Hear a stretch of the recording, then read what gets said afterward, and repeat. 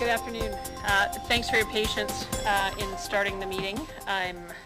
Prior to calling it to order, this month marks the 1 year that our city has been responding to the COVID-19 pandemic, and it's highlighted the importance of the critical service that the city provides and that our civic employees provide. We know working on the front line and providing in-person citizen services present a heightened awareness of risk for our employees, and we celebrate those employees and their importance in our community. This pandemic will end, hopefully sooner rather than later, but in the meantime, we appreciate their commitment to safety and service. On behalf of City Council, I'd like to recognize the efforts of our employees. Thank you for stepping up, showing leadership, innovation, courage, and commitment. And we're going to show you the video that was created for the employees.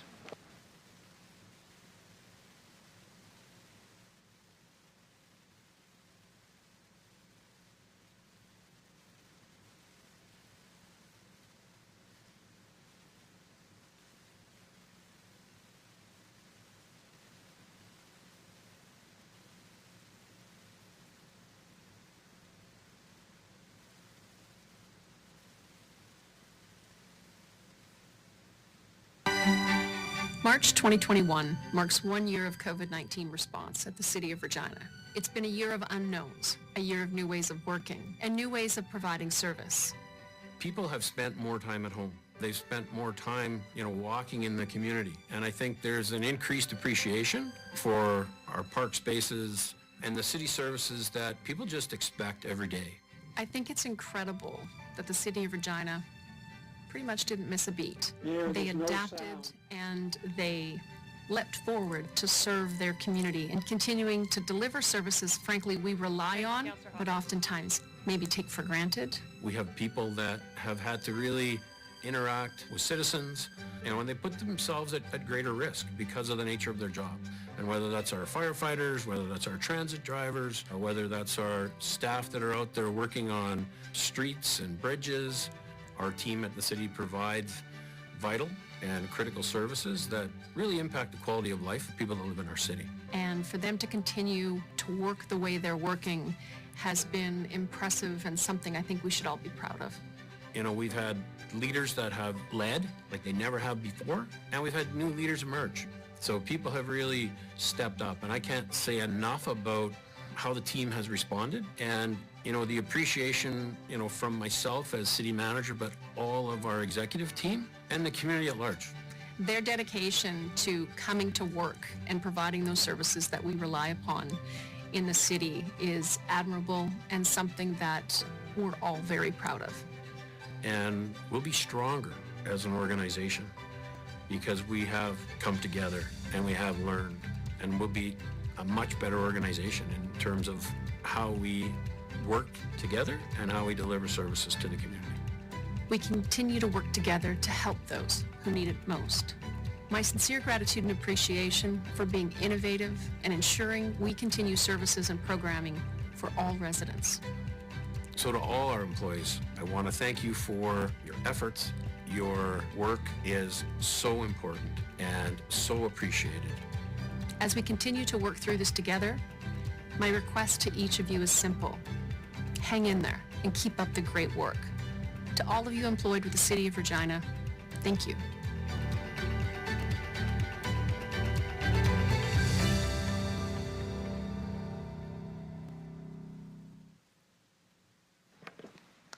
Good afternoon. I'll call the meeting to order now. Good afternoon and welcome to the March 31st, 2021 City Council meeting. And we'll acknowledge we're on the traditional lands of the Treaty 4 territory, a treaty signed with 35 First Nations across southern Saskatchewan, parts of Alberta and Manitoba, and the original lands of the Cree, Saulteaux, Dakota, Nakota, Lakota, and on the homeland of the Métis Nation. To ensure social distancing measures are being met. Good morning, and thank you for joining us for a Tax Practitioners Board webinar. My name's Anna Miliaskis, and I'll be hosting today's session. We've created this webinar to connect directly with you. We value your opinion, and today's an opportunity to raise any questions you have directly with us. I'd also like to remind you that today's webinar will count towards your CPE or CPD. Okay. To ensure social distancing measures are being met during this time, some members of council and city administration are attending the meeting today through video conferencing. In fact, most are. I'd like to remind those members who are attending through video conferencing of the following. Please ensure your video camera and microphone are turned off. If a member of council wishes to speak, they enter the name in the chat window in order to be placed in the speaking queue. When speaking, remember to unmute your microphone and enable your video camera. All votes will be conducted with a recorded vote. Delegations will be attending the meeting today through teleconferencing to address council on various items on the agenda. Can I have someone move a motion to approve the agenda at the call of the chair? Bresciani. Thank you. Can I have a seconder? I'll second. Thank you. Any opposed? Carried. Can I have someone move a motion to approve the meeting minutes from the City Council meeting held on March 10th, 2021? So moved, Statachuk. Seconder? Sorry, apologies. Seconder? Bresciani. Any errors or omissions? Seeing none, any opposed?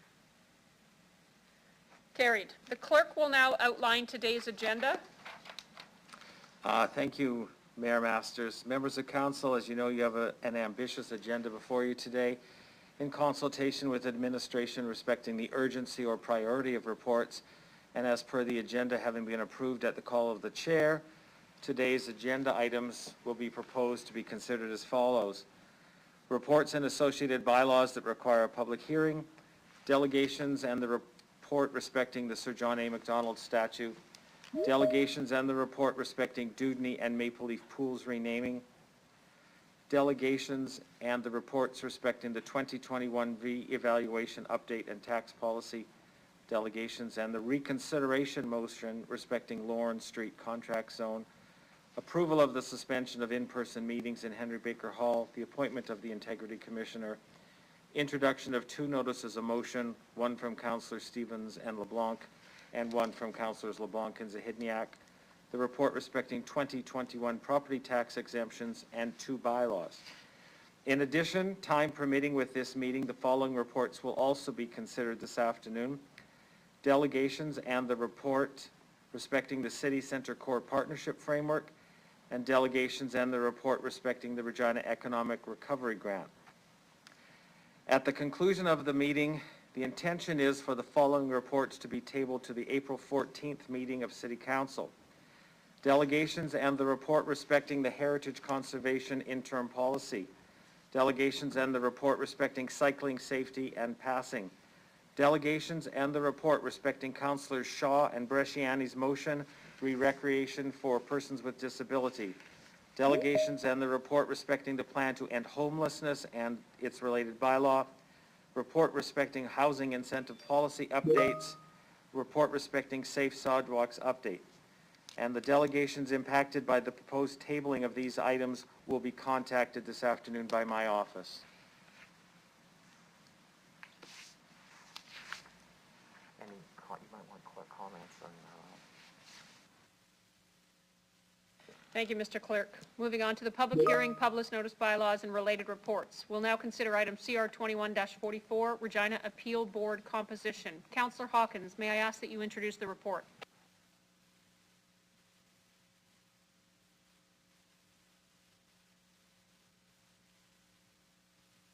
Thank you very much, Mayor Masters. This simply sets, as required by law, the compensation rates for the newly restructured Regina Appeal Board. I'd ask the city clerk if he has anything else to mention.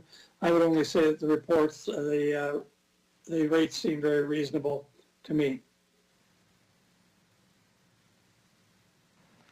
Thank you, Mayor Masters. This is in keeping with our other quasi-judicial board, the Development Appeals Board, in terms of its remuneration. And we are currently in the final recruitment processes for members of the public wishing to serve on this board. And a report will be forthcoming later. Thank you very much. I move the recommendation, Madam Mayor, and I'd ask for a seconder. So moved. I'll Second. Thank you, Councillor Zahidniak. Any questions from members on the report?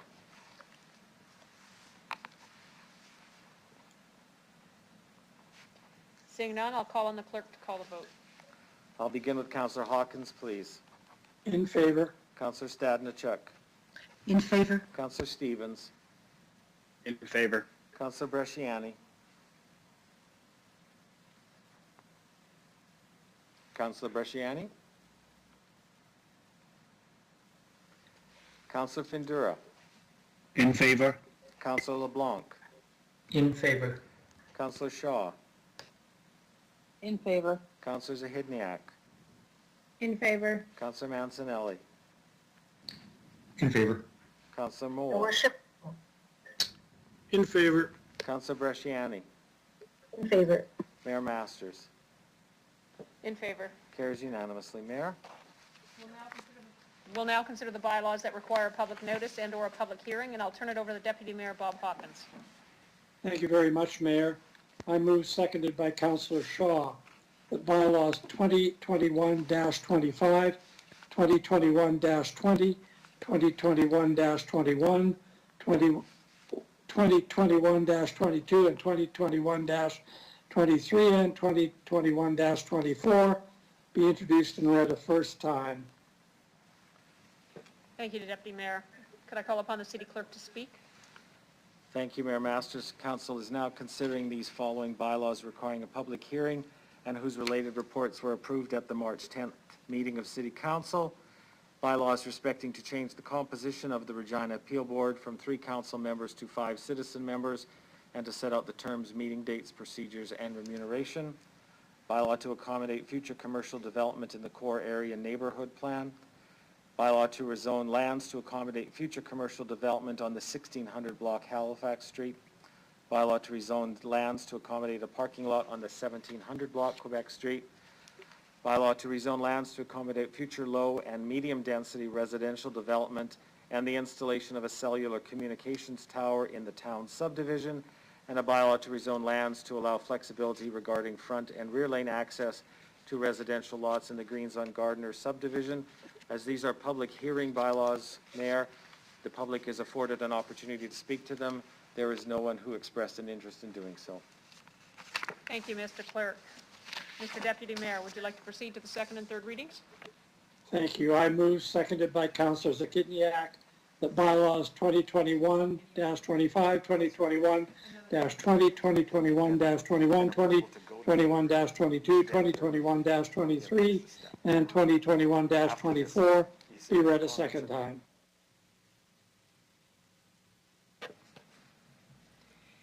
Any comments from members? Any opposed? Councillor Hawkins? Thank you. I move, seconded by Councillor Mancinelli, that council hereby consents to that bylaws 2021-25, 2021-20, 2021-21, 2021-22, 2021-23, and 2021-24 going to third reading at this meeting. Any opposed? One more time. Thank you. I move, seconded by Councillor Mole, the bylaws 2021-25, 2021-20, 2021-21, 2021-22, 2021-23, and 2021-24 be read a third time. Any questions or comments from members? Seeing none. Any opposed? Carried. Thank you.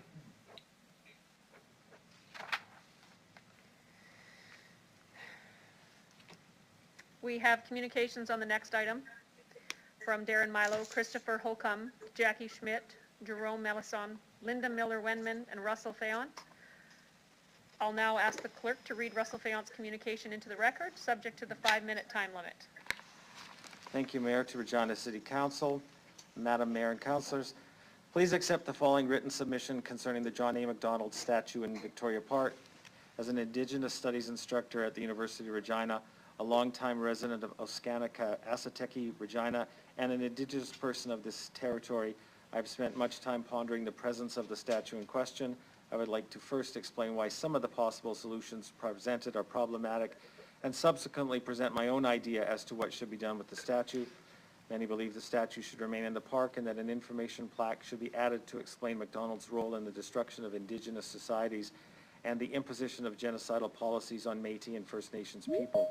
Oral history and academic scholarship has long established the role of MacDonald played in disrupting traditional practices through such racist policies as the building of the National Railway, which disrupted the migration patterns of the bison, the imposition of residential schools, the reserve system and past permit system, which broke up Indigenous communities and prevented First Nations people from living lives of dignity and independence. The withholding of seed, implements, and rations to those Indigenous groups accused of participating in the Northwest Resistance, the 15-year-long persecution of Louis Riel and his people for their role in creating Manitoba, the unfair and illegal trial of Louis Riel, which MacDonald insisted be held in a territory rather than the province of Manitoba, which would have secured Riel a fair trial, and the implementation of the Métis script system, which decimated the Métis land base and dispersed Métis people and communities. Adding an information plaque to the statue, regardless of who contributes to the information, does not diminish the role MacDonald played in these acts of genocide, nor does it ameliorate the trauma that Indigenous peoples must endure every time they walk past the statue in a prominent area of downtown Regina that is hard to avoid. Some observers have noted that the statue is an invitation to have difficult discussions about the colonialist legacy of MacDonald. For Canadians, there's no more ubiquitous name than MacDonald's. It's on currency, building, and roads. It's in textbooks, curricula, and indeed our national consciousness, and is not in danger of being forgotten if we remove one statue. For Indigenous peoples, the stories of trauma and genocide related to MacDonald are embedded in our oral histories. Moreover, they are present in any number of social conditions our communities experience, such as poverty, marginalization, and cultural loss, which are a direct consequence of his legacy. We live, breathe, and navigate MacDonald's legacies daily and do not require a statue to remember them or to have these difficult conversations with settler Canadians. The benefit of having the statue remain with additional information does not outweigh the harm of traumatization. One of the main functions of a city is to protect its citizens, as is evidenced by the City of Regina's steadily increasing police budget. The City of Regina has a fundamental obligation to prevent harm to its Indigenous citizens by not prominently displaying a figure which causes such harm and discomfort. As a city and as a society, we've made great strides in hearing and understanding Métis and First Nations perspective. However, we have come to this place largely through the work of Indigenous peoples themselves. It should not continually be the responsibility of Indigenous peoples to bear the brunt of teaching, explaining, and sharing the true history of Canada, which at its heart is the story of one people coming to best possess the territory, resources, and livelihoods of another. We live in an area of reconciliation where it's incumbent upon settler Canadians and governments to make brave and moral decisions that demonstrate a real willingness to listen to and work with Indigenous peoples to create a better society for all. The statue needs to be removed. No plaque, no added information or landscaping will make it any less traumatic for Métis and First Nations citizens. A brave and moral decision would be for the city to work with the RCMP Heritage Center to move the statue to that site. Doing so accomplishes several goals. The statue remains intact, but it is moved to a spot where people can choose to see it rather than being forced to experience this act of ongoing colonial violence as they pass through a prominent section of downtown Regina. It allows for a space to be created where a plaque could be added to explain what once stood there and why it was removed. Additional information could be added explaining the Indigenous histories of this particular territory. It removes the burden placed on Indigenous peoples to constantly explain their resistance to the statue. In doing so, it creates an invitation to the RCMP to explain, examine, and teach about their role in upholding the genocidal policies of John A. MacDonald. I want to thank the city for engaging in this consultative process. Although many municipalities have already moved their John A. MacDonald statues, I am encouraged by the thoughtful engagement used during this process. As a teacher of history and someone who has traveled Canada extensively, I have long bemoaned the absence of Indigenous culture and symbols in Regina that feature prominently in other cities such as Winnipeg, Saskatoon, and Vancouver. I look forward to an era of Indigenous inclusion in Regina where citizens can be reminded of our contributions and histories around every turn. I was part of a group of Métis citizens in 2010 who advocated for the permanent inclusion of the Métis flag at City Hall, which made Regina the first city in Canada to do so, made even more remarkable by the fact that this was the city in which Riel was executed. I'm proud to be a member of the Métis community and a citizen of Regina. Today, instead of discussing an inclusion of an important symbol, we are discussing the removal of one, and I will be equally as proud of the city as I was on the day of our flag raising, when and if they make the right decision to remove this harmful and constant reminder of legislated racism and genocide against Indigenous people. Respectfully submitted, Russell Fayenne. Thank you, Mr. Clerk. Can I have someone move to receive and file for CP 21-7, CP 21-8, CP 21-9, CP 21-10, CP 21-11, and CP 21-12? I'll move. Andrew. Thank you, Councillor Stevens. May I have a seconder? Mancinelli. Thank you, Councillor Mancinelli. I'll call the question. Any opposed? Hearing none. Carried. Our first delegation is available.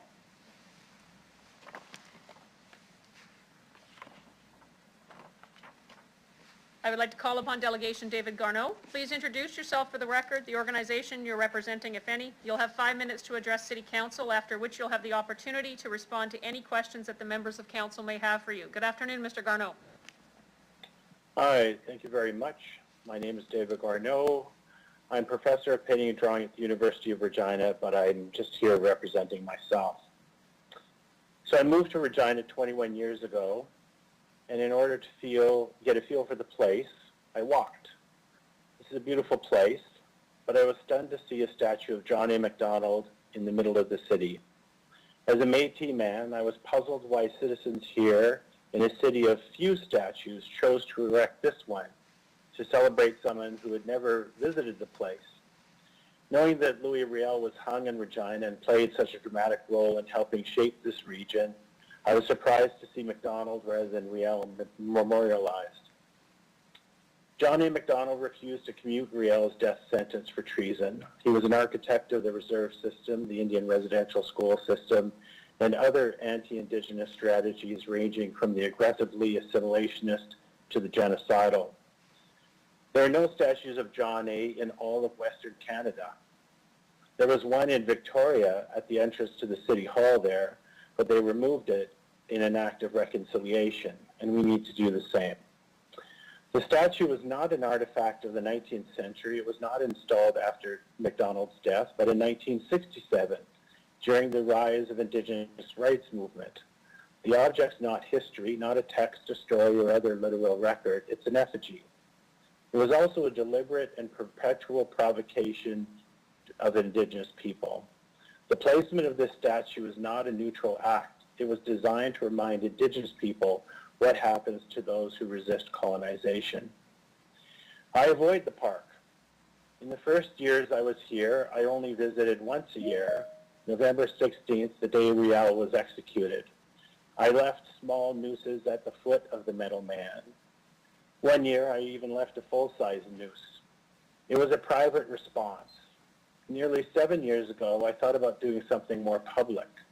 For the 2014 anniversary of Riel's killing, I worked with Dunlop curator Blair Farnwald and performed Dear John, Louis David Riel. Dressed as the spirit of Riel, I petitioned Macdonald in a pantomime and eventually turned my back on him and went into ceremony. January 10th, 2015, with curator Aaron Sutherland, I remounted the performance in John A.'s hometown of Kingston, and as a counter-monument and a reaction to Canada 150 and the Riel Opera, I restaged the performance in Ottawa. 3 years ago, wearing a golden Riel suit, I did a related performance in Regina called Dear John, It's Not Me, It's You. This time, Riel speaks and tries to convince John A. to retire with him to the nearby museum. So the statue was not erected by Indigenous people. It was made by and for settlers to honor one of their ancestors. So it's up to settlers to decide what to do with it. In its place, I suggest a conciliation medicine garden tended by Indigenous and non-Indigenous folks and a living memorial to Indigenous residential school survivors, and also an opportunity for us to engage in perpetual conciliation. Thank you very much for the opportunity to share my thoughts. Thank you, Mr. Garneau. Do any members of council have any questions of the delegate? Seeing none, I'll thank you very much for your presentation this afternoon, sir, and ask that you leave the meeting. Thank you.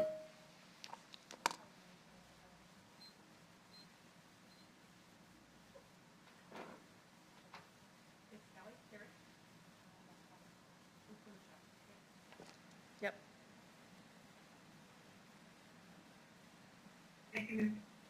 I'd like to call upon Delegation Carrie Bellegarde Opunachau. Please introduce yourself for the record, the organization you're representing, if any. You'll have 5 minutes to address City Council, after which you'll have the opportunity to respond to any questions that the members of Council may have for you.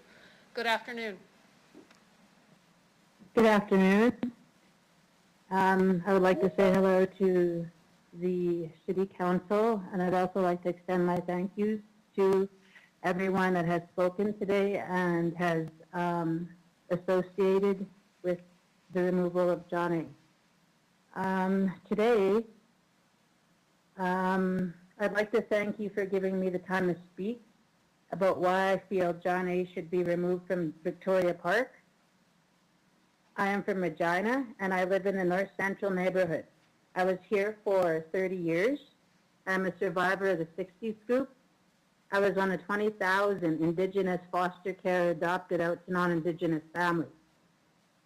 We were put into foster care or adopted out to non-Indigenous families.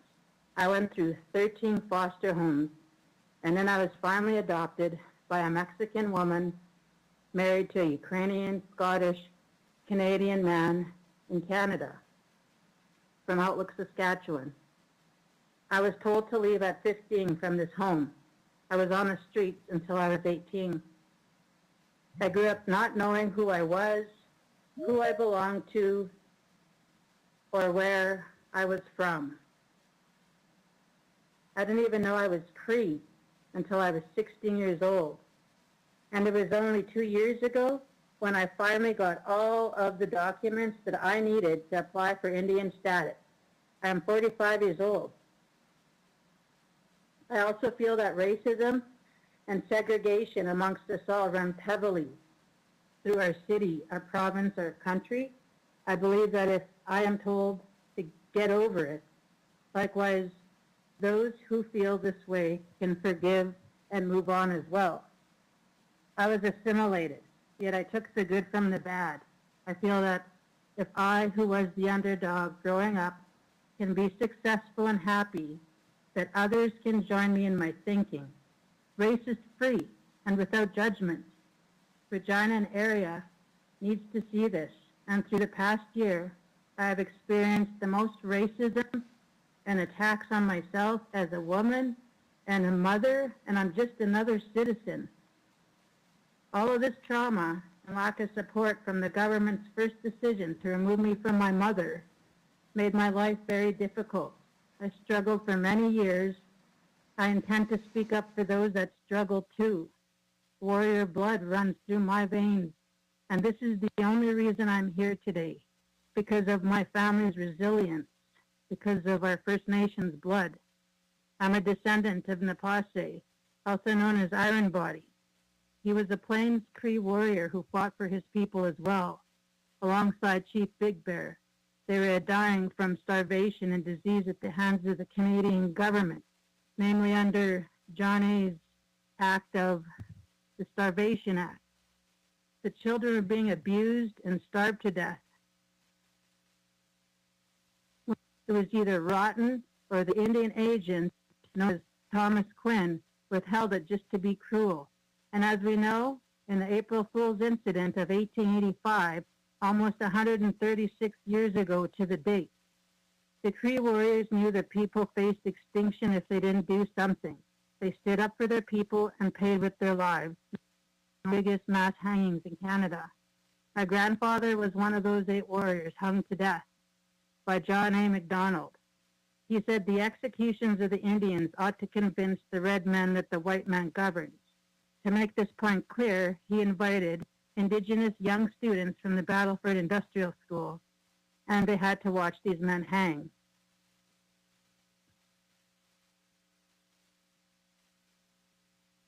In 2016, Regina City Council made its first commitment to reconciliation.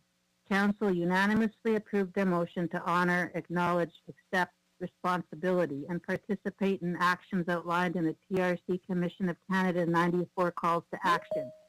I am asking the Council act now on this commitment by acknowledging the ongoing harm in our community caused by having the statue in our city square. It is a constant reminder to the red men that the white man, just as John A. MacDonald said in 1885, Indigenous people in Regina cannot heal and move forward in reconciliation on our own. We need your help. I'm asking you today to please help us by removing the statue from Victoria Park and helping re-educate our youth and the blind-sided people. History must be rewritten to tell the facts, not just one side. It can be learned and observed from inside a museum or a safe place with the proper content for it. Thank you. May the Creator walk with you all. Thank you, Ms. Upunichow. Does any member of council have a question for the delegate? Seeing none, I'll thank you very much for your presentation this afternoon and ask that you leave the meeting. Thank you.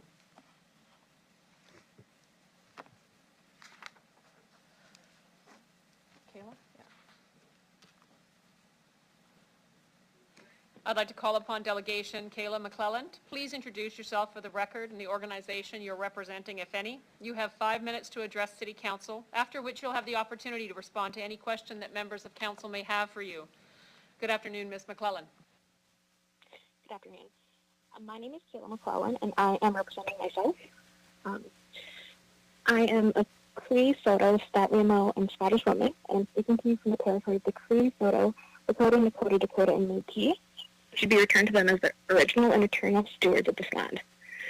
I am an intergenerational residential school survivor, and I've spent the majority of my adult life dedicated to bridging the gap between Indigenous and non-Indigenous youth so we can see true reconciliation in this lifetime.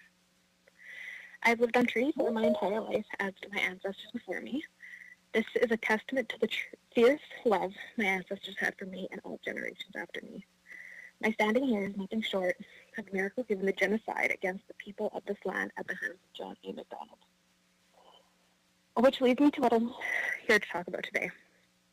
I want to voice my support in favor of moving the John A. MacDonald statue. And I hope it's redundant for me to mention the true history of John A. MacDonald. This monster was responsible for decimating Indigenous peoples on this land. He enacted the pass system, the residential school system, mass starvation, and more. It has been proven that trauma affects our DNA, and it is passed down through generations. And with all due respect, I noticed that no one on City Council looks like me. So when you walk past the statue of John A. MacDonald, your body doesn't remember your grandparents emaciated, begging for food for their children, but mine does, and I know I'm not alone in that. Regina has committed to reconciliation, but reconciliation requires more than one party, and more importantly, it requires listening to those who have been historically harmed. Indigenous people have been extremely clear in their desire to have the statue removed. We shouldn't have to beg you yet again to stop harming Indigenous people. If this is not enough to sway your vote to the side of decency, I want to remind you of 8 Americans who were murdered last week. Their names are Delina Yan, Yao Jitan, Dao Yu Feng, Soon Chung Park, Young A. Yu, Soon Cha Kim, Hyan Grant, Paul Michaels, and they were all murdered in an anti-Asian hate crime. The shooter's racism was emboldened by his government. We have watched from afar the devastating effects of othering those who look different than us, while simultaneously believing that Canadians are somehow better. But I want to read some quotes to you. The Aryan races will not wholesomely amalgamate with the Africans or the Asiatics, and that the cross of those races, like the cross of the dog and the fox, is not successful. It cannot be and never will be. Chinese exclusion was necessary, or so he told the House. The Aryan character of the future of British America should be destroyed. These are the words of John A. MacDonald. He dehumanized other races, equating them with animals in attempts to rob them of their humanity. These words were fuel for anti-Asian racism that we still see today. We must condemn these acts and these words. We must condemn this man, especially because he was not afraid to voice his desire for a country with Aryan principles. And yes, these are the same Aryan principles that Hitler desired for Germany and resulted in one of the worst acts of genocide in world history. John A. MacDonald was a white supremacist to his core, and this is not someone who should be commemorated in a public park. I say this not only as an Indigenous person, but as an ally to those racialized communities who have also been harmed by the legacy of this man. So I would like to finish by paraphrasing Councillor Hoskins from last week. He said we must join hands to fix the problems that plague Regina, but how can we join hands if our wrists are still bound by the chains of colonial violence? Thank you. Thank you, Ms. McClellan. Do members of council have any questions for the delegate? Thank you very much for your presentation this afternoon. I'll ask that you please leave the meeting. Thank you.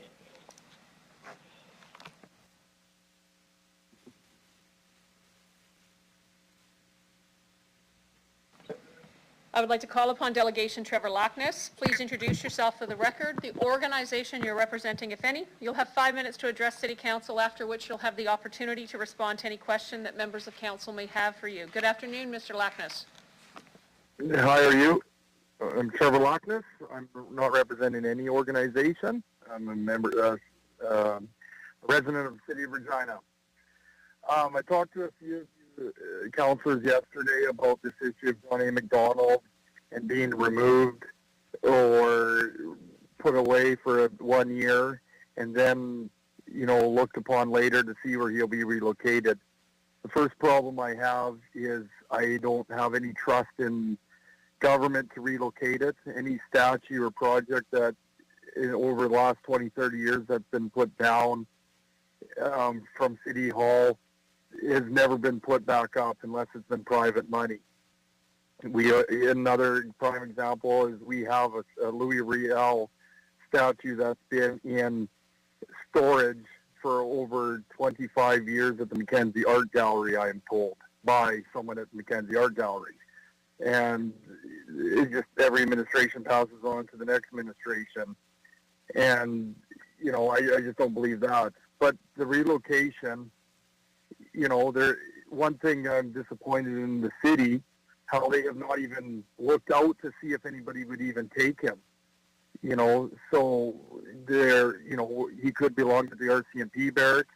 No one from the City Hall has contacted RCMP. Nobody's phoned the last two or current Minister of Central Services and Ford to see if he could be moved to Wascana Park Authority. No one's called Wascana Park Authority. No one's called Government House. So we haven't even thought of a plan of moving him. And one thing, why even put him in storage for a year? Why not just move him to his new location right away? The city has $30,000 budgeted for that. Let's just move him right away if that's the plan.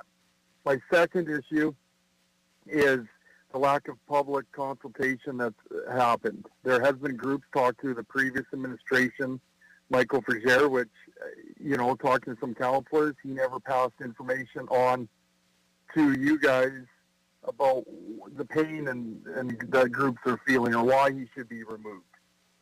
And thirdly, there are other options. In the States, for example, in the deep south to Alabama areas, they have removed some statues, yes, but a lot of the statues that they did keep up on consulting with both sides is they put plaques on the statue of both sides of the story by a certified university or historian, not just radical groups on either side, to tell the story. So when a person walks through the park, they can read the good and the bad of John A. McDonald by a certified person. John A. McDonald did do things that offended Native people. Yes, he did. One of the worst things, he called them savages. He did residential schools. The majority of residential schools were actually opened up in the early 1900s by other prime ministers. So we should take their statues down too. And it just keeps going and going that you guys are opening up a can of worms. Next, we're going to have to remove Tommy Douglas's statues and Weyburn and names of his buildings because he said bad things about certain groups. Nobody in our Canadian history is perfect. John A. McDonald, though, did create one of the best countries in the world that people flee to under circumstances. And we're lucky to even be living in a country designed by John A. McDonald that we can talk about leaders' statues coming down. But I really do believe how you guys are going about this without public consultation. You guys can just, I mean, take it for what it's worth. The CTV poll just showed 77% last time I looked at it that they do not want it moved. Now, that might not be Regina residents. That could be all over Saskatchewan, all over Canada, for we know. But that's even if it's out 10%, that's still a huge number of people that want him to stay out. So maybe I'm on the wrong side of history on this, of the research I've done and the fan I am of John A. Macdonald, and I am first to admit he did do some bad things, as did every other prime minister up until current history has done something to neglect a group. Many prime ministers in the early 1900s did things to Jewish people, to black people, and it's not a thing, but we should be looking also at the good things. And the statue down or not or relocated, he's still our first prime minister, and we need our kids to know our history. And let's bring that Louis Riel statue out of storage so that when my 8-year-old kid walks through the park, he knows who John A. Macdonald and Louis Riel is. Every kid in Regina should know who Louis Riel is. So we need more statues of, chiefs and the reconciliation. My 8-year-old knows more chiefs than I do because of what he's learning in school. So we are moving in the right direction, but let's celebrate our history more. And taking him down, it really hurts. And some of the counselors, I really hope you guys are listening today to, the public consultation, that you really delay this to listen to the public and not just use your ideology. Some of you guys have made up your mind before even listening to the public, and that's not, I don't believe that's your role as an elected official either. That's all I have to say. Thank you, Mr. Lackness. Do any members of council have any questions for the delegate? Seeing none, I'll thank you for your presentation this afternoon, Mr. Lackness, and ask that you leave the meeting.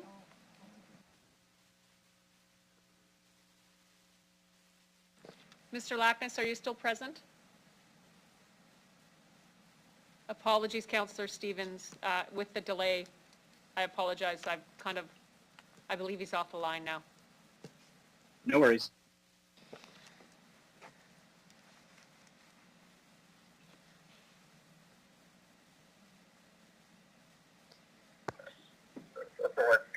I would like to call upon Delegation Gillis LaValle and John Hopkins of Reconciliation Regina. Please introduce yourself for the record, the organization you're representing, if any, and you'll have 5 minutes to address City Council, after which you'll have the opportunity to respond to any question that members of Council may have for you. Good afternoon, Mr. LaValle and Mr. Hopkins. Good afternoon, Your Worship, members of Regina City Council. I think I was on an elevator to the moon with that music. But anyways, we're not here to talk about music. My name is John Hopkins, and I am here today as a board member of Reconciliation Regina. With me is our chair, Gillis LaValle, a proud member of Cowessess First Nation. Whoop, whoop. The calls to action are just that, a call to action, as opposed to a call to consult, discuss, debate, or ponder.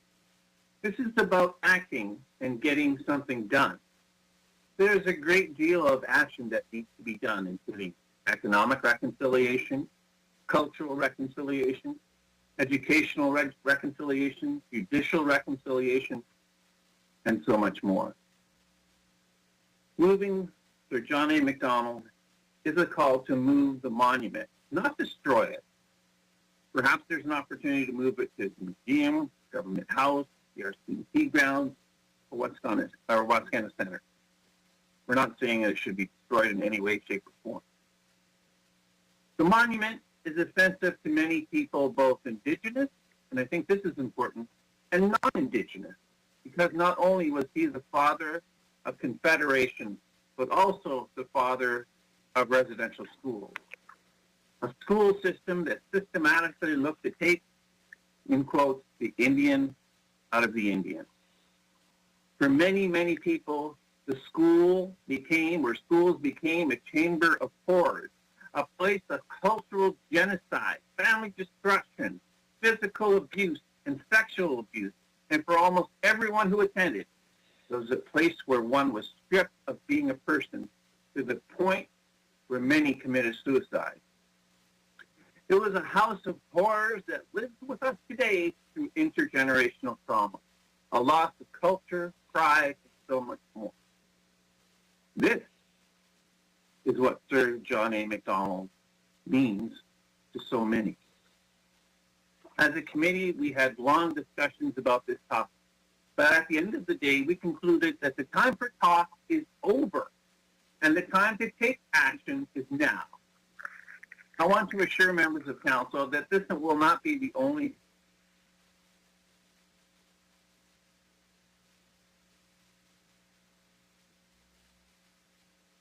that together we will stand with you, not so much to correct the injustices of the past, but to work toward an inclusive community that embraces all people, Indigenous and non-Indigenous. Thank you. Thanks, Johnny. My name is Gillis LaValle, and I happen to have the honor of being the chairperson for Reconciliation Regina. I want to share one quick story with City Council, and this is just in regards to one individual. And we can't do a lot of things to change a lot of different scenarios that we're dealing with here, or a lot of different accusations in regards to education, or all sorts of different stuff coming, because this gets really overwhelming when we're talking about reconciliation and what we can do as a community. But I just want to share, because I took this role on because I wanted to make something different for one person. That's all, just one person. And I wanted to make things different for my father, who went to residential school. And when he was quite quiet about different scenarios that had happened to him in the past, and I could see the impact that it had on him. And you talk about intergenerational trauma. Yes, it is there. And people don't understand that these policies and these ideas that came forward from an individual that literally wanted to annihilate a whole race of people. Mm-hmm. So when I went through this process and I listened to my father when he was sharing in regards to residential school, and he was talking about being sexually abused, and it puts a lump in my throat today. When he talked about being physically beaten because of these policies and because of the direction that was given in relationship to this individual. Talked about the mental aspect to it. And not only that, they literally beat the spirit out of you. Doing that, he lost all his culture, which was what was supposed to happen. So in many cases, this was a success story for that individual, or for people that might come forward and say, we need this here to educate it. Believe me, we have been educated enough. We have to do something in order for this to have an impact. And please act swiftly. Thank you very much. Wow. Thank you, Mr. Hopkins and Mr. LaValle. Does any member of council have a question of the delegate? Andrew, just in case my name doesn't come up quicker. Thank you, Councillor Stevens. Go ahead. Thank you very much, delegates. Meaningful contribution. Can you provide some insight as to perhaps where the statue would be better placed? I know there's some discussion around relocation. That's actually what we're proposing here. Is there a suitable location that balances the harm and the pain that John A. Macdonald clearly means to people, with still allowing it to be up somewhere with a more honest reflection of his legacy? Gilles, you want to go first? Well, yeah, I can answer. I can go first in regards to this. I just think that that is something that there needs to be discussion and there needs to be debate in regards to that component of it.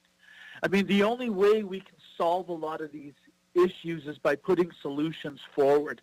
And right now, putting this forward and having this removed is a good solution to the Indigenous community in Regina, in Saskatchewan. Secondly, I mean, if you came forward with 2 or 3 different ideas or components, whether it's part of a, there's a political process with it for the legislative building, or putting it behind there, or maybe moving it out to the RCMP barracks and talking a little bit about that, because they seem to be going through issues in relationship to racism and different aspects that they're dealing with on an ongoing basis. So this could be an educational tool out there as well in regards to that area. But first and foremost, we should have this removed, and then we should have that discussion after in regards to what we're going to do with it. And if I could just add to that, Councillor, if I could just add to that, I think that the museum would be a great place for Sir John A. But I think that it should include not only was he the father of Federation and residential school, but maybe some of the quotes that he had in the House of Commons in 1882. And I quote, "I have reason to believe that the agents as a whole are doing all they can by refusing food until the Indians are on the verge of starvation to reduce the expense." And I mean, that's really what happened back in 1882. Thank you.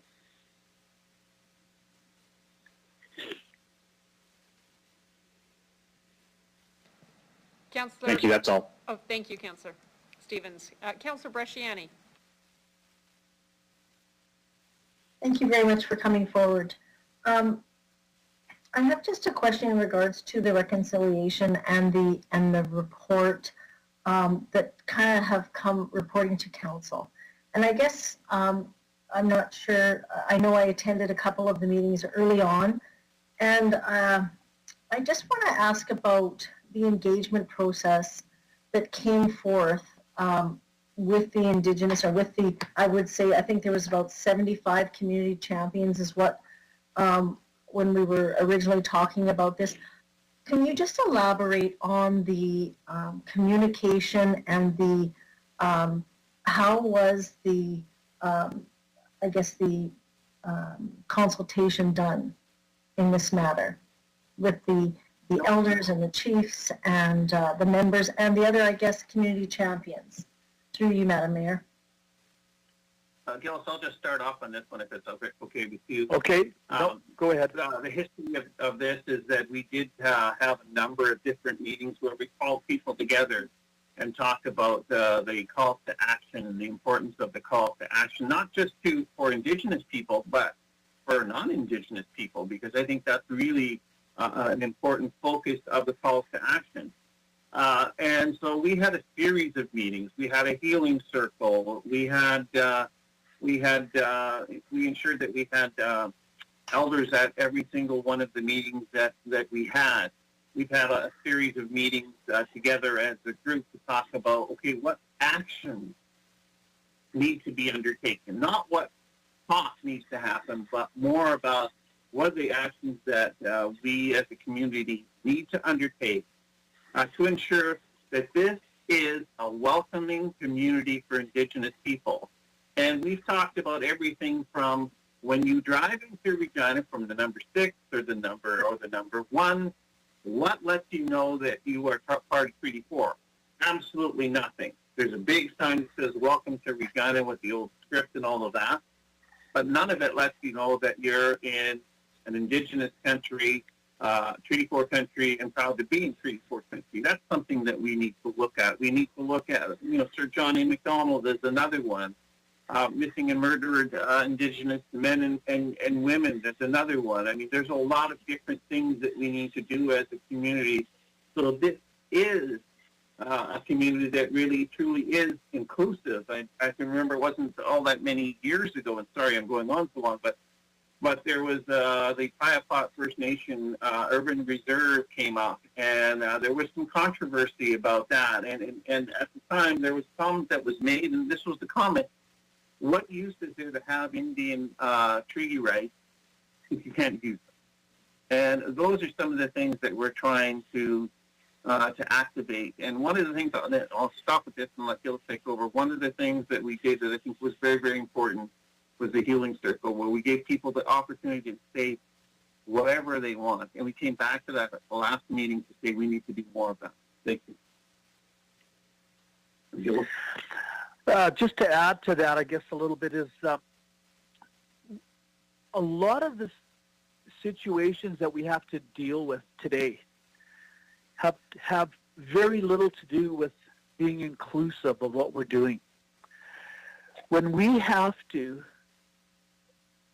continually talk about past pain, suffering, injustice on an ongoing basis and justify why we're doing that in order for us to have success, that has nothing to do with being inclusive. It has everything to do with being divisive.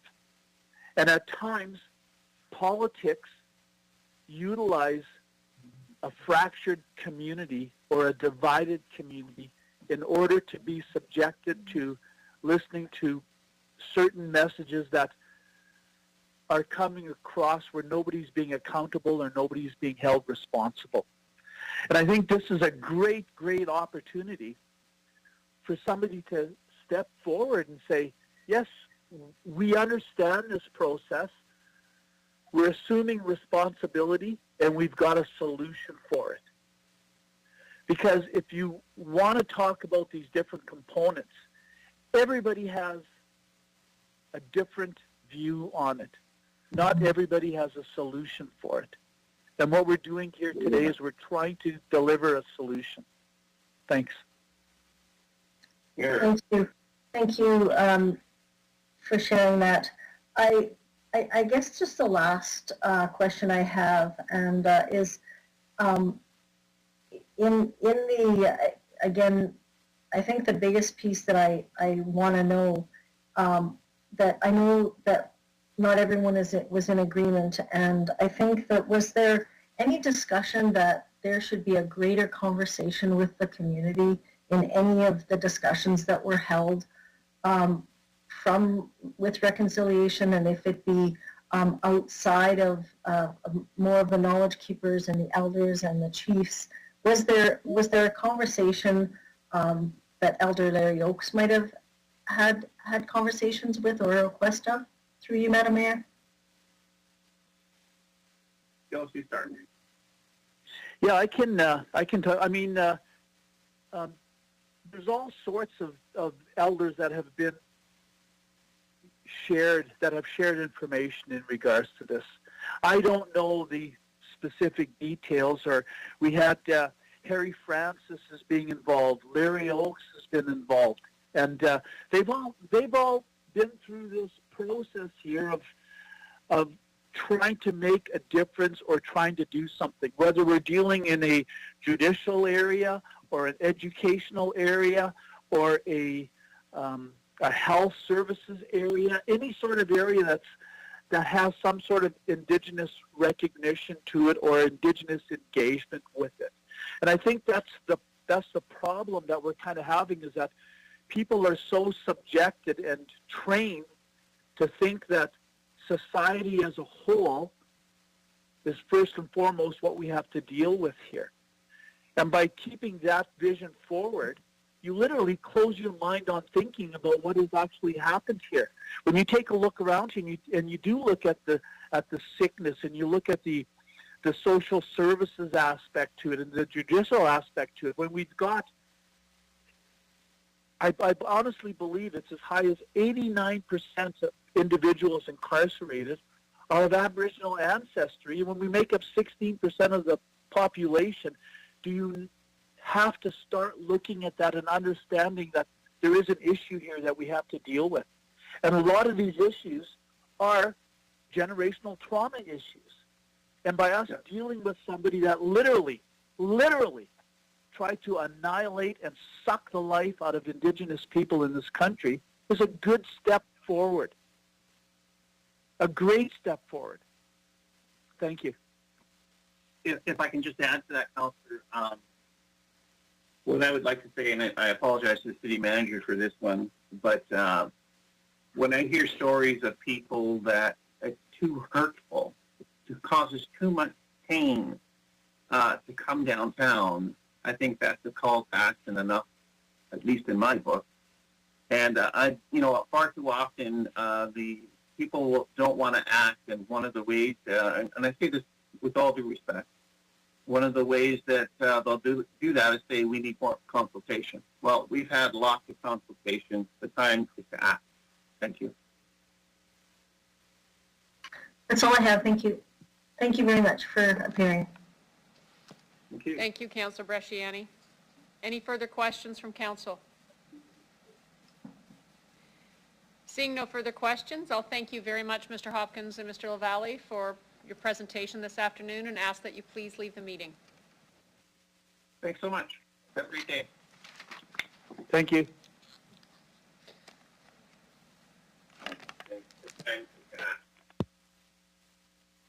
I'd like to call upon Delegation Florence Stratton. Please introduce yourself for the record, organization you're representing, if any. You'll have 5 minutes to address City Council, after which you'll have the opportunity to respond to any questions that the members of Council may have for you. Good afternoon, Ms. Stratton.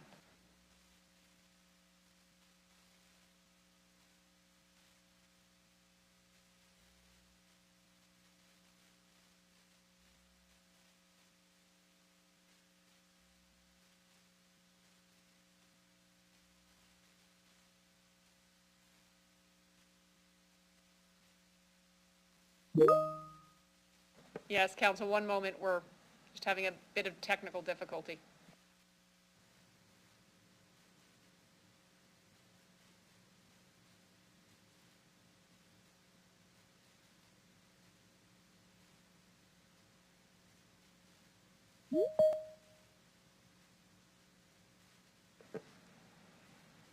Ms. Stratton, are you on the line? Hello, can you hear me now? Yes, we can. Did you hear my earlier prelude? Yes, I did, but yeah. Excellent. Right, yeah, thank you so much. Florence Stratton, I'm representing myself. I was very happy to see the recommendation from the Executive Committee that City Council direct administration to relocate the Sir John A. Macdonald statue and place it into storage while consultations occur. The plaque that was at the base of the Macdonald statue in Victoria Park, until some brave soul recently removed it, read, John A. Macdonald, Father of Confederation. What the plaque doesn't say is that Macdonald used genocide as a major tool in his making of the Canadian nation. In 1878, Macdonald implemented a policy of starvation against Indigenous peoples living in the area that was to become Saskatchewan. His goal was to force Indigenous peoples onto reserves and thus clear the plains for white settlement. In Macdonald's words, quote, we are doing all we can by refusing food until the Indians are on the verge of starvation. Macdonald's starvation policy meets the criteria of genocide under the definition provided by the UN Convention on Genocide. Article 2C, quote, deliberately inflicting on the group conditions of life calculated to bring about its physical destruction in whole or in part. Macdonald was also responsible for establishing the residential school system, schools that were designed to strip Indigenous children of their cultures and languages. Thousands of Indigenous children also died from neglect, abuse, malnutrition, and disease while they attended these schools. The residential school system also meets the criteria for genocide, Article 2E, forcibly transferring children of the group to another group. The plaque that used to be at the base of the Macdonald statue in Victoria Park also doesn't mention that Macdonald was a white supremacist in terms of immigration policies, opposing Chinese immigration on the grounds that it would dilute the British character of Canada, and imposing the Chinese head tax in order to discourage immigration to Canada. This after hundreds of Chinese workers had died while working to complete the transcontinental railway that Macdonald is given credit for. Two of the most common objections to removing the Macdonald statue are, you can't change history and you can't erase history. My response to these objections is a question. Who changed or erased history? I grew up in Regina in the 1940s and 50s. The elementary school I went to was, until recently, named Davin, after Nicholas Flood Davin, the man who authored the report advising the government of John A. Macdonald to establish residential schools. Throughout my schooling in Regina, both elementary and high school, I learned absolutely nothing about the genocidal and racist policies advanced by MacDonald and Davin. That was the case even at university. That part of Canadian history had been changed or erased by the educational system, and MacDonald and Davin were presented to us as figures to be admired and emulated. Also erased from the school curriculum was the history of Indigenous peoples on this land during the tens of thousands of years before it was called Canada. Ignorance of history is a way of covering up past crimes. It is also a way of legitimizing the way society is arranged today. Genocidal and racist policies and practices are not just a thing of the past. They are a feature of present-day Canada. For example, the over-apprehension of Indigenous children in the child welfare system. 86% of the children in state care in Saskatchewan today are Indigenous. The failure of the police services to provide protection for Indigenous women and girls. The coerced sterilization of Indigenous women. High poverty rates. 40% of Indigenous children in Canada live in poverty. The lack of potable water in so many First Nations. Canada's temporary foreign worker program. The list goes on. I hope the education system is no longer changing or erasing the true history of Canada, and I thank the City of Regina for providing its citizens with an opportunity to learn Canada's true history through the discussions of MacDonald as well as Dewdney. Our task now is to carry on the struggle to root out the racism in contemporary Canadian policies and practices, and more broadly, to decolonize this place we call Canada. Thank you. Thank you, Ms. Stratton. Do any members of council have any question for the delegate?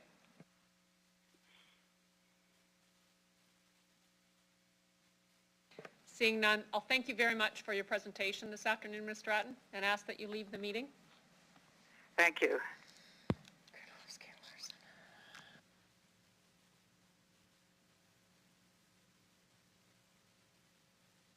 And contemporary Canadian policies and practices, and more broadly, to decolonize this place we call Canada. Thank you. Good afternoon, Ms. Granovsky-Larson. Thank you, Ms. Stratton.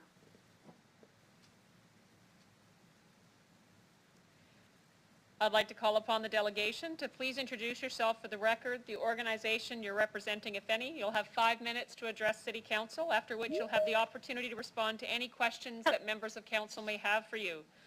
Good afternoon, Ms. Granovsky-Larson. Hello, can you hear me? We can now, yes.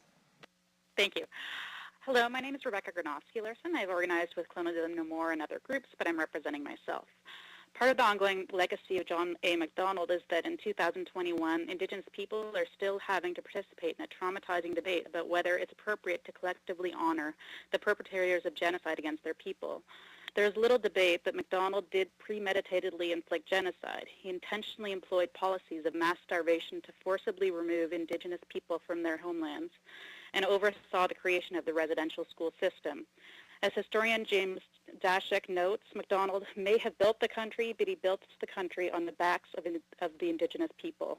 Even the right-leaning National Post has consistently conceded that it is obvious that Canada's first Prime Minister, Sir John A. Macdonald's policy of starving First Nations to death in order to make way for the western expansion of European settlers meets the criteria of genocide under the Genocide Conventions. It is past time for the settlers who have benefited from colonization to decide if they want to continue aligning themselves with the white supremacist and genocidal policies of this country's founders. The attempt to whitewash MacDonald's legacy continues to this day, as evidenced by those defending his legacy with no thought about the people whose lives he stamped out. But we must always remember that history is made up of the choices of individuals. It is neither mechanical nor inevitable. The reality is that MacDonald was even considered dangerously racist by his peers. He was the only member of the Canadian Parliament to use the term Aryan during the 1870s and 80s, and was unique in arguing that Asians were a separate species from Europeans. He shifted the government for the worst, and in reversing the policy of his predecessors who favored keeping immigration open to non-Europeans.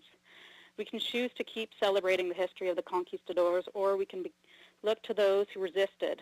Let us not forget that MacDonald was a contemporary of the Louis Riels, Gabriel Dumonts, Harriet Tubmans, and John Browns of the world, who actively fought white supremacist violence.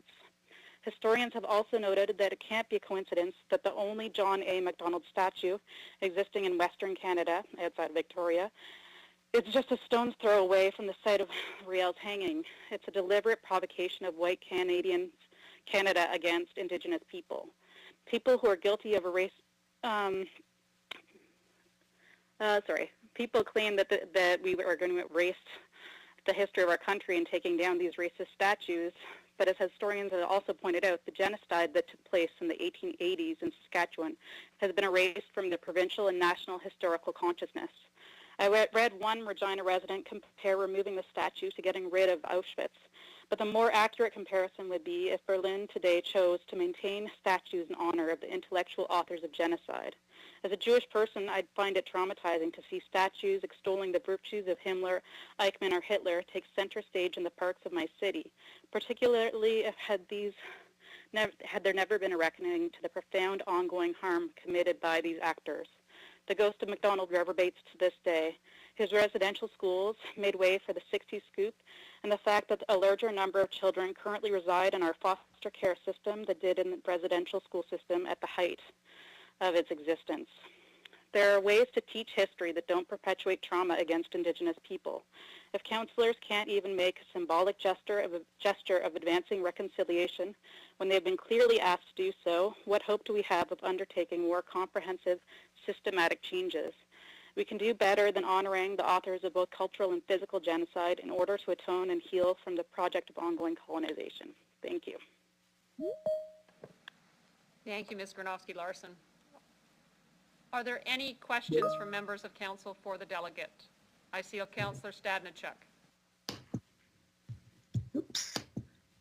Thank you, Mayor Masters. Through you, Mayor Masters, a question for Rebecca. You mentioned, you and the previous speaker, Ms. Stratton, both talked about McDonald's policies being considered genocide under UN standards. I've had some people tell me that everything that the first Prime Minister did at the time would, in those days, would not have been considered genocide or unusual for colonial governments. I'm just wondering if you want to comment on that statement. I would strongly disagree with that. During the formation of the residential schools, they were actually told by physicians about the outbreaks of tuberculosis and that it was resulting in mass deaths, and they proceeded to do that anyway. And there were people that argued against all these things at the time, and I think it's very important historically to remember that because it often does get written out of history. Riel actually made alliances with Scottish settlers in the area and with Métis people and with a broad swath of people who actually didn't want to perpetuate genocide. And so I think it's important to remember that history too, and also to honor that history, because often the history that gets told is the history of what are considered the victors, and the history that we are not getting told enough is the one of the people who, the people who were mass starved in the founding of our country. Okay. No, thank you very much for that. No more questions. Thank you. Thank you, Councillor Stadnichuk. Any other councillors for a question? Seeing none, I'll thank you very much. Sorry, I do, Mayor Masters, sorry. Thank you, Councillor Bresciani. For some reason, I can't go into the chat, so it doesn't let me. Thank you for your presentation. Can I just ask a question? Do you know, and obviously I think you know your history well, and there's been some talk out there, and some had said that Sir John A. Macdonald did not invent the residential schools. They were already invented prior to his time in 1831. Would that be accurate? My understanding is they were enacted. Sorry. Go ahead. My understanding is that he did oversee the enactment of the schools. And I'm not placing the entire history of colonization just on him, but I think he was one of the worst architects, and he was pretty stridently open about all of these views. He openly wanted to assimilate Indigenous people into this European worldview, and he did actually advance very new concepts that actually hadn't been around in Canada before, about the complete superiority and separation of the Aryan race that his contemporaries actually found very shocking. So yeah, like he definitely was he definitely did ask for the report from Davin about the foundation of the residential school system, and a lot of it did come in the information around his time. Like there was admittedly like pushes before him, but when it really came into existence was under McDonald. So I would put it on him.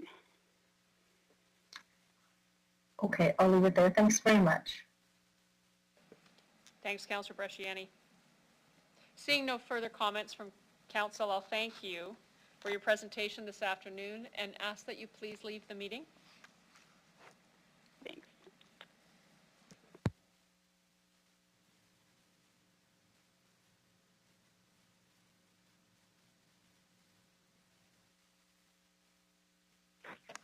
I would like to call upon Delegation Pastor Stuart Miller. Please introduce yourself for the record and the organization you're representing, if any. You'll have 5 minutes to address City Council, after which you'll have the opportunity to respond to any questions that members of Council may have for you. Good afternoon, Pastor Miller. Good afternoon, Your Worship the Mayor, Council members, fellow citizens of Regina and Saskatchewan. My name is Pastor Stuart Miller, and I address you as one of the many faith leaders here in our city, specifically as a pastor of a Christian Lutheran church that has nationally, provincially, and congregationally made intentional commitment to be reconciling people in the world. As to the topic of today's conversation, we have also made commitments at each of those levels to both support the calls to action of the Truth and Reconciliation Committee and to the work on the ground of healing our relationships with Canada's Indigenous people. Let me begin by saying that I am acutely aware that the work of reconciliation is a hard, variously painful, often messy and complicated business. And to truly engage ourselves in that work is a commitment to deep honesty, self-examination, and in the language of many faiths, repentance. There is no small irony that we are having this conversation when, as a Christian, this week we remember exactly how much that kind of commitment can cost in compassion and active, intentional self-sacrifice. First and foremost, it is, of course, a commitment to the healing power of truth. Even when facing the truth means that we have to face our past culpabilities.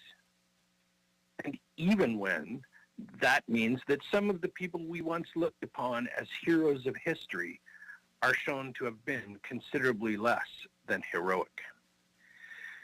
The commitment we make to that truth and healing means that many of us do need to be jolted into awareness of how our colonial history continues to infect us, how it clouds us from realizing that our not so subtle racism shapes our attitudes and actions, and finally, how privilege insulates many of us from understanding the pain that our history has inflicted on the Indigenous people of our community.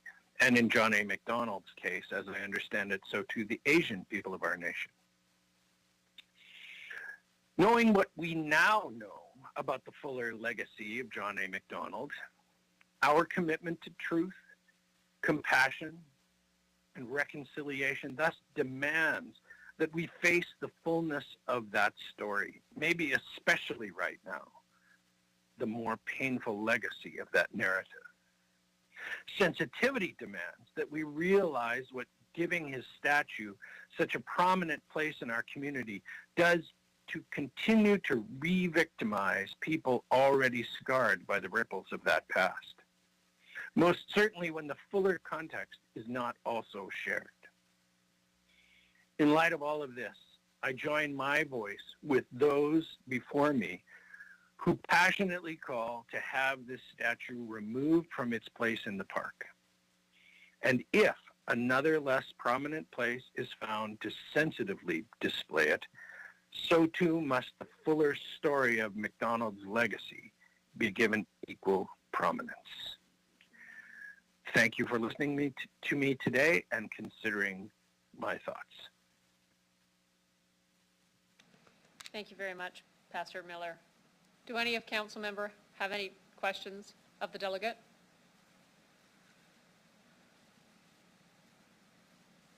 Seeing none, I'll thank you again very much for your presentation and ask that you please leave the meeting.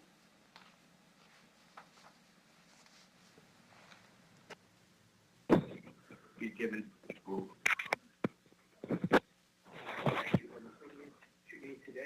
I'd like to call upon Delegation Prescott Demas. Please introduce yourself for the record, the organization you're representing, if any, and you'll have 5 minutes to address City Council, after which you'll have the opportunity to respond to any questions that members of Council may have for you. Good afternoon, Mr. Demas.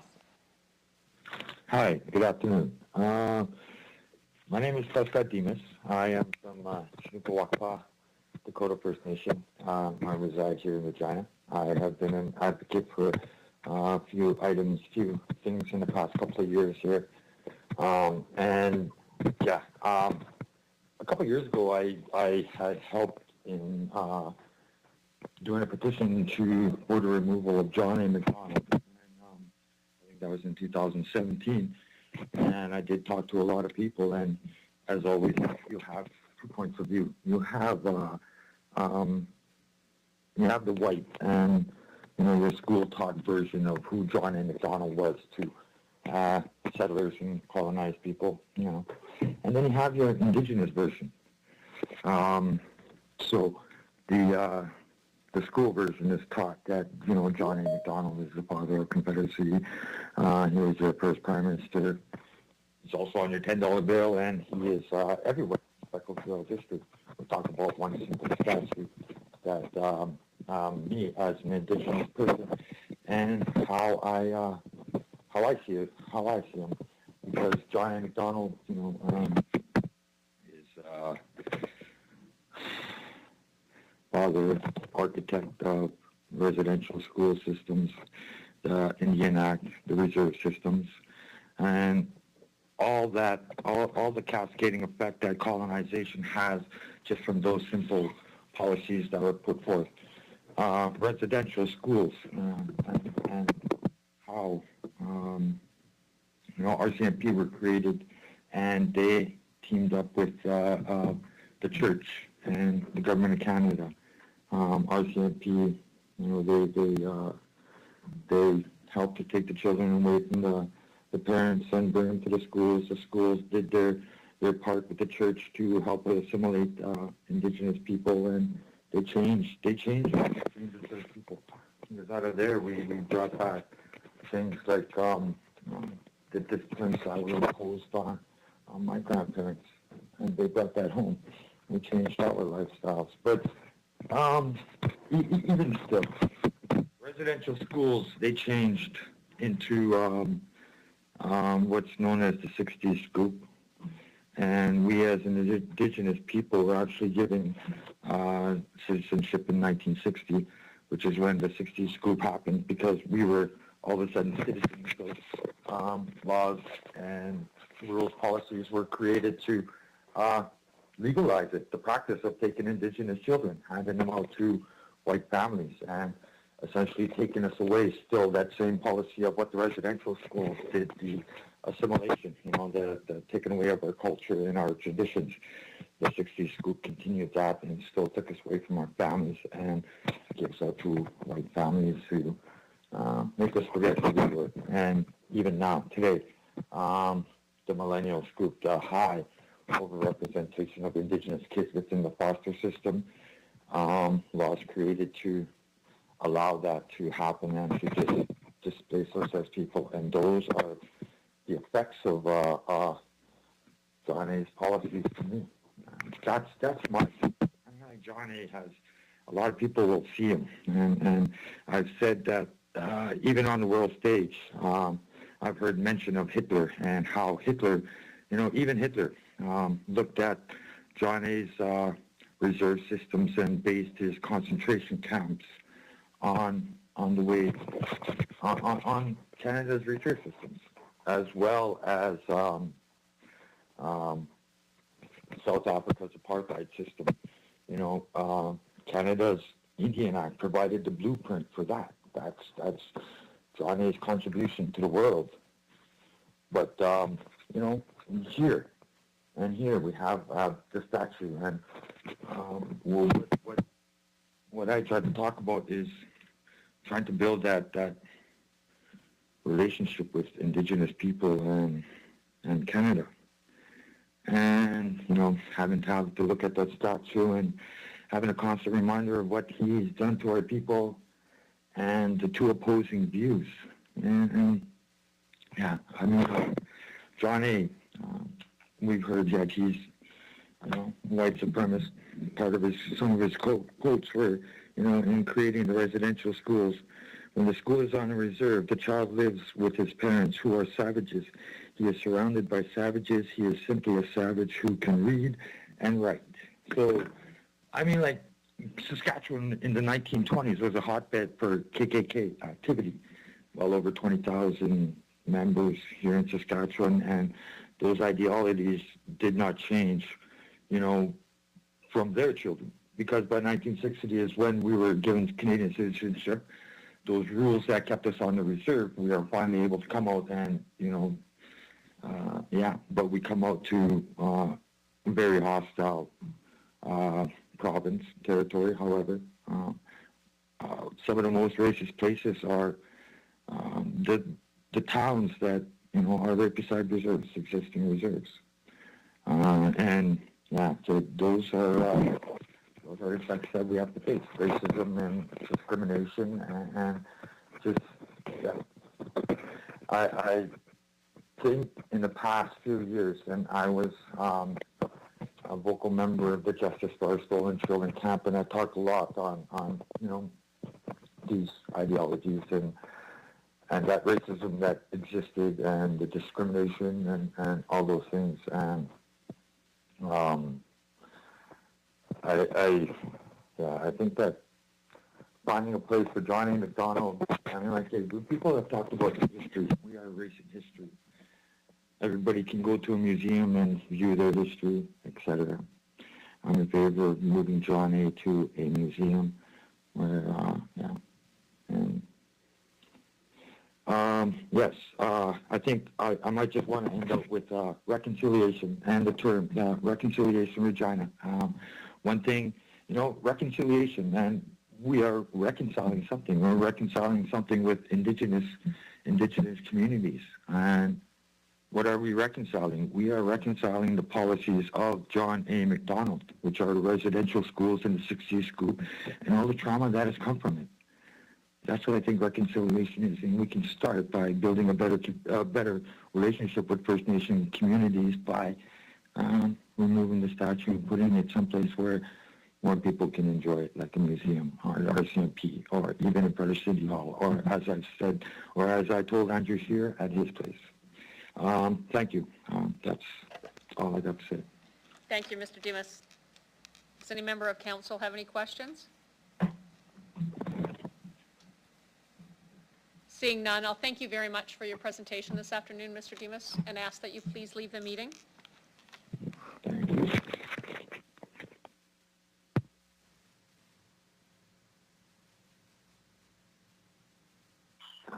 Removing the statue and putting it someplace where I'd like to call upon Delegation Ralph Watsky. Please introduce yourself for the record, the organization you're representing, if any. You'll have 5 minutes to address City Council, after which you'll have the opportunity to respond to any question that members of council may have for you. Good afternoon, Mr. Watsky. Good afternoon. My name is Ralph Watsky. I'm a retired lawyer, and I'm also an enthusiast of Canadian history and also archives. And I'm not formally representing any organization, but informally I represent many of my fellow enthusiasts of history and archives. And also I would suggest the silent majority of Reginans, which polls have shown that the vast majority of Regina residents oppose the removal of the statue and basically the erasure of history. And that's basically going to be the focus of my presentation. my feeling is that in whatever consultations have supposedly taken place, that the voices of the vast majority of the people of Regina have basically been ignored and downplayed. And like I say, most Reginans, don't approve of the cancel culture or the toppling of statue that seems to be so commonplace nowadays in places such as the United States. I am the first to admit that Sir John A. Macdonald was far from a perfect person, that he did make errors, and he did some things that may be considered negative, but from a historian's point of view, I take the position that some of the accusations that are being made against him are basically very much, exaggerated and polarized and taken from a 21st century, very politicized perspective.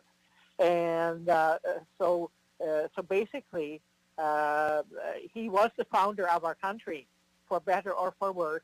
Without John A. Macdonald, Canada as we know it would not exist, and the Western Canadian provinces, especially the Prairie provinces, would not exist had it not been for him.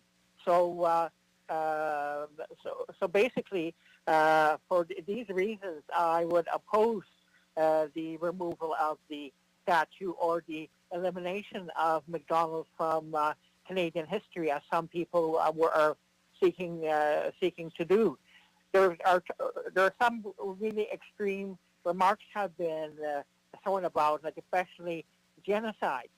Genocide is basically mass murder of a population, and this does not appear to have occurred in Canada towards the Indigenous people, although it may have occurred in the United States, where there was a much more negative treatment of the Indigenous population by the United States government. And in fact, some, have actually fled the United States to settle in Canada because of what was happening there. So it's an abuse of the term genocide, a term that didn't come into existence until the 1940s. Genocide, people such as the Armenians, the Ukrainians, Jews, and the Rwandans were victims of mass murder by various regimes that were governing them. And this is what the term genocide was devised to reflect, is a mass murder, usually by government forces of a population. And nothing even remotely resembling that seems to ever have occurred to the Indigenous population of Canada, whether under Macdonald's watch or any other. So it's an abuse of the term. Genocide is a very strong term, and it's not appropriate to use that. There was also criticism of Macdonald for allegedly, founding the residential school system, and the perception of that I have gathered from my research is that the residential schools were actually intended to benefit the Indigenous people by providing them with an education. There was nothing mean-spirited or evil about it, and people seem to have morphed it into something, something that it was not. And it's true that some people had a bad experience with residential schools, and there had been abuses in it. But my perception is that the school systems actually benefited the students in it far more than they harmed them.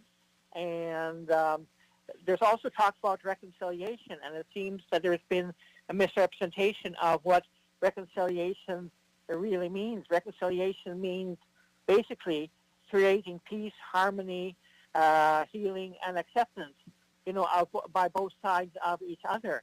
And the way that reconciliation seems to be used, especially in the Commission report, is basically a very politicized, version, which in fact seems to exacerbate divisiveness between the various groups of people in Canada, rather than peace, healing, and acceptance.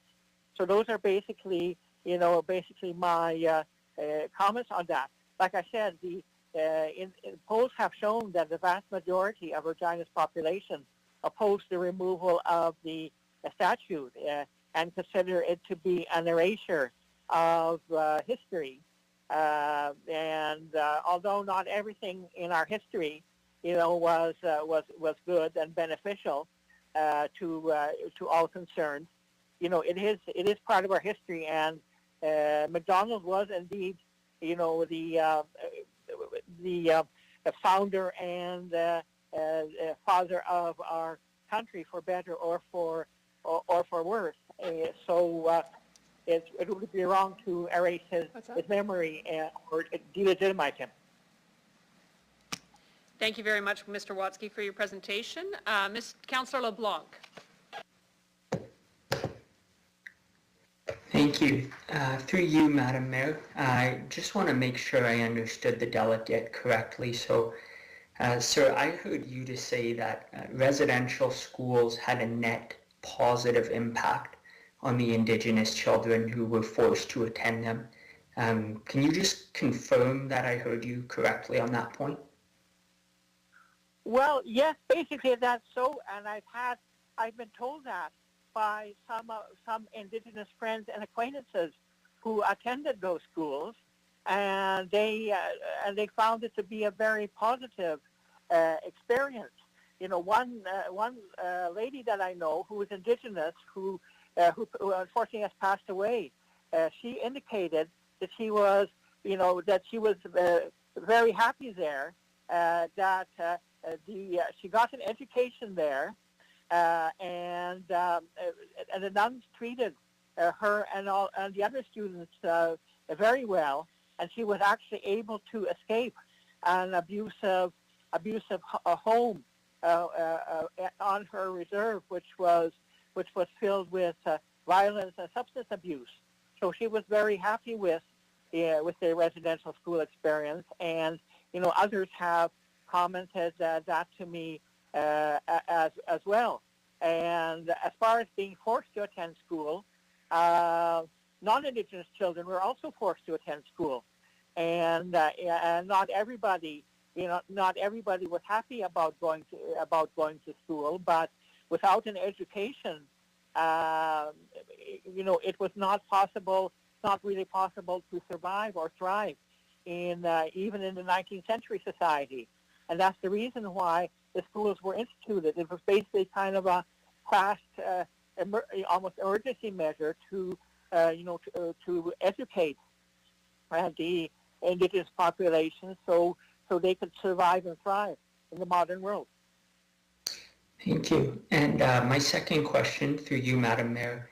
Sir, I believe I heard you say residential schools were not a form of genocide.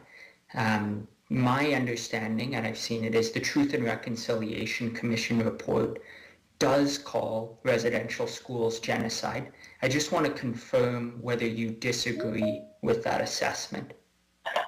Well, I disagree with that very strongly, because I'm a student of history, and I'm of partial Ukrainian descent, and Ukrainians were a victim of a real genocide in which about 7 to 10 million Ukrainians were starved to death by the regime of Joseph Stalin in the 1930s.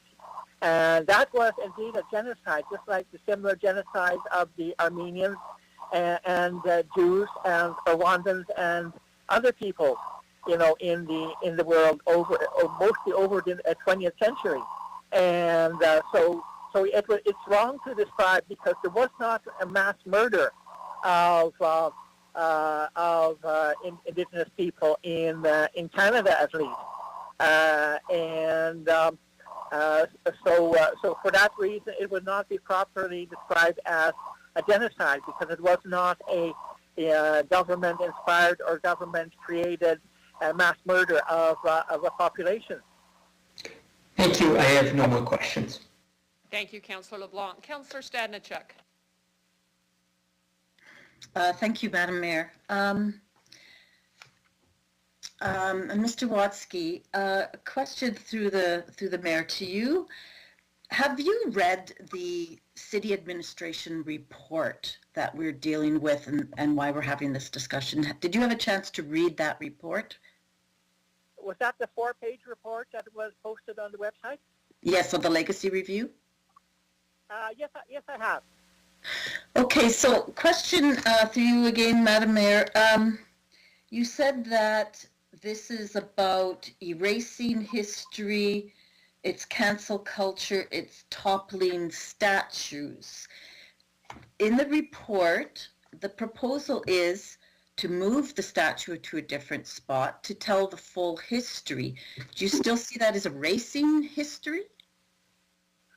Well, we don't really know for sure what's going to happen with the statue. Another person who made a presentation recently, which I basically agree with the presenter in that case, said that there was a statue of Riel that was removed 25 years ago and has never seen the light of day since.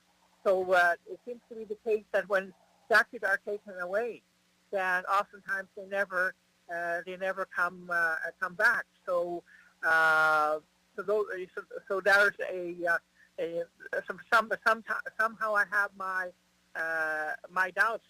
I think it would be better to leave the statue where it was. I seem to disbelieve that some of the really extreme remarks that Indigenous people are afraid to go to Victoria Park because the statue is there. And I somehow disbelieve that, because I see lots of Indigenous people in the Victoria Park all the time.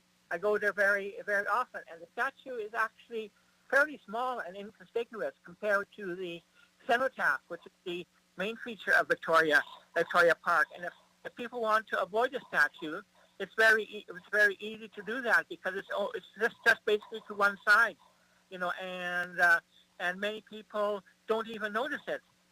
When going by there, because it is fairly inconspicuous compared to other features of the park, such as the cenotaph. But yes, I've read the report, and I seem to I seem to dissent with it, because I don't think we should be interfering with statues. Sir John A. Macdonald was memorialized because he was one of the fathers of Confederation, the founder of Canada, and he was basically the person who was responsible for bringing what are now the Prairie provinces into Canada. So most of us would not be here today were it not for Sir John A. Macdonald, and Canada as we know it probably would not exist. That the prairies would have been taken over by the United States, for example. So that's basically my viewpoint on that. Through you, Mayor Masters, as a historian, have you read James Dashuk's book, Clearing the Plains, or any of the books about the history of Macdonald's years and Indigenous peoples written by Dr. Blair Stonechild? Well, I've heard of those books. Like I've read some books about Macdonald and about histories of the Native peoples in Canada. I may not have gotten a chance to read those particular ones, but of course, my understanding of reading reviews of them is that they seem to present a somewhat, biased and extremist interpretation of that period in Canadian history. But I'm certainly willing to read that. But I don't think that the alleged sins of MacDonald are so severe that it's necessary to basically remove his memory from, like in Orwell's 1984, putting him down the memory hole. Through you, Mayor Masters, if you said you're of Ukrainian descent, that there was genocide of Ukrainian people during the Great Famine, how would you feel if you had to walk by a statue of Stalin every time you went into the park? I would not be happy about it, but obviously, there's very few statues of Stalin, left in the world today. I think probably the only ones are one in Georgia and some in Russia. So I would not be happy about it, but I'm aware that most of the statues of Stalin were in fact removed even before the end of the communist regime in the Soviet Union, and statues of other leaders of this dictatorial regime were removed. But MacDonald was not a dictator. MacDonald was an elected prime minister, and like I say, he may have made mistakes. He may have done some things that were not in the best interest, but he was the founder of Canada and the founder of the Canadian West, and we must continue to remember him, and not because basically if the removal of MacDonald from history is basically removal of Canadian history, because now we have no father of our country, and that basically makes a big vacuum in the historical record. No further questions, thank you. Thank you very much, Councillor Stadnichuk. Seeing no further questions from Council, Mr. Watsky, I'll thank you for your presentation today and ask that you please leave the meeting. All right, thank you.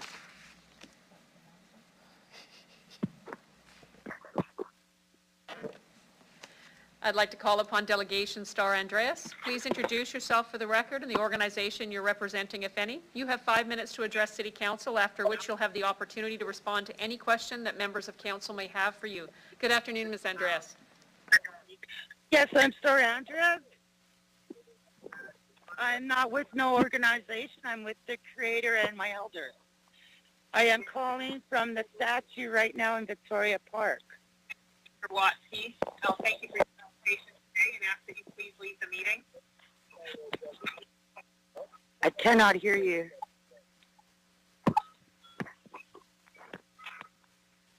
I'd like to call upon Delegation Star Andreas. Please introduce yourself for the record and the organization. Ms. Andreas, are you on the phone? Yes. You'll have to stop the recording or watching the committee meeting while you speak, otherwise the echo will be a playback constantly. I have to stop the recording? Can you hear me? We can now, yes. Please proceed. Okay. I'm at Victoria Park at the statue right now. The reason I started, or most of us started sitting with the statue out here, mine was for the kids that never made it home from the residential school. The 8 warriors that were hung, and for Mr. MacDonald starving our people. They made us eat grass, and he promised us food, but he said, April Fool, and tomorrow's April Fool. I don't want to destroy the statue. I just like to see it relocated somewhere that makes sense, like the museum, the steps of the legislative building, or the government's house. Sorry, I'm just kind of emotional right now. And if the city decides to relocate it, I'm hoping that the elders and the people will have ceremony while taking it down or removing it, to have a ceremony in the park. I just want to say that we're still here. He is, and give us a chance to be successful in the future. So I'm not into destroying your history. I just like to have a better future. That's it. All I gotta say. Thank you very much, Ms. Andreas. Does any member of council have any questions of the delegate?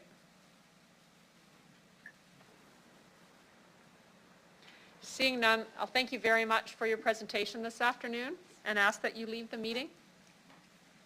Thank you, and thank you for having me speak. Please do what's right. Bye.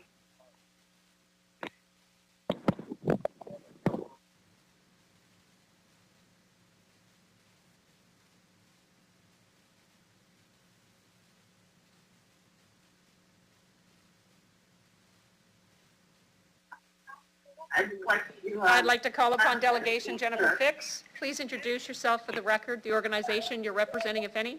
You'll have 5 minutes to address City Council, after which you'll have the opportunity to respond to any questions that members of council may have for you. Good afternoon, Ms. Fix. Good afternoon, Mayor Masters and Council. Thank you for the opportunity to address you. I would like to respectfully acknowledge the words shared by the other delegates today as well. My name is Jennifer Fix.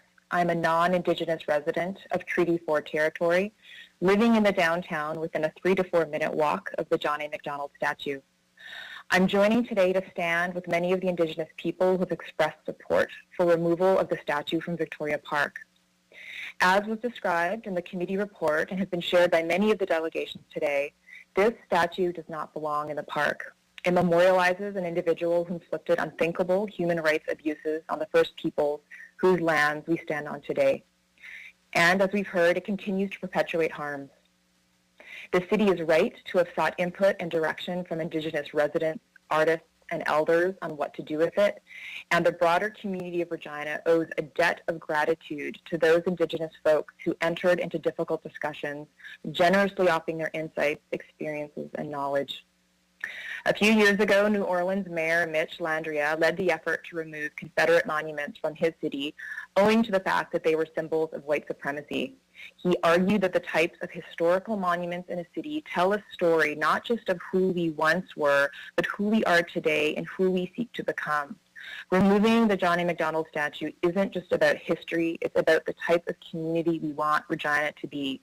Removing the statue is an important step in a long, essential journey toward reconciliation. As we look ahead to the broad community engagement, it will be important to consider that not all residents of Regina will be equally impacted by the decision. Some have suggested that the silent majority oppose removal. Whether or not this is true, it behooves the city to place greater weighting on the input provided by the Indigenous people who have more at stake with respect to this decision. Finally, some have argued that removal amounts to the erasing of history. We will surely hear more of this argument during the upcoming engagement. As has already been said by other delegates, the statue's current commemorative form does not convey an honest or complete history. We now have the opportunity to be truthful. We now have the opportunity to create a new kind of history in the city of Regina starting today. Thank you, Mayor and Council, for the opportunity to speak with you. Thank you very much, Ms. Fix. Do any members of council have any questions of the delegate? Seeing none, I'll thank you again and ask that you please leave the meeting.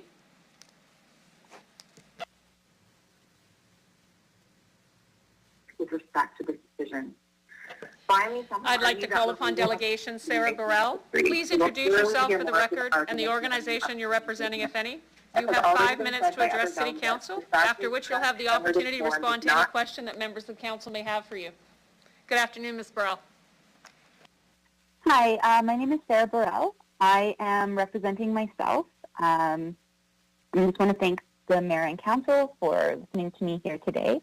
I'll keep my presentation brief. I think that many people before me have spoken really beautifully and eloquently, and there's very little that I can add. It's important to keep in mind when we consider this statue that the city has placed at its foot a sign that says it represents a harmful legacy to members of our community. It's astonishing to think that removing the statue could even be up for debate when the city has already acknowledged the harm that it causes. the City of Regina has committed itself to reconciliation, and removing the statue is one of the smallest but still incredibly powerful steps towards reconciliation that we could possibly make. It's an acknowledgement that white supremacy cannot exist here and that we cannot allow it to be perpetuated. Some people have made the argument that removing the statue represents an erasure of history. I think we all know that this isn't true. Removing a statue that wasn't erected until 75 years after Johnny MacDonald's death is not an erasure of history. It's an acknowledgement of history. It's recognition that this statue is a perpetuation of historic harms. By placing Johnny MacDonald on a literal pedestal, towering over the entrance to Victoria Park, we are telling people that he is worth valorizing, that his words and actions, which were considered even during his time to be extreme, far from being barbaric and humiliating, are honorable. Johnny MacDonald's legacy is a legacy of erasure. It's a legacy of erasing or attempting to erase Indigenous traditions, spiritualities, families, languages, and ways of being and knowing. Maintaining the statue of him is a way of continuing that erasure, of upholding colonial values over Indigenous lives and nations. And I think that there's a reasonable argument to be made that this statue actually interferes with our ability to understand and interpret Canadian history and the role that men like MacDonald have played in it. I know that there has been a suggestion that the statue have a plaque added. I think we should be frank with ourselves about the fact that not everyone is going to read the plaque. And that second, if you have to add a plaque acknowledging the brutality of a figure that you're honoring with the statue, the real solution is simply to remove the statue. Adding a plaque that lists the historic harms that Johnny MacDonald knowingly and enthusiastically perpetuated doesn't make the presence of the statue less harmful to Indigenous people who visit the park. I'd like to conclude by quoting Johnny MacDonald himself as a reminder of the man whose statue we are debating. He said, "We have had wonderful success, but we still have had the Indians. And then these half-breeds, enticed by white men, the savage instinct was awakened, the desire of plunder, and perhaps the desire of scalping. The savage idea of a warlike glory which pervades the breast of most men, civilized or uncivilized, was aroused in them, and forgetting all the kindness that had been bestowed upon them, forgetting all the gifts that had been given to them, forgetting all the government and the white people and that the Parliament of Canada had been doing for them, in trying to rescue them from barbarity, forgetting that we had given them reserves, the means to cultivate those reserves, and the means of education how to cultivate them. Forgetting all these things, they rose against us." Thank you.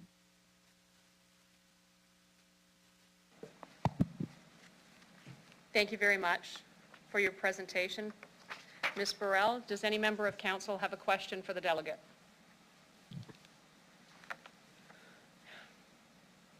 Hearing none, I'll thank you very much again for your presentation and ask that you please leave the meeting. Thank you. For those delegates that are listening, continue to listen from home after having called in, I just wanted to acknowledge that not being asked questions by council is not indicative of a lack of engagement, simply that your presentation was received and heard and created no questions for them in its nature. And we just wanted to thank you again for taking the time to be here today. Council, we have an additional document that was submitted, I believe, and I would like to have someone move to receive and file for this particular item, CP 21-13. Could I get a motion to that effect? I'll move that. Thank you. Thanks. Could I have a seconder? Stadnichuk. Thank you, Councillor Stadnichuk. Any opposed? Thank you. Carried. Prior to getting underway in terms of debate at council, we have a mandatory stop at 3:15. I'm just going to ask that, as opposed to interrupting debate, that we recess now for 15 minutes. We'll rejoin here at 3:22. Thanks very much.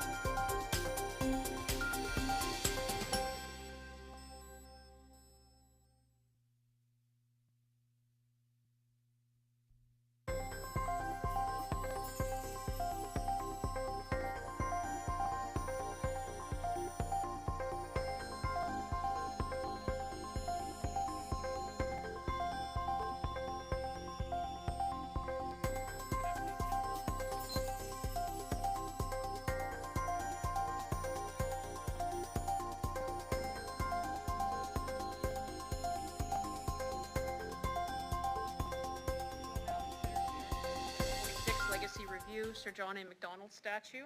Councillor Hawkins, Deputy Mayor, I would ask that you introduce the report, followed by administration. Thank you very much. CR 21-46, Executive Committee recommends that Council, 1, direct administration to relocate the Sir John A. Macdonald statue and place it into storage while consultations occur with partners and public on the appropriate future location, as well as an accompanying balanced educational programming and narrative. 2, direct administration to report back to City Council in Q1 of 2022 with the results of an engagement process to determine the final location of the statue. Mayor, I'll need a seconder, and I gather you'd rather hold my remarks down until after the administration spoke. If that's acceptable to you, sir. Works I'll well, second, thank you. Andrew. Thank you, Councillor Stevens. I'd ask Ms. Howerluck to introduce the report from administration. Thank you, Mayor Masters. So the City of Regina administration has recognized that the Sir John A. Macdonald and Council in Victoria Park does represent a harmful legacy to many members of our community. So in June of 2020, a legacy review was initiated with direction from the Civic Arts and Cultural Collections Policy. Since then, city staff have met with First Nations and Métis knowledge keepers, artists, curators, academics, and residents, as well as local cultural institutions to seek guidance on how the statue can support a more complete story of the impact of Macdonald's policies upon First Nations and Métis peoples and other ethnocultural communities. The recommendations before you is to temporarily relocate the statue into storage while we continue our consultation with the other partners and public on the appropriate future location for the statue, as well as the balanced educational programming and narrative of the John A. Macdonald statue. We know there's concerns in the community that taking the statue out of the park may result in it being kept in storage for a long period of time. It would be the recommendation from the Executive Committee that we would bring a report back in Q1 of 2022 with the results of our engagement and to provide the indication of the final location of where the statue should reside. The next steps of the consultation would be to utilize the Be Heard tool on regina.ca to allow for opportunities for residents to provide input on how the legacy of John A. Macdonald impacts them, both positively and negatively, so that we can get the representative story to be able to tell the full story of the statue. So I'd be happy to answer any questions that you may have. Thank you, Ms. Howerluck. Councillor Hawkins, I can take it back to you if you like for your comments. Thank you, very much, Mayor Masters. The debated Executive Committee was vigorous, with 8 councillors voting for the recommendation, 3 against. Those in favor pointed out the harmful legacy of Macdonald's policy towards the Indigenous peoples of the prairies. Those opposed pointed out the harmful effect of removing the statue for people who value Macdonald's legacy as the chief architect of Confederation. I will leave it to other speakers on either side to elaborate on these points. I voted with the minority for the following reason. The consultation process, while it included some groups, was limited. The report which is before us contained no broad-based consultation of the public in our community. We have a duty to consult fully and inclusively. We have a responsibility to hear all voices. We have an obligation to listen before acting. If we do not allow the broader community to participate fully in the decision which we are making today, we endanger reconciliation, and that would be tragic.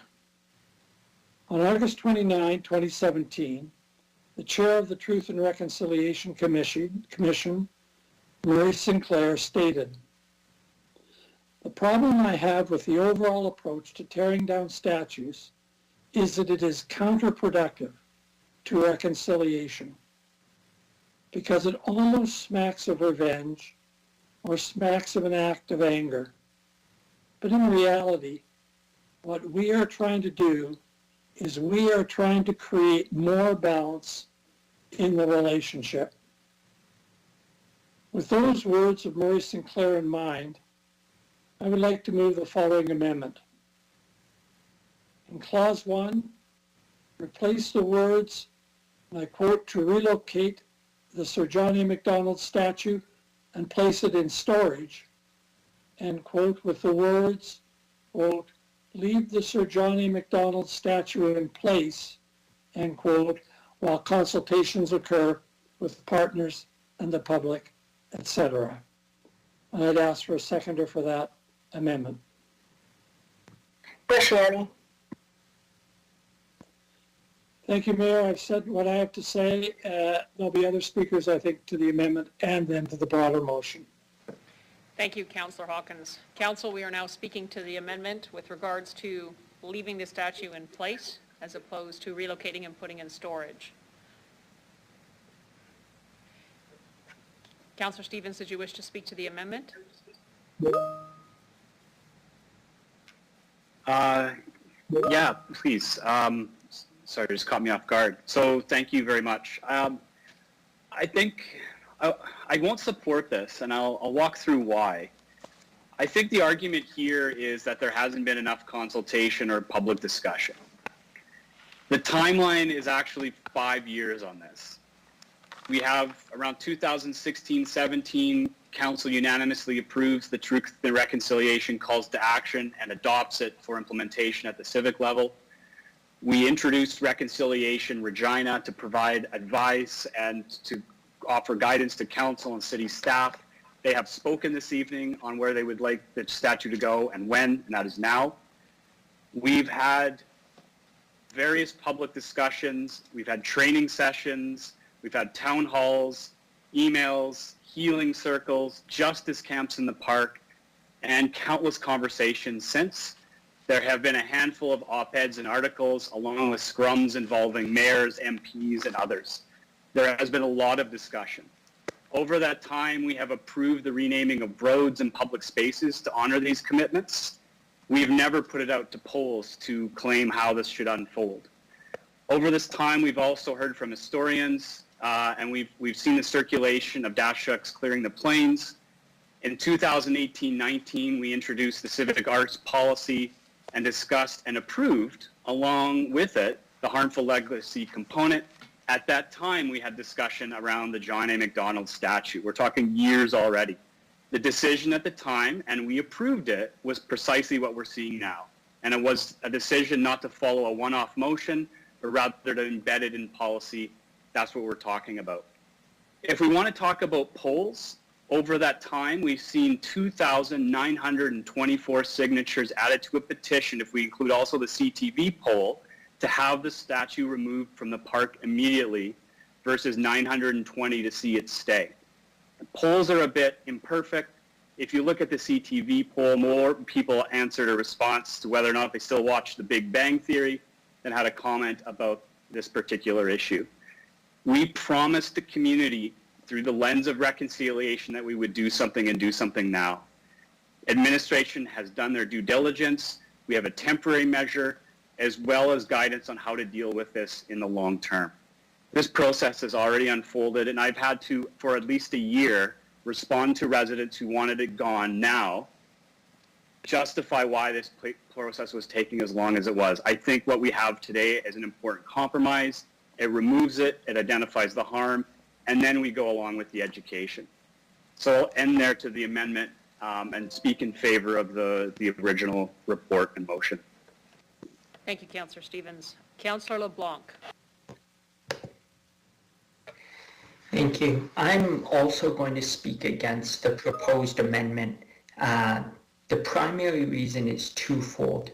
One is, as Howard Zinn reminded us many years ago, you can't be neutral on a moving train. And that is, given what we've heard today, I think it's incumbent upon us as a city to in some ways side with Indigenous people who were harmed by John A.'s policies, or to side with John A. himself.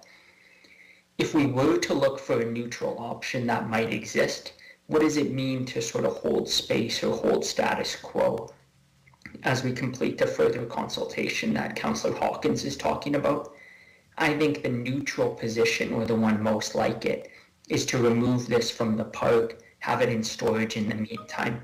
I think that's quite clearly demonstrated by what we've heard today and seen in the report, which is that some or many Indigenous people are nervous to go to the park, avoid the park, etc., because that John A. statue is there. I can't imagine the converse of that is true, that if we remove the statue, suddenly certain European descended folks will refuse to go to the park unless they can see John A.'s smiling face greeting them there. So I think our neutral option is to move it into storage, make that a safe place for everyone in the meantime, and then decide where it's appropriate to put it. So I'll vote against the proposed amendment. Thank you. Thank you, Councillor LeBlanc. Councillor Stadnichuk. Thank you, Madam Mayor. I also am opposed to this amendment. I do not believe that we are being asked, and the majority of the speakers we heard today, with some very emotional and painful stories, they would like to see that statue moved. And as someone pointed, with our particular privilege, we are insulated from some of that pain that people feel when they see the statue. I did get an email from somebody who told me they wanted the statue, wherever it is, to be kept where it is. I don't, and the person has never visited the statue. I don't think people go out of their way, as Councillor LeBlanc was stating, to go see that statue. And if it is really important, we're going to be finding a place for that statue, and it will have the full history and background of McDonald's full legacy. And to keep it in the park, I think is a bit of an insult to those that approached us today. I think it's hurtful as well. The plaque that is currently there saying that this review is underway, it's been there for a long time. I think it's at least a year. I'm not sure when it was placed there. People who have seen that plaque know that this was happening, and they've had plenty opportunity to let us know how they feel about it. So I'm opposed to the amendment. Thank you, Councillor Stadnichuk. Councillor Zakidniak. Thank you. So I support the recommendations from administration regarding the relocation of John A. McDonald, and much of the opposition we've heard today from folks, or heard period, from folks seems to stem from the misconception that we will be permanently removing the statue, whether intentionally or unintentionally. As noted in the report, what's being proposed is a year time limit for the statue to remain in storage while consultation occurs to determine where the statue will be located. And I will commit on the record to raising this issue again if we haven't heard a report by March 31st, 2022, 1 year from now. Regarding leaving the statue where it is while this consultation occurs, why would we leave something in place when a significant number of residents have said it causes them pain and trauma while we figure out where we want to put it? How is that neutral? People have told us that they avoid going to Victoria Park, a public park, due to this statue. That means they have to avoid civic celebrations, the Regina Farmers Market, and many festivals and events. Once again, this is not neutral, nor is it acceptable in a city with a vision to be Canada's most vibrant, inclusive, attractive, and sustainable community. I hope you will join me in taking this small step toward reconciliation. Thank you. Thank you, Councillor Bresciani. Thank you, Mayor Masters. So I support the amendment, and I'll start for a couple reasons. I want to talk about the engagement process and the communication. Number one, I would ask administration, as a council, and the new councilors would not know this, but as a council, did we ever speak about this statue in private or public at all in the last few years or 5 years or whatever? Has this ever come other than last week in private session? Thank you, Madam Mayor. Thank you. Ms. Howard? Through you, Mayor Masters. So there was discussion when the civic art policy came towards council. It was raised by a councillor at the time specifically about the John A. Macdonald statue and the petitions that were brought forward. So we did have a lengthy discussion and explained how the civic art policy and harmful legacy work would be done at that time. So it was discussed with council. To you, Madam Mayor, was there a discussion at that time that the John A. Macdonald or the statue would, the consideration would be removed from the park? And was there a consideration that the engagement, what the engagement would be with the general public? To you, Madam Mayor. Through you, Mayor Masters, I might start and then ask Ms. Hill. So as per the policy, when a harmful legacy comes forward, as per the policy is we do our consultation with the groups that are most harmed. And so that's the engagement that we have taken when we've heard from them. Then we would go to the broader engagement, which is what we're recommending after the relocation. What we heard is that, which we've heard through the delegations, that the location in Victoria Park creates angst for a portion of our community. So our recommendation was that we would recommend that it be removed at this time and relocated, because in no way do we want to erase history. We want to just tell the full story, and that's what we've heard during all of our consultations. It's council's purview of whether or not, that's just our recommendation and what we've heard. The idea would be to go forward with the consultation after with respect to how do we tell that fulsome story. Thank you for that. Reconciliation Regina was an organization that I totally supported. I attended meetings at the very beginning until they developed a group, a committee. Was a counselor on that committee, you, Madam Chair? Mr. Holden? Through you, Mayor Masters. So when Reconciliation Regina was established, it was not a nonprofit entity. It was a group of community leaders, and at the time, former Mayor Fougere was instrumental in leading the discussions, in establishing what we called community champions. So that's where the 60 to 65 agencies that are representative of Reconciliation Regina or have input into Reconciliation Regina, that was established. We then formed a nonprofit entity, and we had an interim board in place. The former mayor sat in on the meetings of Reconciliation Regina and was often one of the primary spokespeople at the community champion discussions. So the former mayor had full knowledge of the work of Reconciliation Regina.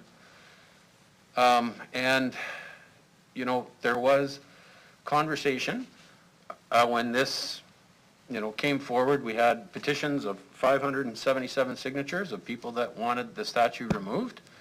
There was a number of communications and service requests that again were shared with council at the time in terms of removal of the statue. And then, as Ms. Harlock has indicated, at that point there was the determination that that particular asset within our civic art collection was a harmful legacy. And then we followed our policy. And that's where we are today. Thank you. The engagement that city administration talks about is absolutely disappointing. And I'll say this, we have engaged on many issues within the city of Regina, smoking, you name it. We've gone out to the general public and asked. And I had asked administration if this had come forward, and I got a response back that no, the first the last meeting that it came was the private. That's the only time that John A. McDonald was discussed. I went back to my notes. We got a notification from Reconciliation Regina once a year as to kind of what was going on there, just as to almost minutes. And again, we did get an email from a memo from Ms. Howrluck indicating regarding the Civic Arts Collection on June 29th, 2020, indicating regarding the McDonald statue. And it did indicate in there that because of COVID, there was going to be a delay, and there was going to be nothing further until COVID. There was a delay because of COVID. I wish I could find it right now on this memo. But my point is this, and reconciliation is about moving together. It's about working together to find these solutions. It's to understand. Taking down a statue for 8 months or 9 months, whatever it will be, there's a lack of trust. We saw the Glockenspiel. Never came back until it was raised by the German community. It sat in a kind of a storage area with a whole bunch of junk. This is the Prime Minister, the first Prime Minister of Canada. And I'm not a historian. To our history, I will say that we've got the good history and we've got the bad history, and I don't think anyone is perfect. But in this situation, I do think that the general public deserves a say in this. That's one thing. And the second thing is, when we look at our history and we want to tell the story, this past weekend, this report came out on Friday. This past weekend, I talked to other Indigenous leaders. I wanted to know what their thoughts were on this. I talked to chiefs, just to get a feel of what was right in this. And at the end of the day, when you look at it, everybody has a different story, a different thought. But the one thing that was vitally important that came out is absolutely you need to do consultation. And the word came out over and over, meaningful consultation. And you don't just do it with a few. You have to, for reconciliation to happen, you need to bring people together to understand the hurts that we heard today, and then you move it forward. Am I disheartened to hear, and I heard this from my discussions this weekend, that Louis Riel sits in there for over, I think it's since 1991, 30 years at the Mackenzie Art Gallery. How sad is that? So when we put people in storage, you wonder why there may be a mistrust to not have them come back out. I don't think John A. McDonald will see the light of day. Thank you, Councillor Bresciani. Pardon me? I just said thank you, Councillor Mancinelli. Councillor Bresciani. On the amendment, we have a 3-minute speaking limit, so we'll move forward on the amendment itself. Councillor Mancinelli would like to speak next.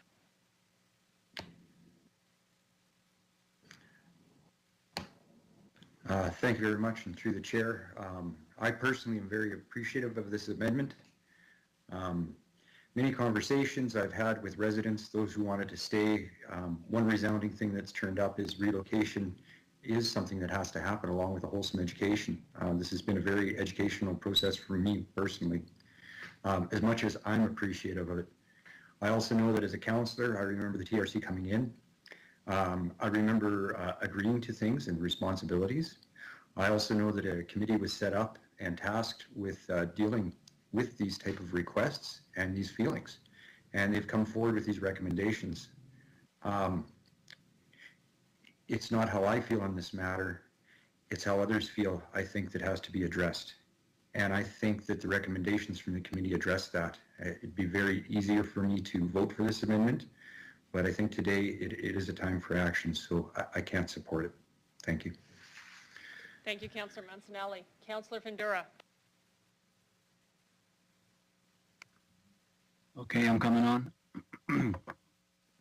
Here we go. Thank you, Mayor Masters. to amendment. I have some reservations and questions on what's happening here. I've been involved with many tough decisions and difficult, and this is one of, it's not a difficult decision. This is about human sacrifice and human life. I understand all that.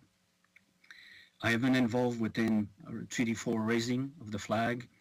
I was involved within the Pinky Road Cemetery, designating it heritage. I've been working in the community, in the multicultural community, and understanding the difficulties that our Indigenous brothers and sisters have dealt with over the years. But with this amendment to communication, and this is what I'm hearing from the residents that I've been getting emails and calls from, is that the consultation, as I heard, that consultation was there. There was a lot of discussion about this. But really, honestly, what I'm hearing is that the individual residents are not seeing that, not hearing it. So discussion with the Indigenous individual, he told me, he said, for the reconciliation to work, we need, this is from the Indigenous individual, we need a dominant society to be involved. And I feel that when I looked at it very first, I'm all for relocating.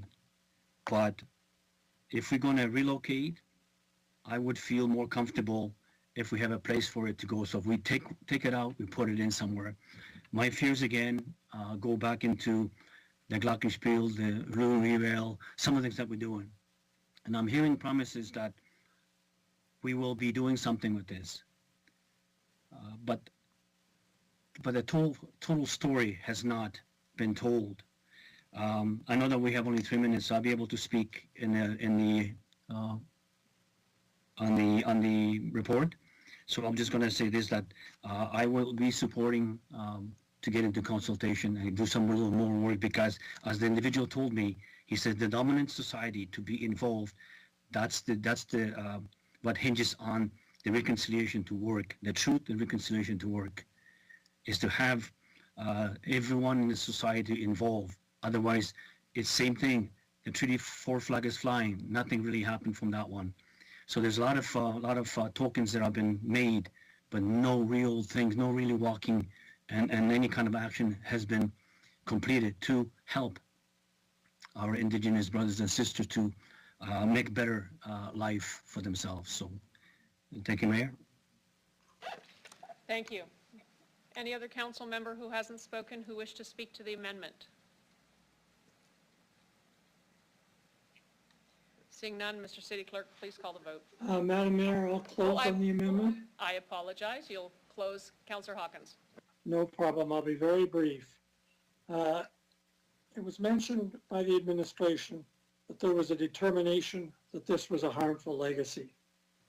That determination may well be correct, but it was a determination that was not made by council, and it was a determination that was not made by a broad general public consultation, kind of consultation that we do for anything that's important, OCP, railroad lands, heritage, smoking bylaw.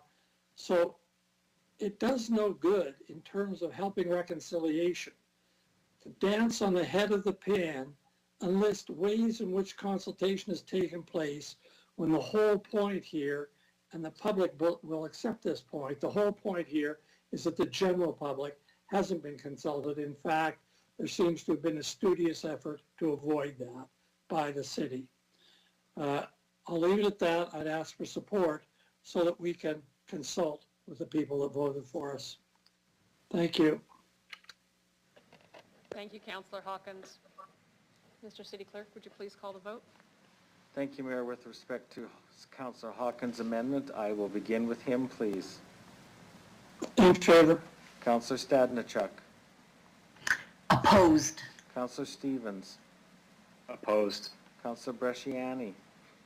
In favor. Councillor Findura. In favor. Councillor LeBlanc. Opposed. Councillor Shaw. In favor. Councillor Zahidniak. Opposed. Councillor Mancinelli. I'm opposed. Councillor Mole. In favor. Mayor Masters. Opposed. The amendment fails 5-6. Mayor?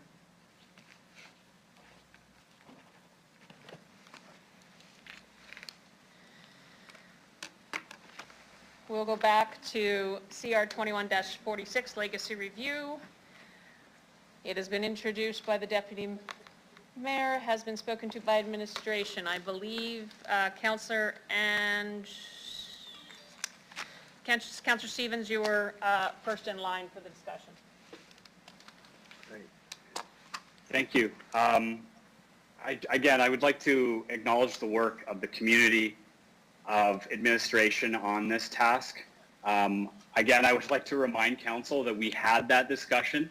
We talked about harmful legacy. We approved a policy. We approved a process. I think what we're stuck with is a result that we find a bit inconvenient and troublesome. We had this discussion. We've had memos. I'm not sure why kicking it down the road is going to do anything. I think another point here is, again, we've heard from Reconciliation Regina, which is an organization that we invested trust in to provide some feedback. It has. This is probably going to be the easiest thing we confront.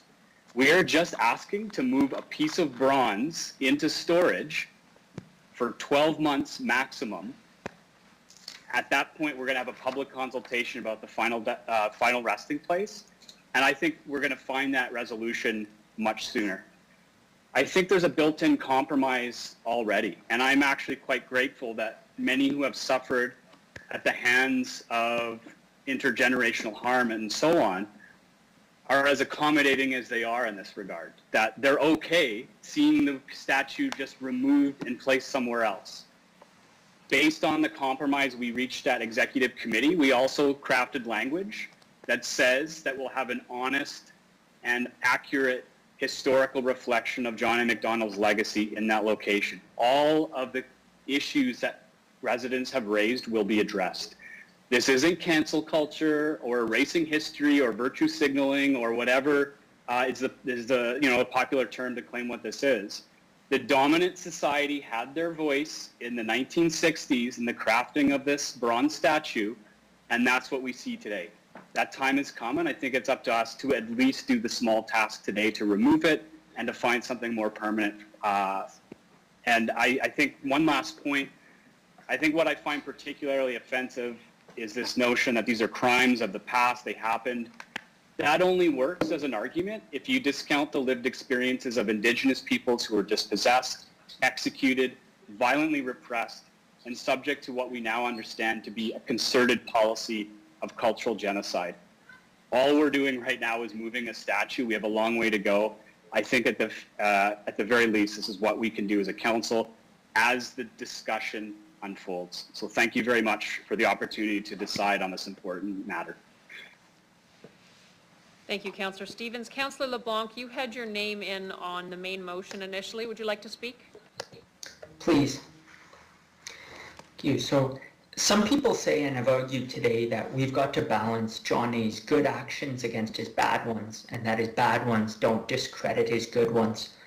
But on the good side, we've heard he united French and English-speaking Canada, he completed the railroad all the way to BC, and he opened up Western Canada to the ancestors of many folks who now live in Regina.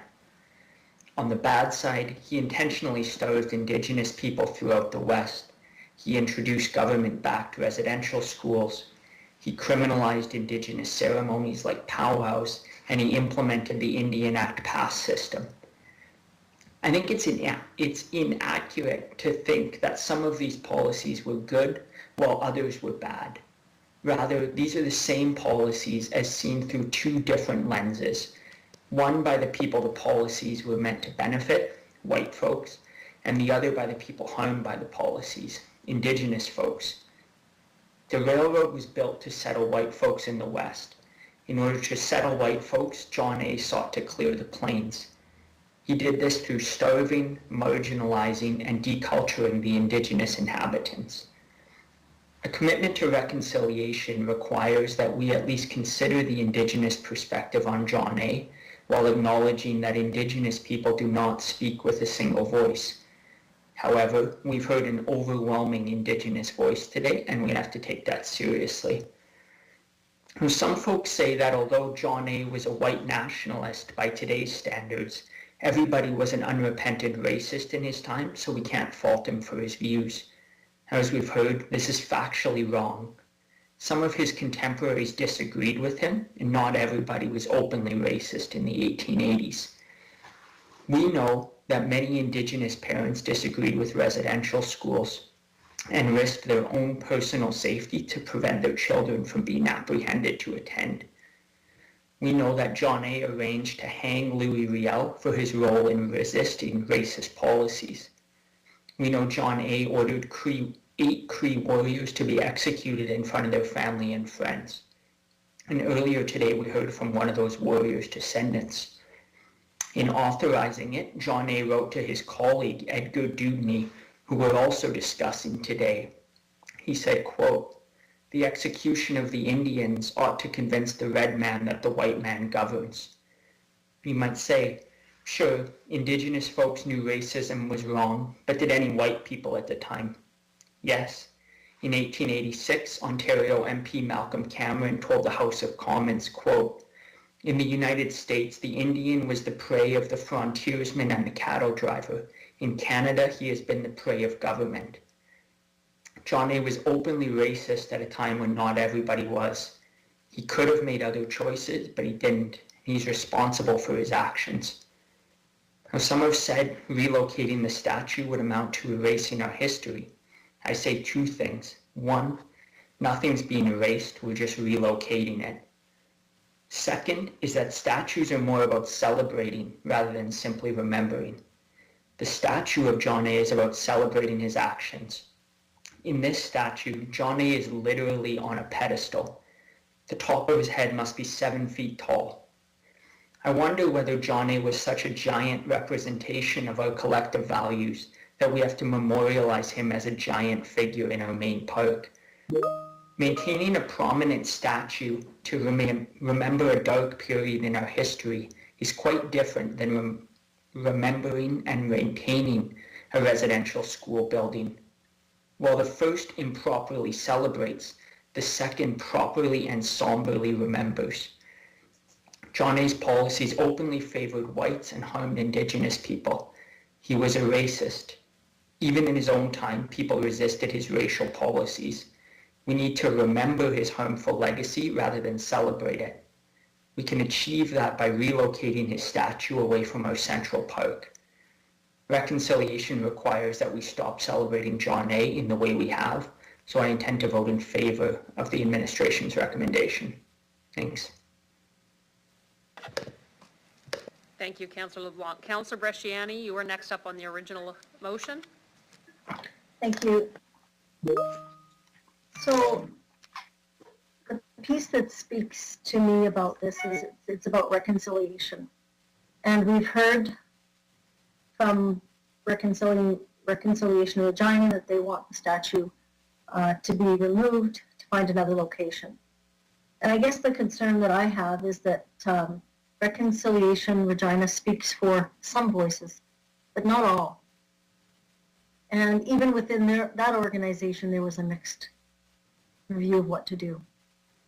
So I worry about the fact that we've heard that needs to be the move forward to take him out and put him in storage. I'm going to ask, what does anyone learn when someone's in storage? And there was hurt, and I understand that. And one of the things that we have to really discuss is how do we move forward? How do we see that we have John A. Macdonald and Louis Riel somewhere together to tell the true story? That's what reconciliation is. This is not reconciliation where we haven't heard all voices. We haven't brought everybody together to learn. We haven't done that. We've listened to a few voices. I get that. And there's many hurts in history. Many, many hurts in history. If you talk to many elders and the knowledge keepers, this is something that I will say that there's still more discussion to be had here. And I do believe that if we move this forward to move the statue into storage, I think the piece there would be, it would be working backwards from reconciliation, which we have worked so hard for. Because you will have many people that are hurt, Indigenous and non-Indigenous. I'm going to ask administration, well, I will, the 25,000 or 30,000 it's going to cost, whatever, to relocate, I would actually rather see that money. It's only going to be about 8 months that he would be standing there. That he'd be, when he is moved, that money would be utilized to educate, put up the awareness between, to share his history and the history that we all want to learn. Administration, I'd like to hear from the administration, what is their plan moving forward for this process as far as engagement, and what is the next steps to finding a place that's going to start helping really move reconciliation forward to tell the stories? Through you, Madam. Through you, Madam Mayor. Through you, Mayor Masters. So as I indicated previously, we'll be utilizing the Be Heard tool, which is an engagement tool that will be able to gather input from the public on the impacts that John A. Macdonald had on them personally. There is on our website currently a section on the John A. Macdonald legacy review, so there has been information up with regards to that. And as we go forward, there'll be those conversations. But I might ask Ms. Hill to go through the additional details of what the engagement will look like.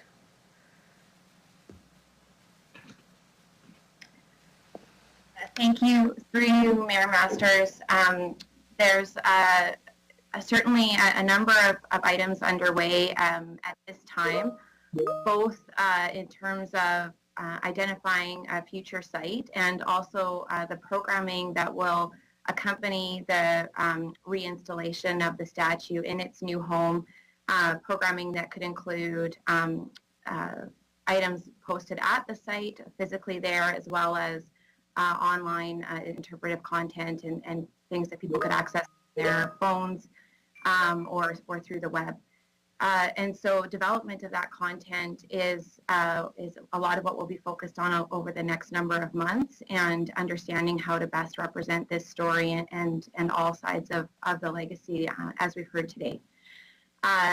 The other piece of work that would need to happen is treatment at the current site, and that's actually the budget that was referred to in the report is up to about $30,000 this year for both the programming element and the current site treatment planning, and we'll be involved engaging with the community on that as well in terms of what should happen at that site in Victoria Park, recognizing this change that's going to be occurring if council votes in favor. Thank you. So through you, Madam Mayor, I still believe that the public engagement was not done properly. I still feel that we have erred in this. We've only gone to a select view that I think that was limited. And I think part of reconciliation is that dialogue with the open community. So I would like to ask if I can actually move a referral that we go back to the community to do more engagement on this issue, and then come back with a report from what they've heard. And it would be different than Councillor Hawkins was asking, I would think. And I guess... So you want to move a motion for referral? You need a seconder? I would need a seconder, but what I would like to do is I would like we've done previously, to let others speak before I make the referral.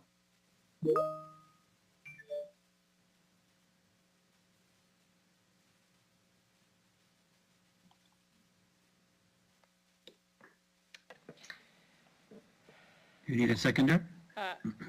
Yes, she needs a seconder, and then Councillor Zakidniak has a point of order. Okay, we still need a seconder, so if you need a seconder for debate, I'll second that. Thank you, Councillor Fundura. Councillor Zakidniak, your point of order. I don't see how this is any substantially any different from the previous amendment, this referral. Thank you, Councillor Zakidniak. Mr. Clerk, could you please speak to this?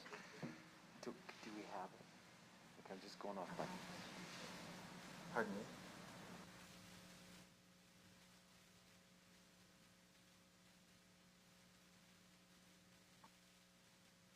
We'll have Deputy Clerk put the referral motion up. One moment, please. It might be a little bit different than what was there.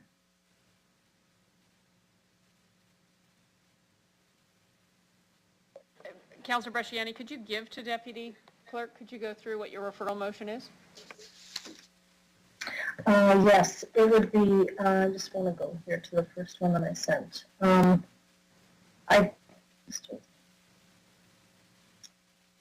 To conduct a full and inclusive public engagement with respect to the future of Sir John A. Macdonald statue, period, and just take the rest out and report back to City Council by the end of Q4 2021.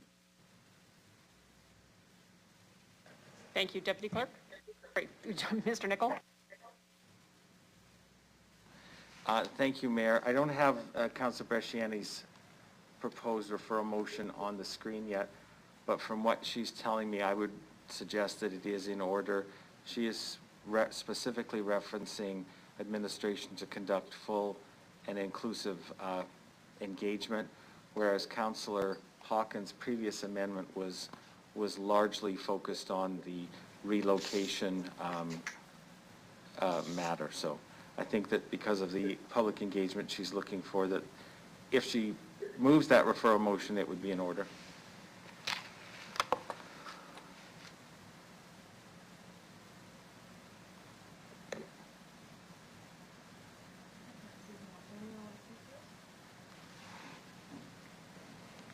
Councillor Bresciani, did you wish to speak to this further? Yes, I would just briefly. Did we have a seconder? Councillor Fundura seconded that. Okay, thank you. Public engagement in every issue that we do is vitally important to our community.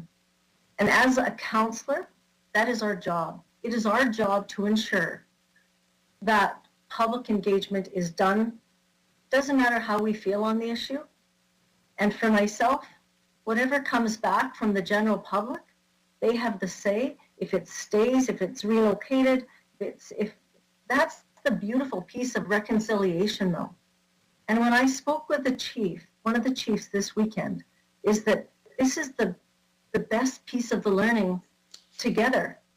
So if we mitigate a large population, which is the rest of Regina, and I understand from administration, they said they've done bits and pieces here. We haven't done a full engagement like we've done for other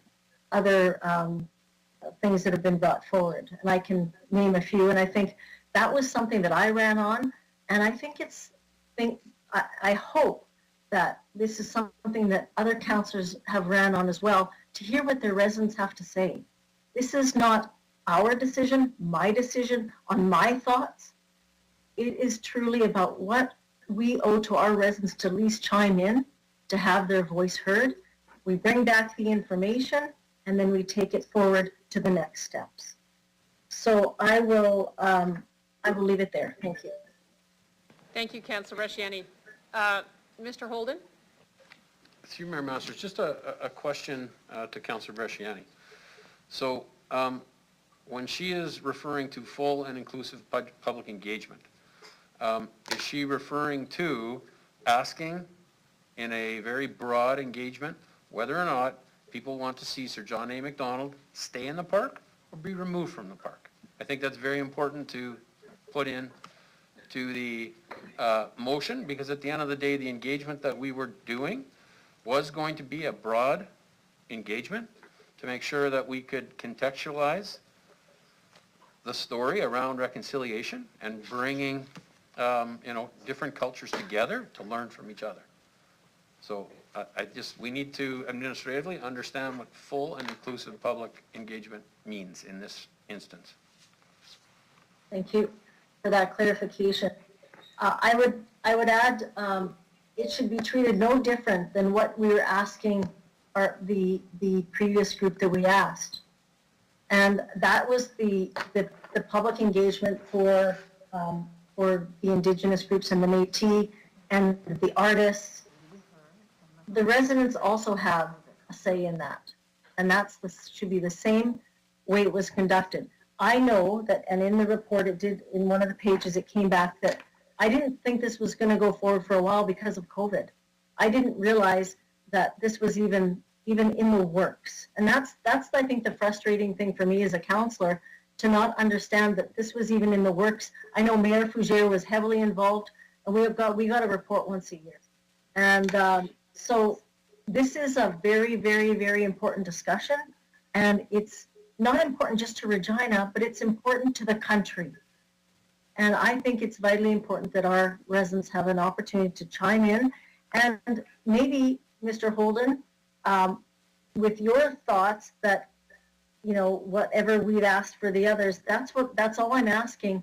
And if there is a need to add anything more that you would see fit, I would be open to that as well. Does that answer your question, Mr. Holden?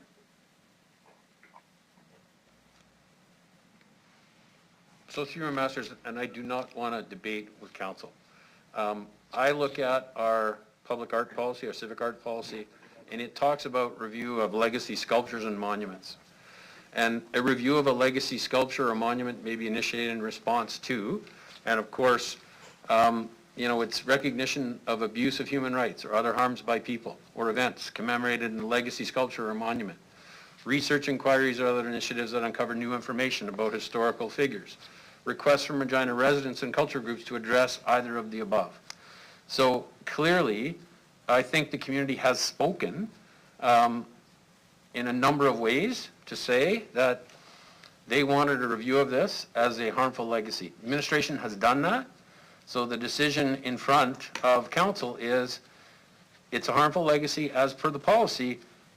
We're recommending that we remove the statue and that we go to a broader engagement on the future location of the statue and the whole story around, contextualizing and making sure that in the spirit of reconciliation and education, we're doing that with all members of the community, with input from all members of the community. If council wants us to not proceed down that path and engage a broader consultation to first of all ask if the sculpture needs to stay or be removed, and then make that decision, and at the same time do a consultation so that we get all of the important pieces in terms of telling the full story of the impacts of John A. Macdonald on Canadian history, we would do that at the same time. Thank you, Mr. Holden. So, council, referral motions are not to be debated, but apparently, as the city clerk tells me, it was past practice to allow a comment if a brief comment if a councillor wanted to speak to a referral motion. Otherwise, we'll call the vote. Does anyone wish to speak to the referral motion in a comment? Yes. Councillor Fundura, a very brief comment, not to be debated. Thank you. I'm going to raise a point of procedure. Mayor, you're correct. But on the other hand, this is not a moment to be silencing people. And I think people can say what they have to say briefly, but this is a moment to let people speak. This is all about people being silenced.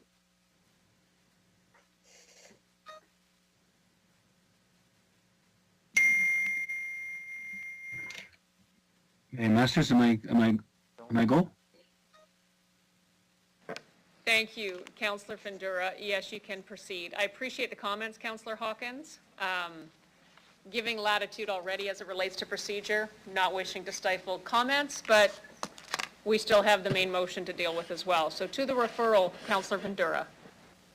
Thank you, Mayor. So my concern would be is that some of the things that are happening here might do a negative impact on reconciliation.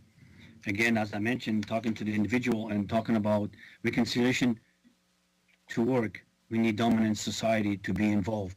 And if we look at Treaty 4 flag raising, cemetery heritage designation, other things we've done, really nothing much came off of that. I mean, indigenous peoples are not benefiting from it. They're not better off than they were before. So this is the thing is the society out there has to open the door. And we don't, my concern is that I don't want to close the door to the residents, the community, larger community. And that's my biggest fear is that reconciliation is a good thing. It's happening. We're walking. But my fear is that we will shut the doors on the society, the community to be involved. And they need to be involved for this to be successful, the reconciliation. Because the lives of and the future of our indigenous community depends on that. Thank you, Thank you, Councillor Findura. Councillor Hawkins, to the referral. Thank you very much. I agree with Councillor Findura that until the community has spoken, there's not much reconciliation here. And we can tell by the division in council on this debate. The city manager has entered the debate. He has said that the community has spoken. This debate is about saying the community has not spoken. And I think Councillor Bresciani was eloquent in saying we've got to let the community come forward and say what they have to say. Be heard tool, an idea that somehow the community has already spoken. None of this gives confidence. We need to have an open, dynamic discussion in our community about this. If we do it, it will have an educative value. And if we do it, I think reconciliation has a real chance of success. Otherwise, I think there'll be a great deal of bitterness, as Murray Sinclair suggested there might be with this kind of outcome. Thank you. Thank you, Councillor Hawkins. Councillor Zakidniak. Thank you. So I want to point out that the broader community will be engaged. That is a part of the current plans. As we have already identified this statute as a harmful legacy for a significant number of our residents, that part we don't need engagement about. We know that that is the case. And so the broader public engagement occurs when we are figuring out what to do, where to relocate the statue. I understand the concern about community consultation, but that is currently within the recommendations from city administration. So I just wanted to point that out. And I will not be supporting this referral motion. Thank you. Thanks very much, Councillor Zakidniak. Councillor LeBlanc. Thank you. I think it's possible to just consult and produce reports and chat to death without doing anything. So in a ripe example on this Indigenous rights issue, the highly publicized 1991 report, the Royal Report on the Rights of Indigenous Peoples in the wake of the Oka crisis, has many recommendations which haven't been acted upon, and we continue to study this and not act on this. I think we're at high risk of falling into that in something like this. As Councillor Stevens has said, this has been a long time coming. We can kick this down the road again and again and again, but at some point we're going to have to act. Reconciliation requires that we act, and I think we ought to do that today, given what we've heard. Thank you.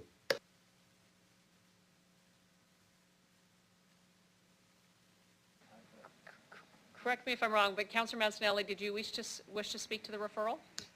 Yes, I do. Thank you very much. just stopping to say that as a counselor, I know there was a procedure put in place to deal with situations like this, and it was followed. The engagement comes, as Councillor Zakiniak already alluded to, in this situation after the movement has started. With that in mind, I was happy to allow that responsibility go to committee and through administration, people who engage in this on a far greater basis than I do, and I'm going to follow their recommendations, so I can't support this referral motion. Thank you, Councillor Mancinelli. Councillor Stadnichuk. Thank you. I just want to repeat some words that we heard today from Mr. John Hopkins, that the TRC calls to action are calls to action, not calls for more pondering and consultation. And I'd also like to just point out that it's very difficult to achieve good work when everything is goes to a vote to a majority. I don't think the civil rights laws in the United States came about because of a majority vote. It came from action. We do not like to have majority rule over minority rights. We don't take votes on that. If we're going to take a vote or have the majority, I think that's part of the issue that we're dealing with, is that we have failed Indigenous people for decades and decades and decades. And every time they say this is what we need to heal, we're saying, well, we got to check in with everybody else on this. We're going to consult with people. That's part of the plan. But we have to act. And I just urge to, let's just stop going in circles and let's act. And we'll find a home for John A. and we'll tell his story. Thank you, Councillor Stadnichuk. Councillor Stevens, you couldn't resist the bait. Would you like to speak to the referral? This is your fault, Mayor. I'm fully aware. I want to repeat something. We've dealt with this. We empowered administration to conduct this review. They outlined the very approach. I now have a memo from June 29th, 2020 that talked about this very model. This is either, referring it down the road so there'll be more convenient input, but the decision won't be any different. Are we going to do a poll? Honestly, we have to make a call on this. This is the compromise to get rid of what is a harmful legacy for our residents, and then to have a public consultation. We're going to be in the same boat down the road when this comes back to us, and if we don't like the numbers, we'll say the same thing again. I think this is just fishing for the right response. We've empowered administration to do this work. They've done it. They've done it in accordance with the arts policy. They've done it in accordance with our commitment to truth and reconciliation. If the decision now is to go back to what we all actually collectively agreed in the last term, to not have council drive these decisions, then maybe we need to just say we're now in charge of every mechanism related to truth and reconciliation. We decided to refer this and the whole process to the gears of administration so we could do this right. They did it. I think they've brought to us a pretty balanced and solid report. I don't see why we need to kick this can down the road, because that's all it is. We're fishing for a convenient way out. There isn't one. This will be tough, and this discussion will take place if we pass the report as it is. Thank you. Seeing no other speakers, Mr. Clerk, please call the vote on the referral motion. I would like to close debate. No closed debate. Sorry, Mr. City Clerk, go ahead. Thank you, Mayor. With respect to the referral motion, I will begin with Councillor Bresciani, please. In favor. Councillor Stevens. Against. Councillor Hawkins. In favor. Councillor Stadnichuk. Opposed. Councillor Findura. In favor. Councillor LeBlanc. Opposed. Councillor Shaw. In favor. Councillor Zahidniak. Opposed. Councillor Mancinelli. Opposed. Councillor Mole. In favor. Mayor Masters. The referral is lost on a 5-6 vote, Mayor. Councillor Bresciani, you had a couple minutes left on the main motion. Would you like to speak? Yes, I'll just make one other comment. And I think our history, when we talk about conversation and moving forward, I hope it's meaningful collaboration that I'm asking for. And that is a piece of reconciliation that needs to happen, and it just doesn't go through, We Heard or the city website. When we talk about reconciliation, it's coming together to understand. And history was never perfect, and we have many hurts. And I don't know if any of you are aware, but there is a Ukrainian little girl that sits in the ledge area, and it's the Holodomor, and there was about 7 to 10 million Ukrainian people that suffered the extermination of hunger in Ukraine. I'm half Ukrainian, and when I go by this little girl, she's as frail as ever, and you know what? It reminds me of that, but it reminds me also of the history, and it reminds me too of how far we've come. And that's really what we want this to be. So as much as we want to put stuff away, I don't see that we actually learn anything from stuffing, putting Louis Riel into storage for 30 years, and I don't see any benefit to putting Johnny McDonald away for a year. That's all I have. Thank you, Councillor Bresciani. So I've had Councillor Stevens, LeBlanc, and Councillor Bresciani speak to the main motion. And I apologize, Council, but I simply have lost track between the amendment and a referral. Does anyone wish to speak to the main motion?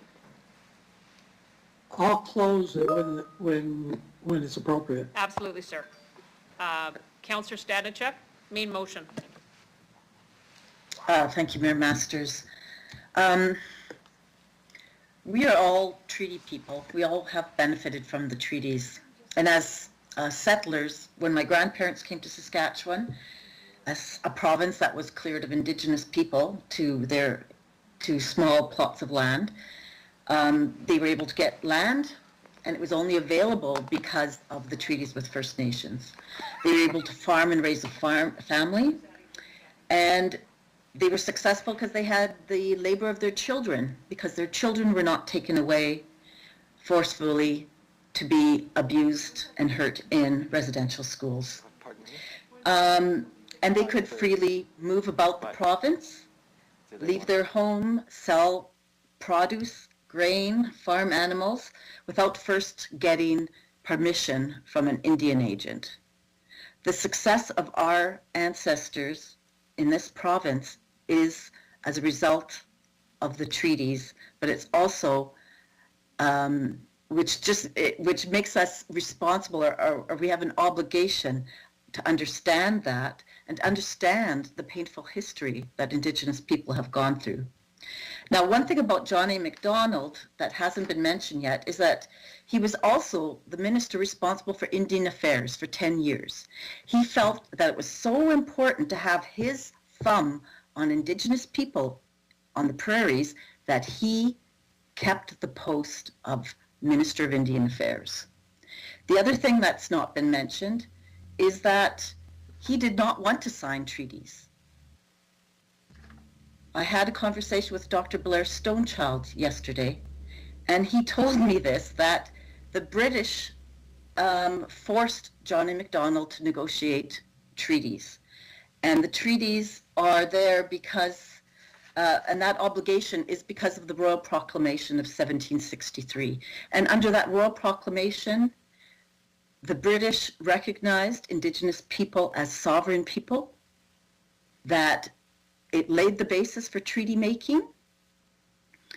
The whole purpose of it was to restore peaceful relations between Indigenous people and the British, and acknowledge that we cannot take their land, we cannot dispossess them unless they cede that land or we purchase it from them.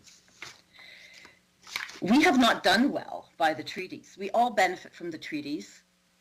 And the history of John A. Macdonald is very complex, and it's been a harmful legacy, as we have heard today.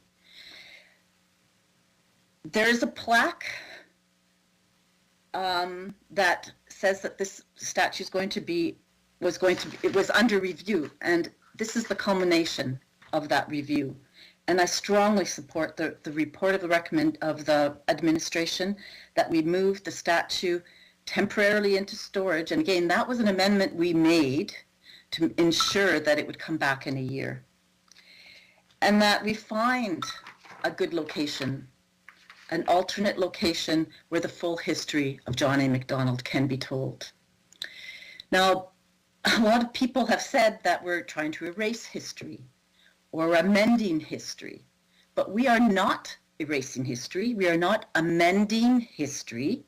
We are making amends with history. And if we want to talk about erasing history, it was John A. Macdonald and decades of governments that erased Indigenous history. If we want to talk about cancel culture, it was John A. Macdonald and decades of governments that tried to cancel an entire culture of Indigenous people, outlawing their practice, powwows, their dress, their language. We tried to cancel them. We tried to, the Macdonald's legacy was trying to cancel, trying to obliterate Indigenous peoples in this land, to make them irrelevant. And now it's up to us to make amends, to fulfill our treaty, our part of the treaty obligations.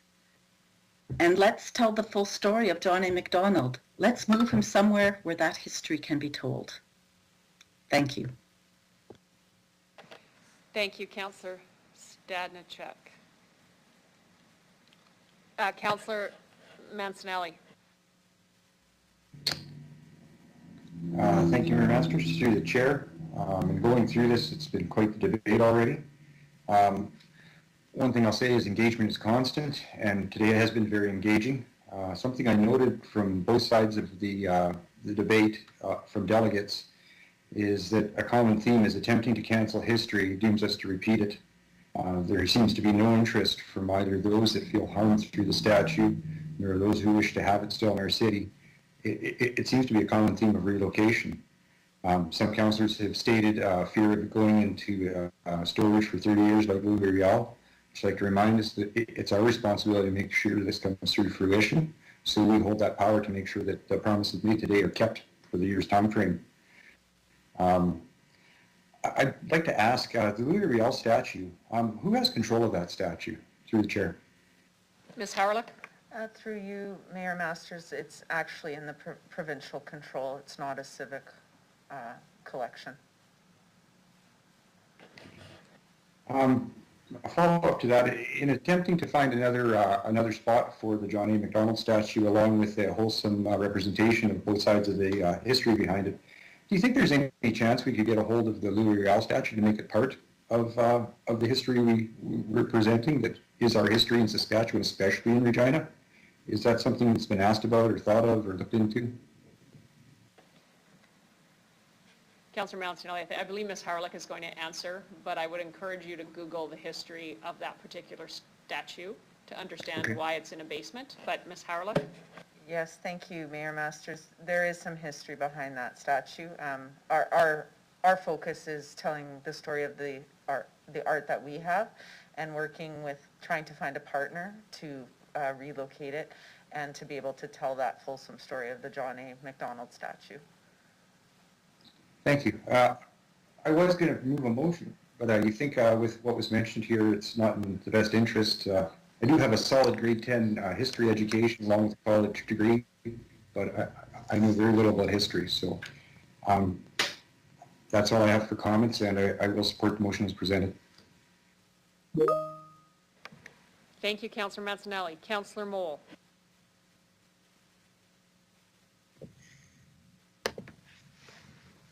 Okay. Okay, that was quick. Didn't even have a chance to read down my notes, what I want to talk about. So I received a lot of phone calls and emails and communication on Facebook for more public consultation. That's why I voted the way I did in the first two votes. So I'm going to hold administration to their word that that's going to happen throughout the next 12 months. I'm hoping we get this done quicker than 12 months, have them relocated. And for that reason, I'll be voting in favor of the main motion. Thank you very much. Thank you, Councillor Mole. Councillor Fundura.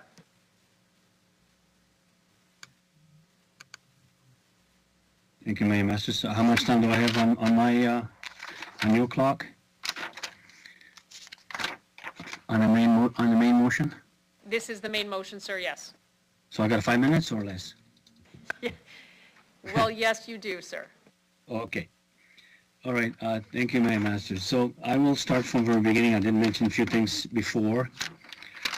Like I said, this is a human story here.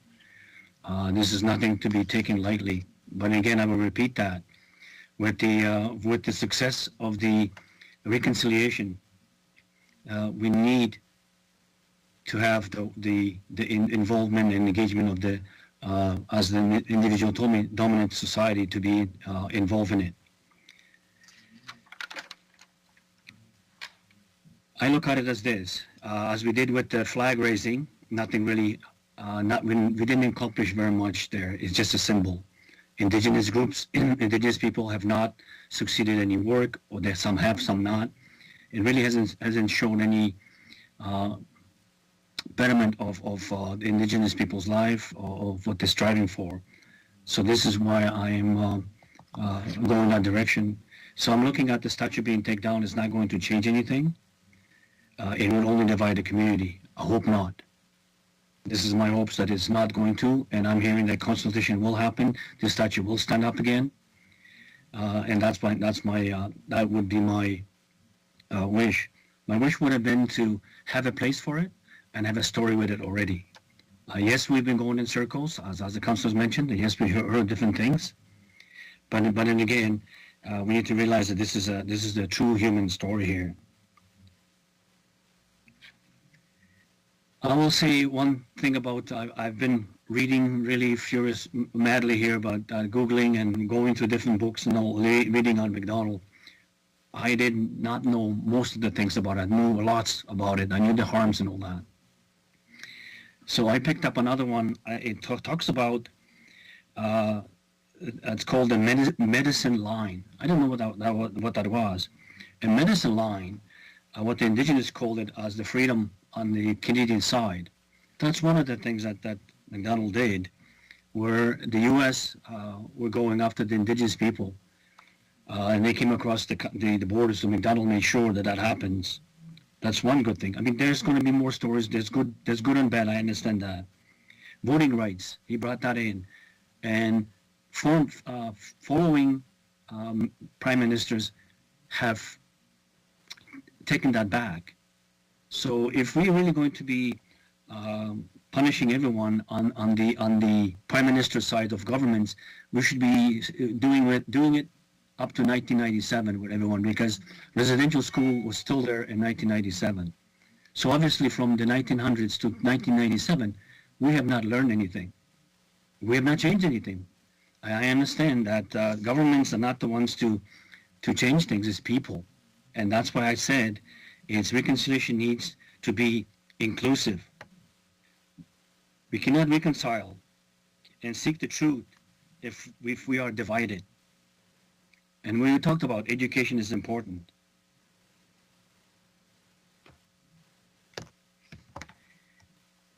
So the committee has discussed different things that administration did.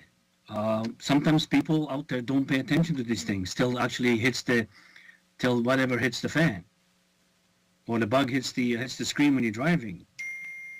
So this is why I'm thinking is that and I've been told many emails and texts and phone calls is that we're putting the cart in front of the horse. I understand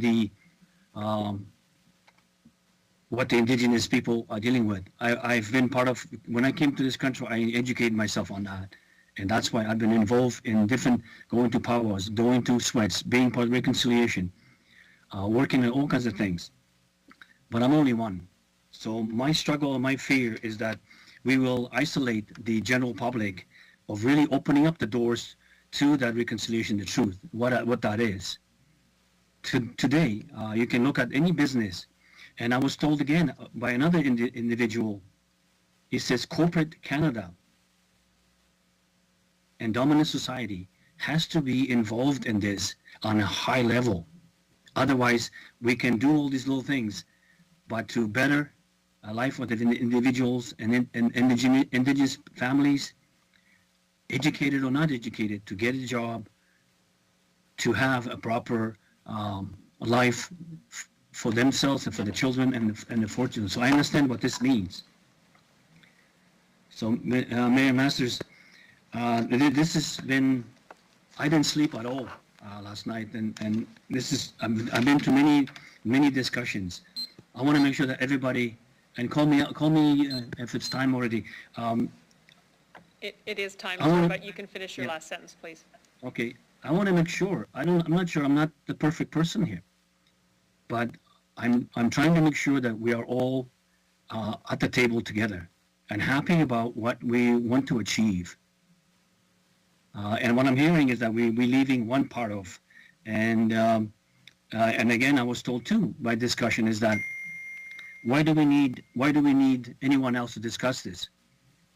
I know, and that was asked to me and was told to me. Why do we need anyone else to discuss this? Indigenous community has been harmed, and they need to be engaged, and then we can move on. I understood that 100%. We need to do better what we've been doing, but we cannot leave. Yeah, but we cannot leave the general public out of this conversation. It depends on the success of reconciliation. Thank you, Masters. Thank you very much, Councillor.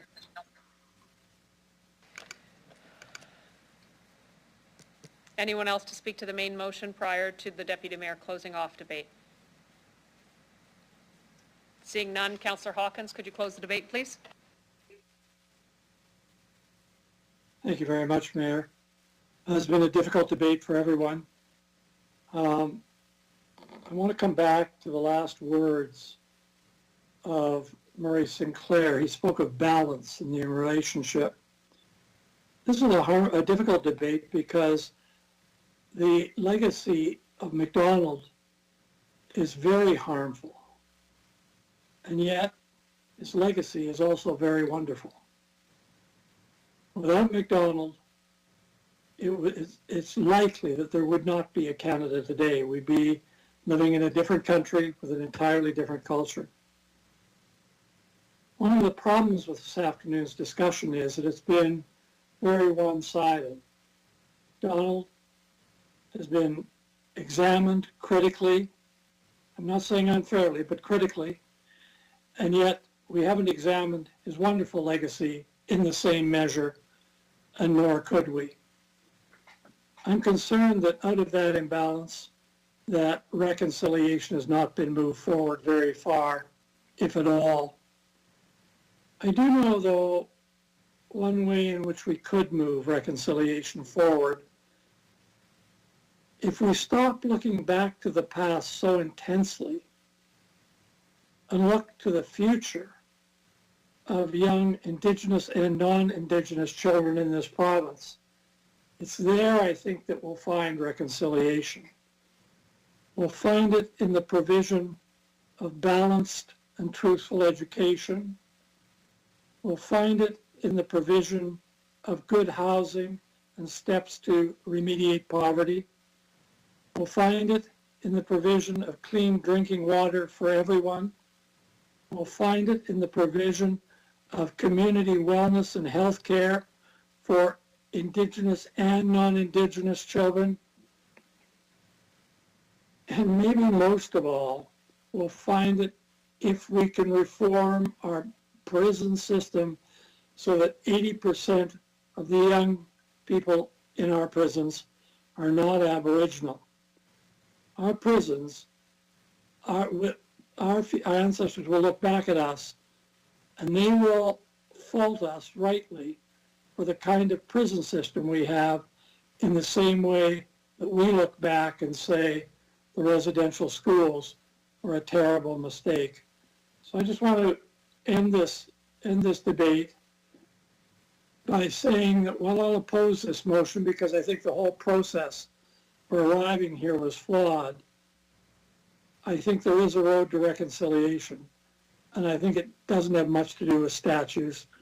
I think it has everything to do with the deep social measures that we can all take together, holding hands, to improve the lives of our Indigenous young people together with our own non-Indigenous young people. I'd like to leave it there, Mayor, and I thank you for conducting a fair and difficult debate. And I thank my fellow councillors for being honest with each other. It's helpful. Well said, sir. Mr. City Clerk, please call the vote. Thank you. With respect to the main motion, I will begin with Councillor Hawkins, please. Opposed. Councillor Stadnichuk. In favor. Councillor Mole. In favor. Councillor Mancinelli. In favor. Councillor Zahidniak. In favor. Councillor Shaw. Opposed. Councillor LeBlanc. In favor. Councillor Findura. Opposed. Councillor Bresciani. Opposed. Councillor Stevens. In favor. Mayor Masters. In favor. The main motion is carried 7-4, Mayor. Thank you very much. We have a delegation for CR 21-47. Just one moment.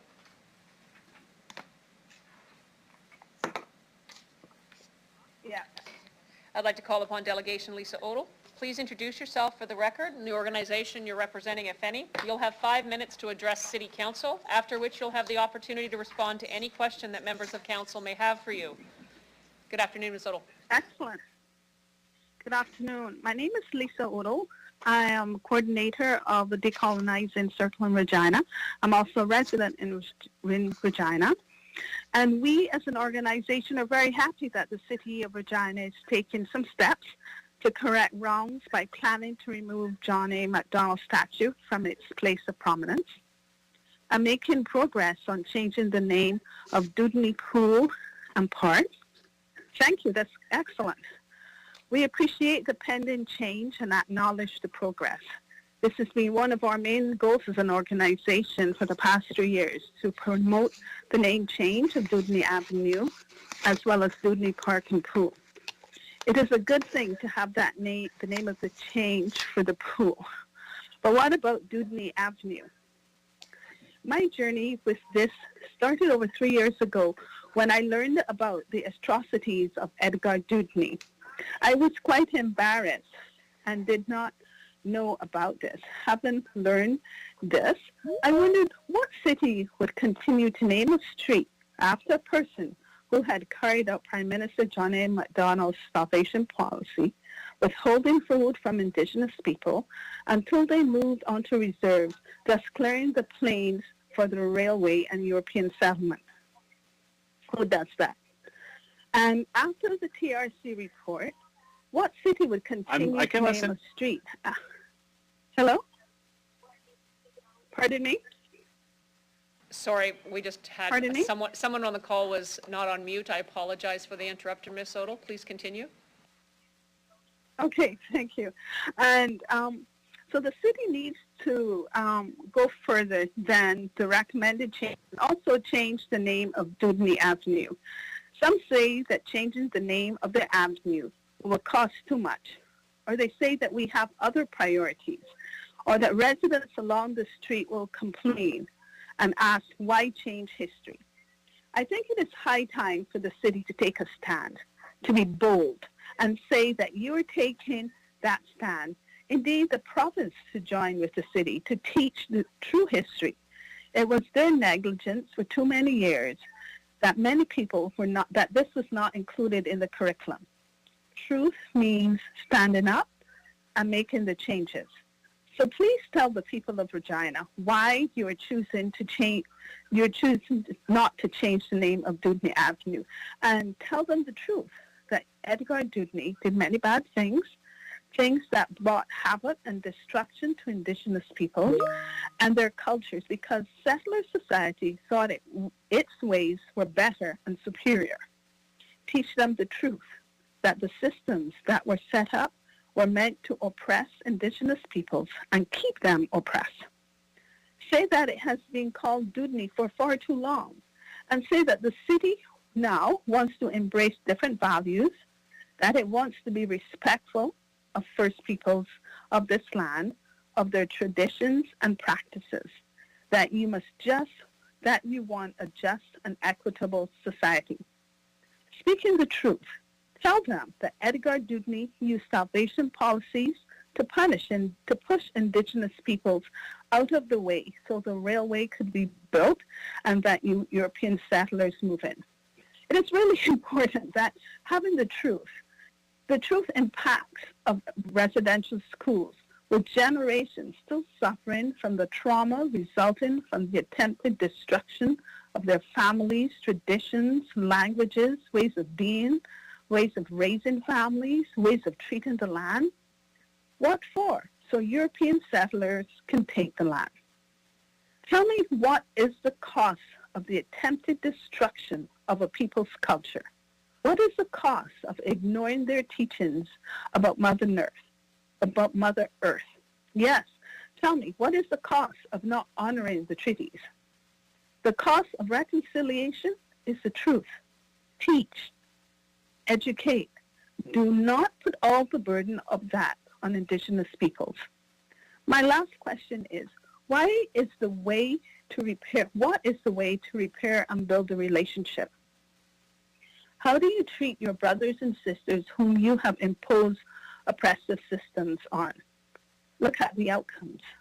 The numbers in jails, in foster care, in child care, in poor health. Look at the high rate of Indigenous suicide. Please don't say these matters are the province's problem. This is our problem. It is a collective problem. Let us all, city, province, and nation, put our hearts, heads, and money together to address this problem. Yes, you're right. It is more than changing the name of Dudney. The first thing you need to do is to have the will. You have to want it to do it. And I'll say to the city of Regina, be courageous, be bold. This is not easy. Changing oppressive structures and systems to ones that are equitable, that is hard work and it takes time. It will require more education to change hearts and minds, not to mention more money. This is your work now to prepare for tomorrow. And please, I ask you, just don't pass up on this opportunity. Nothing should be named after Edgar Dudney. I can take questions or listen to comments. Thank you very much, Ms. Odell. Does anyone on council have a question for the delegate? Councillor Zakidniak. Thank you. Ms. Odell, I just wanted to thank you for your presentation and also to just ask you if you're aware that administration is currently considering not just the pools but also the adjoining parks in terms of renaming them, and in terms of the request for renaming Dudney Avenue. The administration is developing a legacy review process. So just that there's different procedures that would be in place for the street, the park, and the pool. So it's just, it is all being considered. It's just differently the process to consider them. So I didn't know if you were aware of that. Sorry, Councillor Zakidniak, did you have a question for the delegate? Yeah, just if she was aware of that. I am aware that there is a process, but what I want to make clear that in public spaces, we need to be really careful at this stage in our lives when we have learned so much about the history. that we need to be careful as to who and what we name in our public spaces, because it sends a message of our values, and what does it say to our young people? I keep thinking of all the Indigenous kids growing up who have a street named after a person who has literally destroyed so much of their culture and traumatized so many of their people. So on this side of it, it doesn't have to be a logical, systematic. The first thing that is required is a will. Okay. You must have the will. And education is part of that will, making that will. And it is the responsibility now of council with the city to look for partners to help educate, because the system, the curriculum has been lacking. So a lot of people who say, why change history? Well, the true history hasn't been told. Okay, thank you. I completely agree with what you're saying. Thank you. Thank you, Councillor Thank you very much. Councillor Hawkins. Thank you, Mayor. Ms. Odell, you've been very interesting in your comments on Dudney and the changing of the name of the Dudney pool. Part of this motion also contains reference to keeping or changing the name of Maple Leaf Pool. Do you have any problem keeping the name Maple Leaf Pool? Wouldn't it be honorable to name something in that part of the city and connect it with Indigenous people who live in a large part there and support them? And I think it would be good to give them an honor and respect, because that's some of the energy that we want to have in the city. We want to have that positive energy towards Indigenous people and that respect. And when we diss them with negative names, that doesn't create respect. It creates more disrespect. Just to follow up, do you feel that the name Maple Leaf Pool is a negative name? I think we can have something more focused at this stage of the game. Thank you for your answers. You're very welcome. Seeing no other questions, I'll thank you very much for your presentation this afternoon, Ms. Odell, and ask that you leave the meeting now. Okay, thank you very much. I appreciate your time. I'd like to call upon Delegation Florence Stratton. Please introduce yourself for the record, and you'll have 5 minutes to address City Council, after which you'll have the opportunity to respond to any question members may have for you. Good afternoon again, Ms. Stratton. Yes, good afternoon, Mayor Masters. Florence Stratton, I'm representing myself. I was pleased to see the recommendation that Council approve the renaming of Dudney Pool to Buffalo Meadows Pool. I was, however, like Lisa, disappointed that the renaming did not extend to Dudney Park and Dudney Avenue. Dudney Park, Pool, and Avenue are all named to honor Edgar Dudney. In the late 1800s, Dudney was both Indian Commissioner and Lieutenant Governor of the Northwest Territories, which included what is now Saskatchewan. In these roles, Dudney carried out Prime Minister Macdonald's policy of starving Indigenous peoples, oversaw the establishment of the residential school system, advised PM Macdonald to have Louis Riel executed, enthusiastically endorsed the idea of confining Indigenous peoples to their reserves and thus keeping them out of white settler space, an idea that materialized as the past system, an apartheid policy that lasted for nearly 60 years, even though it had no legal basis and was in fact illegal, a policy that was copied by South Africa in the 1940s when it was creating apartheid South Africa. How can we have a park and a main roadway in Regina named after a man who supported such racist and genocidal policies? Yes, it will cost some money to change the name of Dudney Avenue, one of the longest roadways in Regina, but that money is nothing compared to the cost in human health, human well-being, and human lives of the policies Dudney supported and administered. So please, I would say no half, or more accurately, third measures as part of your decolonization and reconciliation efforts. Also support the renaming of Dudney Park and Dudney Avenue. Thank you. Thank you, Ms. Stratton. Are there any questions from Council for the delegate? Seeing none, I'll thank you again for your presentation. Oh, I apologize, Councillor Hawkins.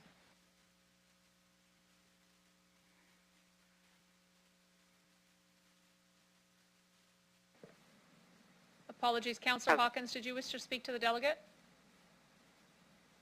I'm sorry, having trouble with all these buttons. Thank you, Florence, for coming forward. I appreciate your comments about Dudney. I'm curious, do you think Maple Leaf Pools as a name is in any way distasteful? I don't think it's up to me to make that decision. I mean, I think, as I said earlier, I belong to Settler Society. Settler Society gave the pool that name. Maybe it's time for a change. Other people should be consulted as to what it might be named. It's being rebuilt. It will, in fact, be a new pool. So if some people would like to rename it, I'd be very happy about that. Thank you very much for your answer. Thank you, Councillor Hawkins. I have no other members of council wishing to speak. I'll thank you again for your presentation, Ms. Stratton, and ask that you leave the meeting. Thank you.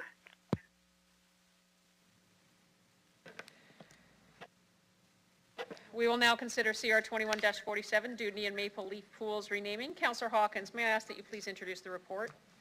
Thank you, Mayor. The recommendation to City Council is 1, approve the renaming of Dudney Pool to Buffalo Meadows Pool. 2, direct administration to begin discussions with the Heritage Community Association regarding the renaming of Maple Leaf Pool. My recollection, Mayor, is that, could be faulty, but is that we voted on these separately in the executive committee, and I'd like to suggest that we vote on these separately here. I'll need a seconder. Someone second the motion by Councillor Hawkins? I'll second. Thank you. I'll second. Bresciani. Yep. Thank you. Would you like to speak to the Dudney Pool to Buffalo Meadows first, sir? Yes, please. This was not as difficult for the executive committee. The reality is that when we're looking at legacies, there's a vigorous discussion about the legacy of McDonald, which we've been through. The legacy of Dudney is much more one-sided, and I think there was a general consensus that the renaming of Dudney Pool to Buffalo Meadows Pool should be approved. And should I address Maple Leaf Pool at the same time? City Clerk is nodding yes, sir. Please go ahead. Right. The Maple Leaf Pool is an entirely different situation. The Maple Leaf is, well, there's very few symbols of Canada that are more important than the maple leaf. It's on our flag, and it seems rather gratuitous and indeed almost insulting to remove that name, which is about as wholesome as you can get. So while the executive committee recommended that discussions with Heritage Community Association regarding the renaming of Maple Leaf Pool should take place, I will not support that because I don't think that there is need for a renaming. I think that the new pool and the old pool are in the same location, same idea pool, and I don't see any need to tear away the symbol of the maple leaf. It's not harmful to anyone, hasn't harmed anyone, isn't associated with anything evil unless you think the whole country is evil. So I'd ask for the separate vote. I support the renaming of Dudney Pool to the Buffalo Meadows Pool, although I recognize that we will have to have an honest discussion if that passes about the renaming of Dudney Avenue. And I oppose the renaming of Maple Leaf Pool because of the important symbol that the maple leaf is for all Canadians of all races and of all origins. Thank you. Thank you, Deputy Mayor. Councillor Stevens. Yeah, thank you. Just to the point about splitting off the vote, I certainly support the renaming or the potential renaming of Maple Leaf Pool. It's not a harmful legacy. What I would remind Council of two things. One, it's still in Maple Leaf Park. There has been no offense taken to that so far. I think this is an opportunity to actually add more diversity to the naming of these important civic structures. The final point is, during the last report, we had a pretty extensive debate about public consultation and engaging the community. That's precisely what is being proposed. So if we're sincere about engaging the community, the renaming component of this report allows that to take place. We notice here that the Central Board, the Community Association, and RITSIS, as well as local elders and the community, will all be part of that discussion. I think this is a great thing. I think it's a way of adding diversity to our naming of infrastructure and places. And I've seen no indication that there's offense taken by Maple Leaf and that there's any intention to withdraw that as a name for the park. So I think both are actually worthy of our support. Thank you, Councillor Stevens. Councillor LeBlanc. Thank you. I'm in favor of both parts of the recommendation in the report. I'm not opposed to voting on them separately. I think that makes good sense. Just one demographic point in support of exploring Indigenous renaming of Maple Leaf Park, which is in the Heritage neighborhood, which I represent, and that is Heritage has a disproportionate amount of Regina's Indigenous people, and I think it makes good sense when we're exploring renaming or naming new civic locations with Indigenous names to start or focus there. So in the 2016 census, I see on the city's website, 20.5% of Heritage residents are Indigenous. I know a lot of Indigenous kids hang out there, and so I think it's well worth consultation to see whether it would make sense to do that, especially given the community association's backing. Thanks. Thank you, Councillor LeBlanc. Councillor Sakidniak, there's motions with this, just there'll be a separate recorded vote on recommendation number 1 and 2, but please, if you'd like to speak to either 1 or 2. Great. Okay, thanks. I just wasn't sure. What I'm actually looking for first is some from administration, some commentary about the process for the parks affiliated, the Maple Leaf and Dewdney Park, and also Dewdney Avenue. We heard that come up with the delegations today, so just how those processes work and how those name changes are being considered, please, through the chair.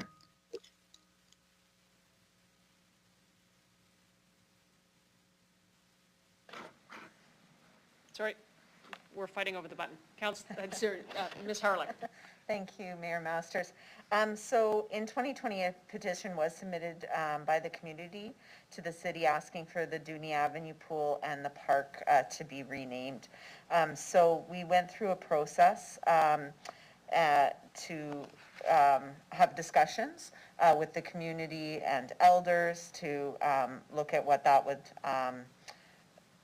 on what they would like to see. And from that came the name that we're putting forward today. The Maple Leaf Pool, the reason why we're recommending that is through reconciliation efforts. It is important to have names for our facilities, parks, and street that recognize our history and the Indigenous culture. And so because we are rebuilding the pool and have this opportunity, we thought we would come forward to council to ask for that, to see whether or not council wished to proceed to look at the renaming of the new facility that's being built. The park at this point in time would remain as Maple Leaf Park. As far as the Dewdney Avenue street renaming, I will have to defer that to the city clerk as. Thank you, Mayor Masters. With respect to your question, Councillor Zahidniak, we did receive a formal request to rename Dewdney Avenue last summer. And at that time, in consultation with one of the delegations that we heard this afternoon, Ms. Odell, we informed her that we had received her request with some associated petitioners, that we would be examining the implications and any costs related to the proposed naming.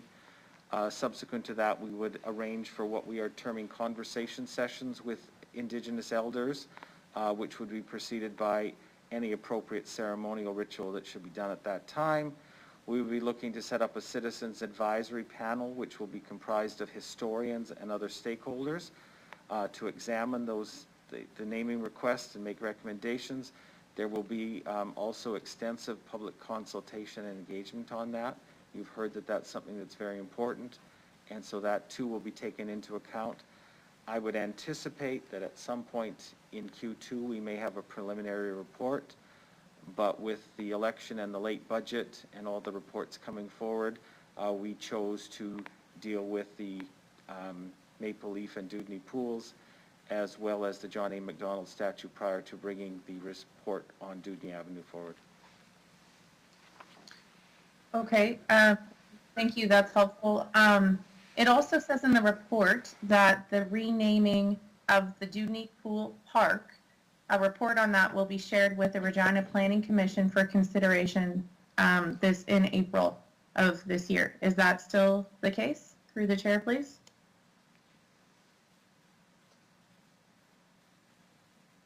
Through you, Mayor Masters, that is correct. The report is scheduled to go to RPC. The reason why it is separate is facilities would come to exec and park renaming, or pardon me, the park renaming goes to the Regina Planning Commission. Great, thank you very much. I will be supporting both of these recommendations, and I appreciate the additional information from administration. Thank you, Councillor Zakidniak. Councillor Mancinelli.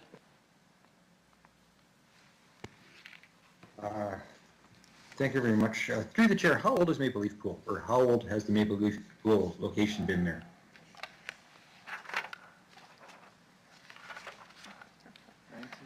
For you, Mayor Masters, I might ask Ms. Deridich. I'm not sure of the date. Through you, Mayor Masters, the original Maple Leaf Pool, I believe, was constructed in 1946. Okay. Thank you for that. All in favor of recommendation 1. If we're going to have any history or heritage in our own city, it strikes me that such a good name for a Canadian pool shouldn't be changed just to change. I respect the initiative for the Indigenous names appearing in our community, but I think this is a landmark within our city, and I kind of want to build our own city's heritage as we build a heritage of all. So I don't think I can support point 2. Thank you. Thank you, Councillor Mancinelli. Any other councillors? Seeing none, Mr. Clerk, I'll ask that you call the vote on recommendation number 1 to approve the renaming of Dudney Pool to Buffalo Meadows Pool. Thank you. With respect to part 1, I will begin with Councillor Hawkins, please. In favor. Councillor Stadnichuk. In favor. Councillor Stevens. In favor. Councillor Bresciani. In favor. Councillor Findura. In favor. Councillor LeBlanc. In favor. Councillor Shaw. In favor. Councillor Zahidniak. In favor. Councillor Mancinelli. In favor. Councillor Moore. In favor. Mayor Masters. In favor. Part 1 carries 11-0, Mayor. Please call part 2. With respect to part 2, I will again begin with Councillor Hawkins, please. Opposed.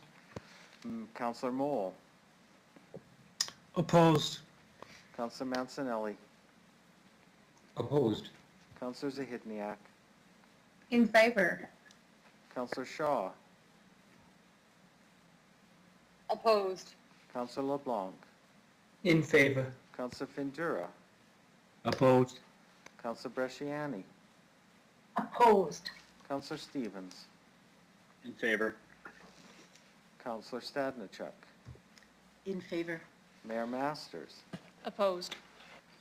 Part 2 is defeated 4-7, Mayor.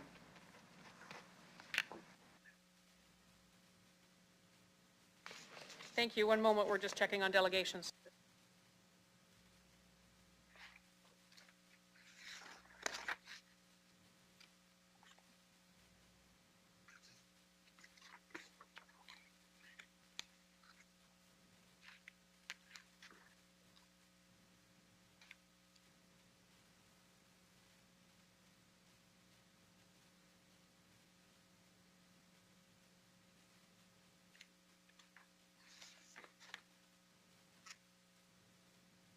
Mayor Masters, while we're waiting, can you tell us what item is next up on the agenda? Thank you. I believe while we're waiting for delegations to see if they're calling in, let's go to CR 21-53, appointment of the Integrity Commissioner.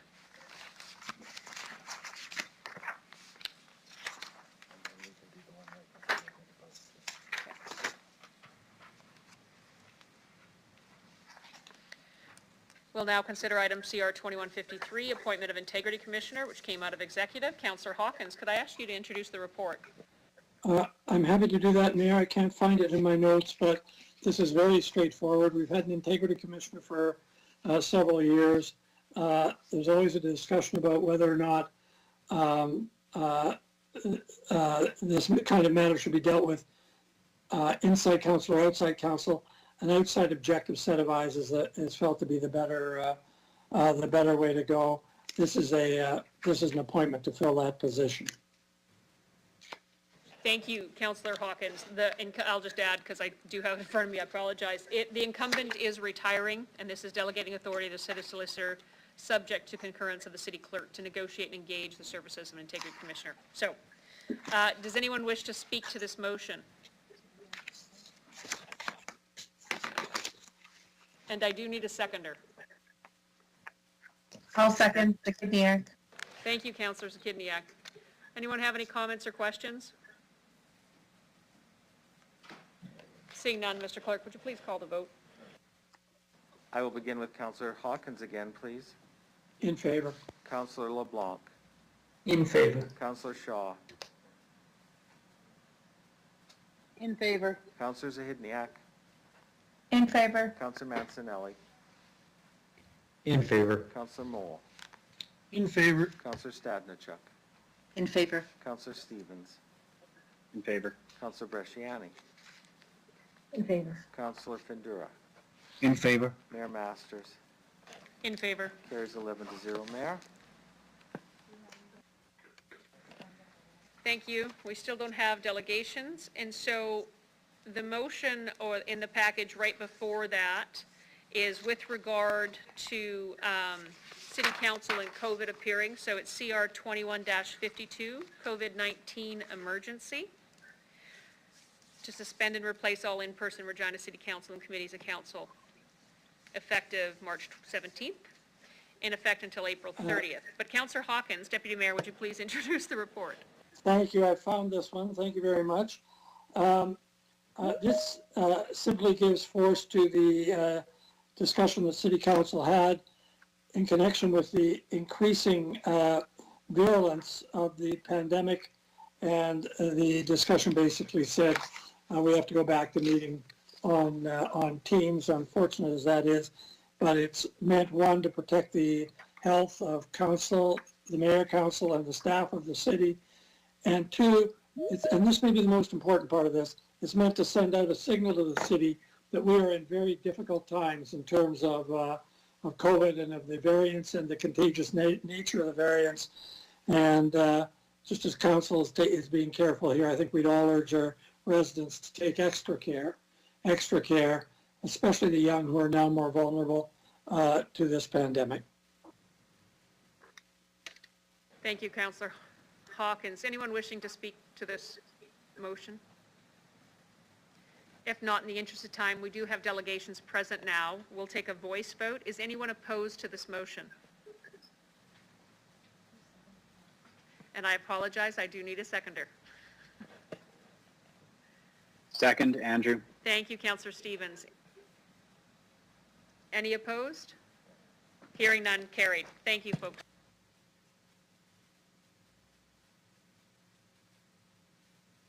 So for the benefit of council, the delegations on the phone.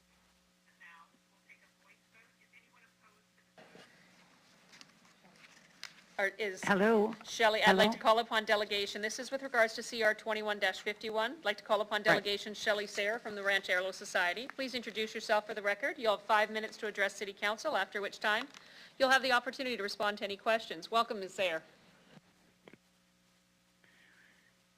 Hello, good afternoon, Your Worship, Mayor Masters and Regina councillors. My name is Shelley Sayre, Director of Housing representing Ranchero Society.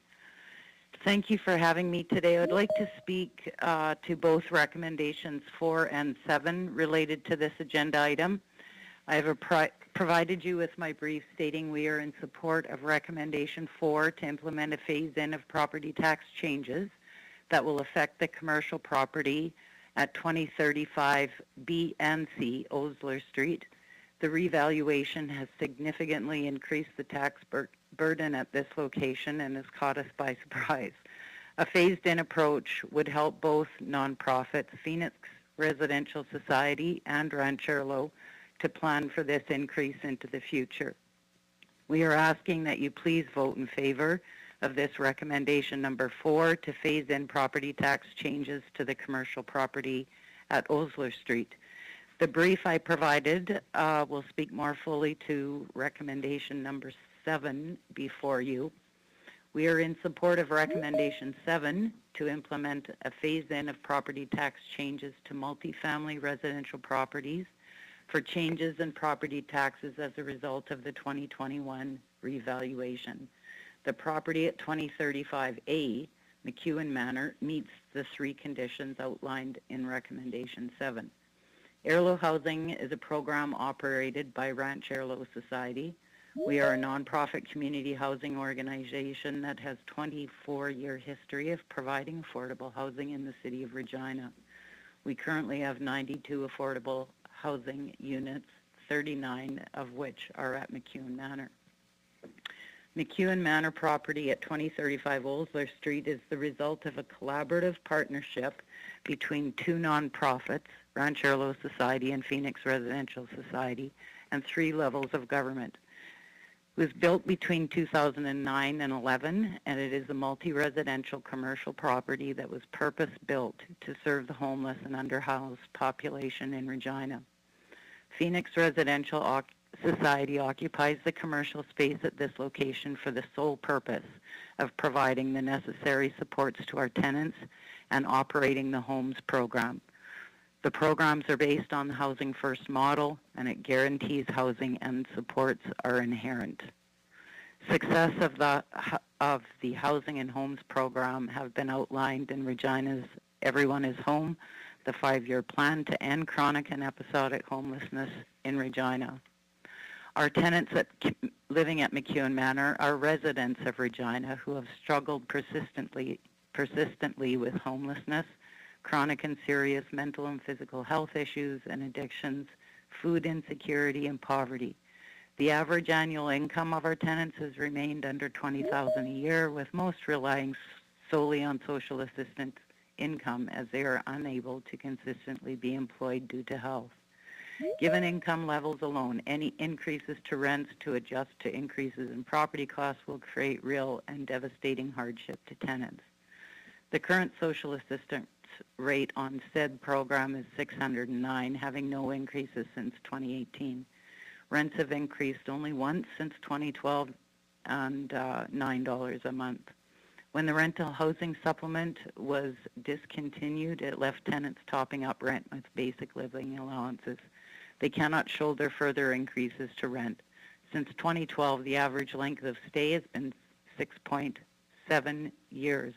12 of the original 39 tenants are still living there. That's 9 years of never having to be homeless. The pandemic has substantially increased costs to both Phoenix and Airlo in terms of precautionary measures, cleaning and PPE costs, staffing and supports. Tenants have also incurred increased costs ensuring food security and the essentials of self-care and personal safety. It is for these humanitarian reasons we ask this council to help us support the most vulnerable people in this community. We have one more ask. Please help us foster advocacy on behalf of our vulnerable citizens and urge all governments to provide ongoing funding for client services and programs and assistance and support to the many nonprofits that are working tirelessly to support them. We cannot all be in this together if we leave out the most vulnerable ones in our community. We respectfully urge you to vote in favor of the 2 recommendations 4 and 7 that will provide a phased-in approach to property tax increases. We meet the conditions of this recommendation in that McEwen Manor is a multifamily residential property, is owned and operated by a nonprofit, and it has seen more than 100% increase in taxes as a result of the 2021 revaluation. I thank you for your time. Thank you, Ms. Zaire. Does any member of council have any questions of the delegate?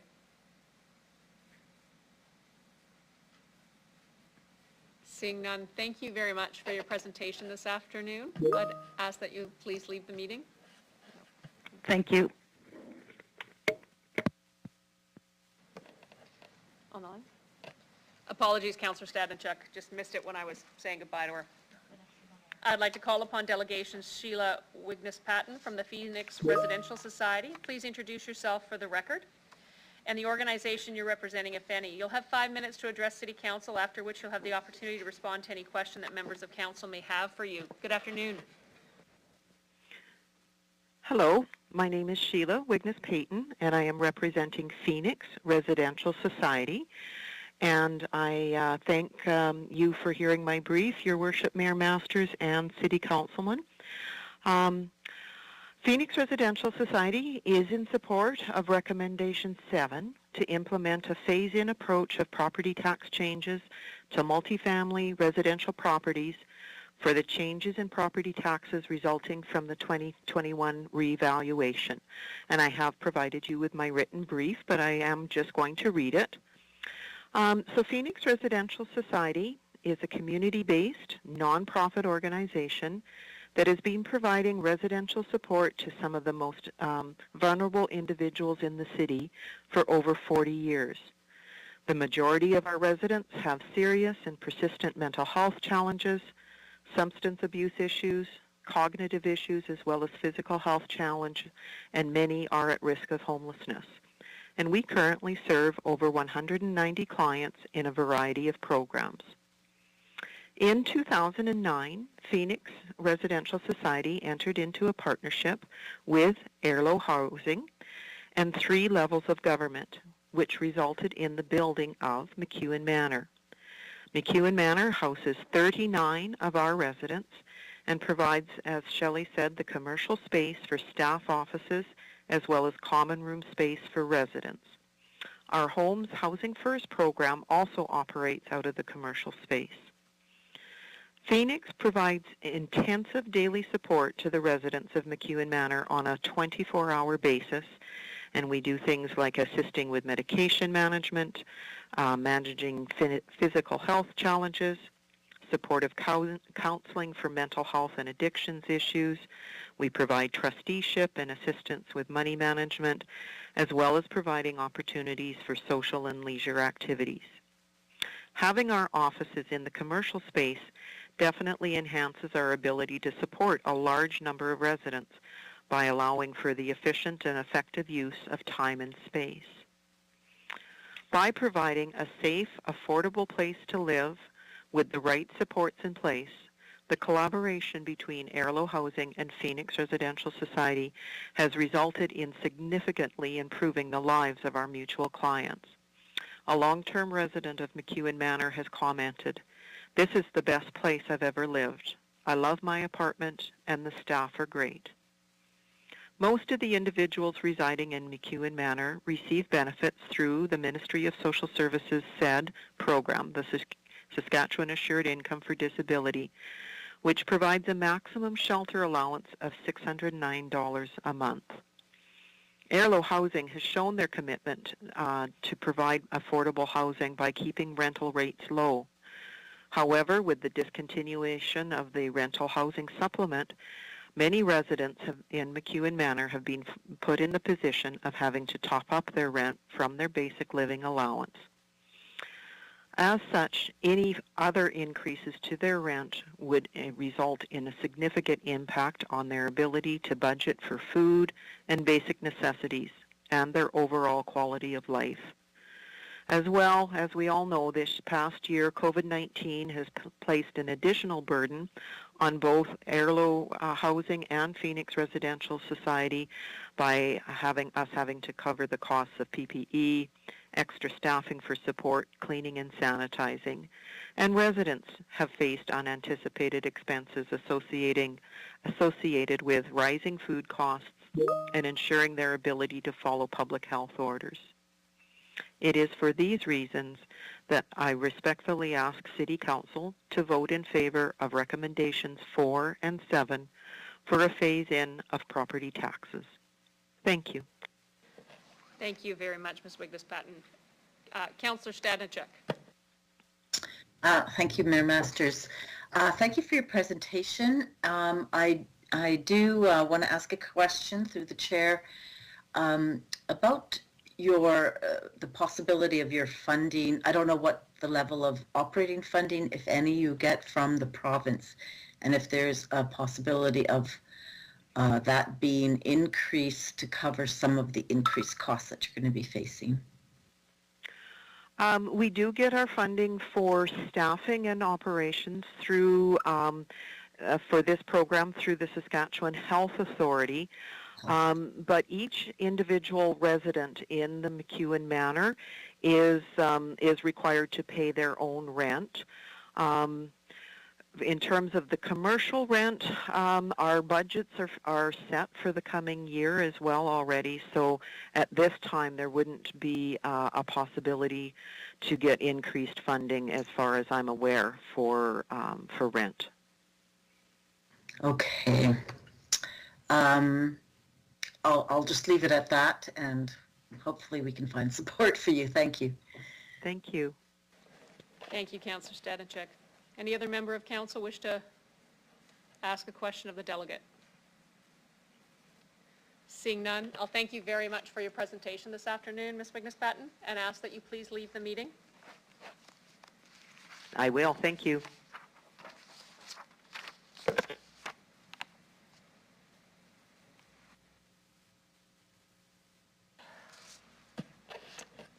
Council, we have a meeting that's not been completed by 5:30. We can call for a recess and continue. I would still need, or we can continue. I would need a motion of continuance and a seconder and a voice vote on it. Mayor, I'll move that we continue. I have to leave at 7, but I think we can clean up a lot of this stuff quite quickly. Thank you, sir. Can I have a seconder to that? Second it, John here. Thank you. A voice vote. Any opposed? Thank you. Continuing on, we'll now consider item CR 21-51, 2021 reevaluation update and tax policy. Councillor Hawkins, can I ask you to introduce the report? Thank you very much. The motion is basically to continue the status quo. So the first point that needs to be made is right in the last words of number 8. There's going to be a property tax review report come to the executive committee in Q3 of 2021. That report will look more basically at the way in which mill rate factors are set. So in light of that, it didn't seem logical to start adjusting the mill rate at this point, especially as no notice had been given. That's point 1. Point 2 relates to 4 and 7. Phoenix Residential and Ranch Airlo have been very helpful in their delegation's reports.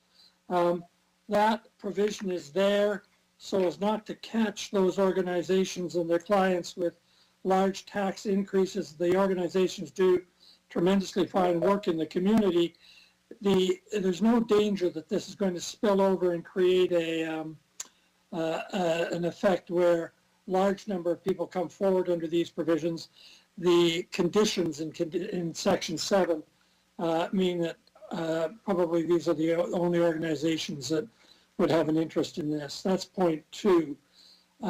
Point 3 relates to golf courses, and it is really a similar point. There was a discussion in the executive committee about the fact that golf courses had were a subclass that had an effective tax rate equal to 65% of the effective commercial tax rate.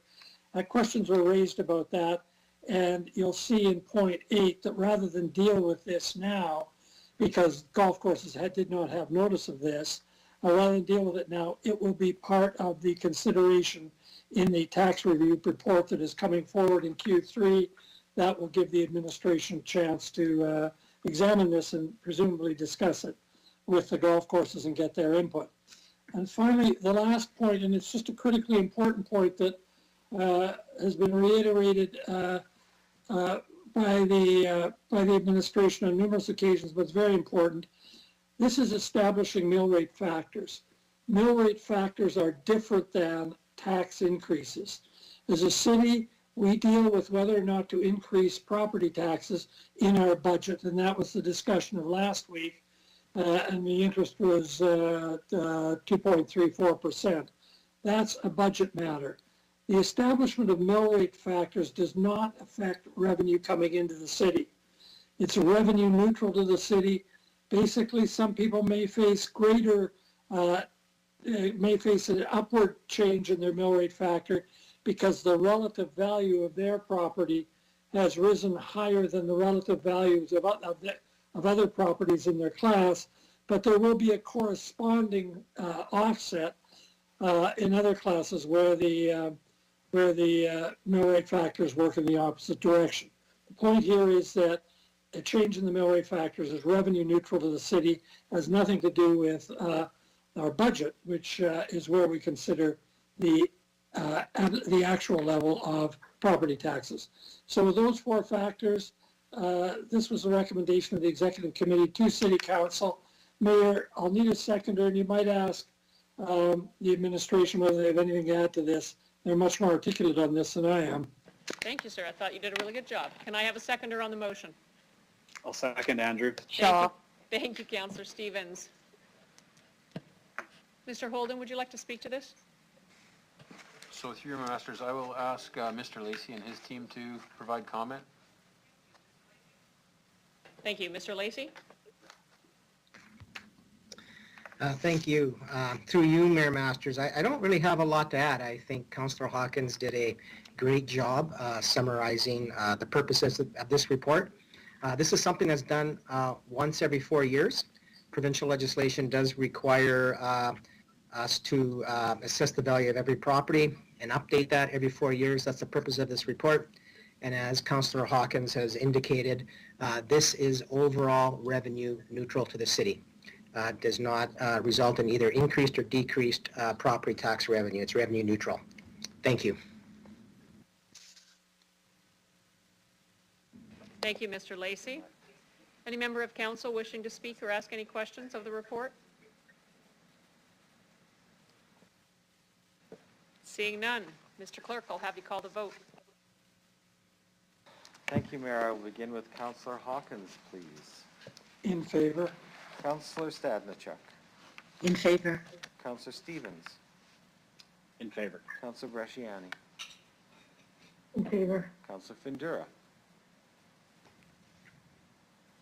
In favor. Councillor LeBlanc. In favor. Councillor Shaw. In favor. Councillor Zahidniak. In favor. Councillor Mancinelli. In favor. Councillor Moll. In favor. Mayor Masters. In favor. Carries 11-0, Mayor. Council will move to the delegations for MN 21-1.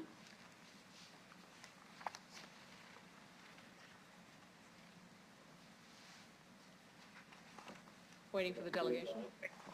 Thank you. I'd like to call upon Delegate Robert Byers from Namarin Housing Corporation to please introduce yourself for the record and the organization you're representing. You'll have 5 minutes to address City Council, after which you'll have the opportunity to respond to any questions that members of Council may have for you. Good evening, Mr. Byers. Good evening. So my name is Robert Byers and I'm representing Namarin Housing Corporation. We are an Indigenous non-profit affordable housing provider here in Regina and have provided safe, affordable, quality housing and economic development opportunities to Indigenous people since 1977. We own and manage single-detached homes, apartment buildings, a retail mall, a warehouse, and various social enterprises that contribute to this city's ongoing need for affordable housing. We say what we do to make our community better. Namarin is also the community entity for the National Reaching Home Homelessness Strategy. We are one of 3 Indigenous-led community entities in Canada, which manages both the designated community and the Indigenous homeless funding streams.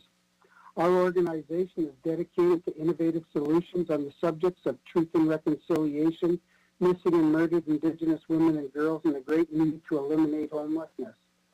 In 2014, we purchased 1840 Lawrence Street from the province of Saskatchewan as well as an adjacent lot from the City of Regina in 2016. We purchased the land downtown with plans to build a mixed-use development that included over 170 units of affordable housing and focus on providing accessibility and energy efficiency to the downtown area, including 30% of all units reserved for barrier-free use by those with disabilities. In consideration of the fact that 80% of our time is now spent indoors, we see the need to draw importance to looking for ways to reduce our carbon footprint. We've been using the larger piece we purchased as a temporary parking lot while we planned for our development. The smaller piece of land on Lawrence Street was always a parking lot and is not a part of this application. It is the only parking lot in Regina that is run by a nonprofit, where all proceeds go back into providing affordable housing.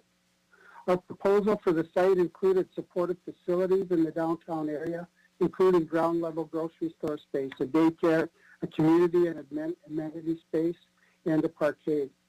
This piece of land is much more important to us than just a parking lot.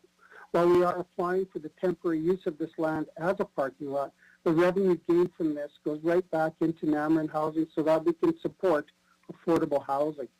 We stand to lose almost all of the $250,000 in annual revenue that we get from this lot. As currently configured, the entrance off the alley is in the larger section and would be lost if the application doesn't succeed. The smaller piece of land would need substantial investment to build an entrance as well as an exit and can accommodate many fewer cars. This loss in parking revenues is devastating to a nonprofit organization and is very impactful to the people we serve and to our community. It may not sound like a lot of money to some, but in our world, it's a lot. 2 years ago, a 2x4 cost $2. They're now $8. A sheet of plywood that we paid $30 for is now $110. The cost of maintaining and renovating our homes has gone up tremendously. And for us to lose revenue that sustains what we do will leave a big hole. We work so hard to keep our tenants in their homes, and during these times of COVID-19, that has become even more challenging as an organization as a whole. Currently, throughout the pandemic, operating the lot has generated enough revenue to pay for taxes and maintenance of the parking lot. We continue negotiations with CMHC on grants applicable to funding a development either for the downtown site or for a land swap, which the City of Regina may be interested in. Our focus is 100% on affordable housing and transforming communities here in Regina. To the best of our knowledge, the temporary parking lot has not created any problems within the downtown since it was approved in 2015. Indeed, it is our impression that it has been appreciated by the general public. The Planning Commission in the Regina downtown bid supported the application for the extension for the temporary use as a parking lot. If this was an application for permanency of parking use, then we too would be concerned about the precedent that this would set in the downtown. The generation of revenue for this parking lot goes right back into affordable housing that assists us in continuing to do things to make our community better. We are asking you once again to reconsider our application for an extension of the temporary use of the parking lot to December 31st, 2022, which is a year and a half. COVID-19 has slowed down or stopped projects right across Canada. We need your help. Thank you. Thank you, Mr. Byers. Do any member of council have questions? Councillor Shaw.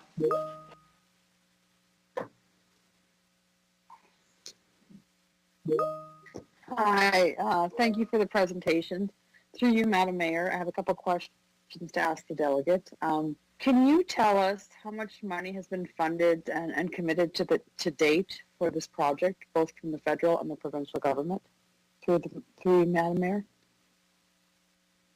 I believe we got about $100,000 in seed funding, but the purchase of both pieces of property, the demolition of the building and the preparation that we went through to get it to be a temporary parking lot was zero. It was all by Namron Housing.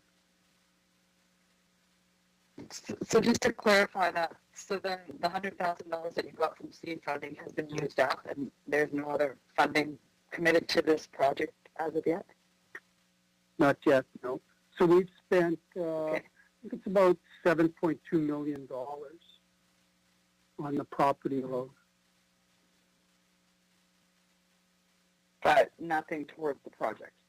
Am I correct in asking? Well, actually, all towards the project.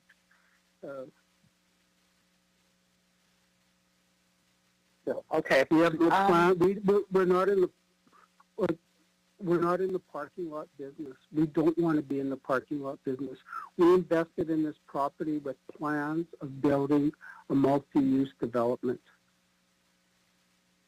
And that's wonderful. And I'm not saying that you're not. I'm just wondering if there's any money that you've got so far committed from the federal or provincial government towards this wonderful building that you plan on building. Through you, Madam Mayor. At this time, no, we don't. Okay, thank you. Next question. Is there a business plan or some type of a strategic plan that you'd be willing to share with council so that we can have a better understanding of what you plan on doing? Through you, Madam Mayor. I guess we could. We've got a, it's actually quite a big, not sure what to call it, binder full of plans and a business plan, and we've done some redesign. So there is we do have something. Okay, thank you for that. I would ask you to share that with myself, and I'm sure council would like to see that at your convenience. Thank you. Just one more question too.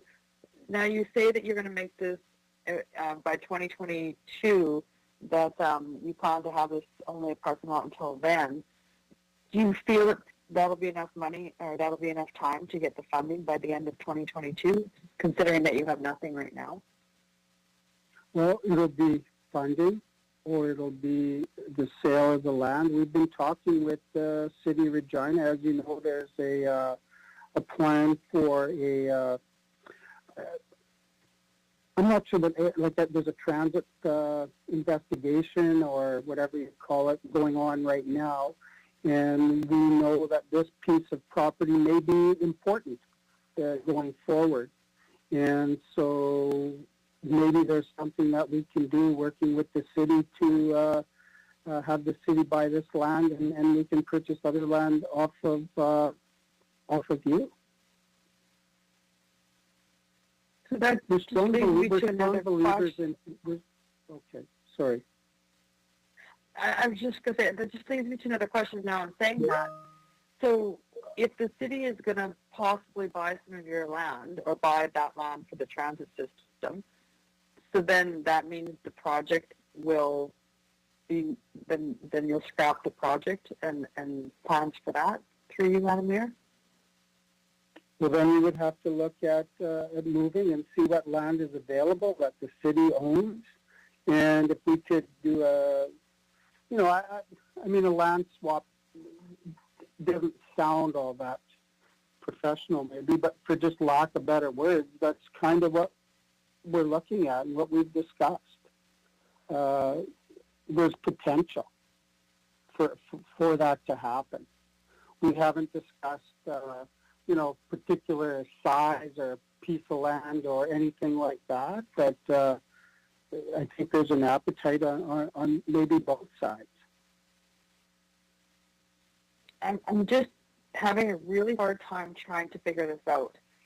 You want us to extend the parking lot until 2022. You have zero funding for this project that you have planned for 2022.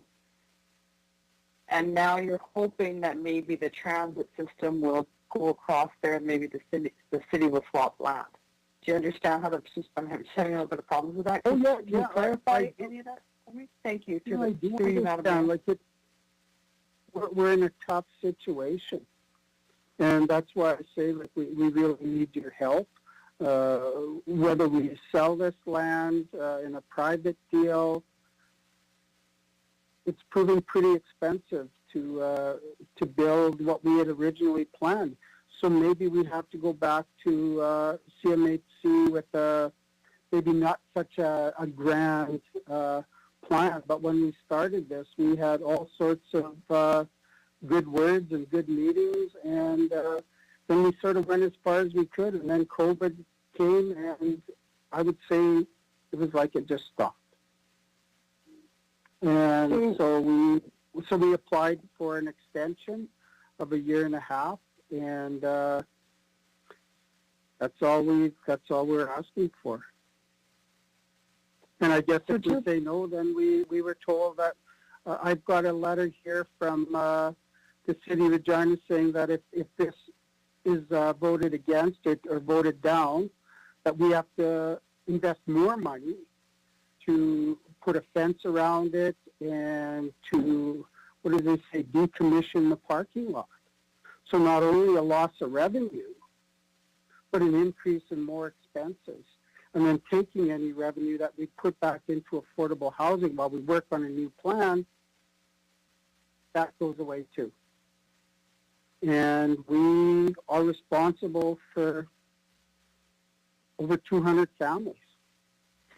And when you take away that much revenue, that's a hit for us. It's a hit for the people we serve. So just kind of adding to that comment now that you've been saying, and just keep coming up with all these questions that you're saying. So maybe would it be a possibility to sell the land now, since either in 2022 you're going to have to sell it back to us for transit, or like is that an option to sell it now and kind of get out of this mess that we got into? Through you, Madam Mayor. Is that an option? Well, I would say that we're currently exploring the options. You know, I guess it's pretty easy to call it a mess now, but you know, when we started this, it sure wasn't viewed as a mess. But I guess I'll make note of that. Yeah, I understand business plans get sideswiped and so on and so forth. Just one more question, though, and then I promise I think that'll be it. Your talks with CMHC, can you please go into a little bit of depth in how those conversations are at this point, through you, Madam Mayor? As to, sorry, I should clarify, financing that they're willing to do, projects that they're willing to work on, through you, Madam Mayor. Well, we've had discussions about if we were able to sell this land and acquire other land where we could develop something that isn't downtown and develop something on using more land. So it would be, the density would be less, and therefore it'd be cheaper to, or less to develop. And we still would want to do a mixed-use development, but it would be within the guidelines or the bylaws of the City of Regina, which means it would be like a 4-story wood frame construction, but it would still be mixed use because we want to develop a community. That's what this is about. And CMHC likes the idea of developing a community. So we've talked, we've had some early discussions, and, you know, if we were to, you know, I guess invest what we can in the project, that CMHC in early discussions talked about between $25 and $30 million investment from them. And can we get our province involved? I don't know. But that's what we're getting when we're working with the federal government. You know, it's part of our plan is to reduce homelessness. So when we look at doing a development, it's not just about building some houses. There's no money to be made in affordable housing. What you do is you just try and make your community better, and we do that through housing. And now that we're the community entity, we're also a focus on eliminating homelessness in our community. That's why I'm asking for your help. We don't benefit from it. Right. The people that we serve benefit. And all of those are wonderful initiatives. But my question is, CMHC has said to you that you're probably better off to sell and they would support you in a lower density area. Is that correct through you, Madam Mayor? They didn't say that we're better off to sell, and I really don't think what we do is an initiative. I take offense to that. Sorry.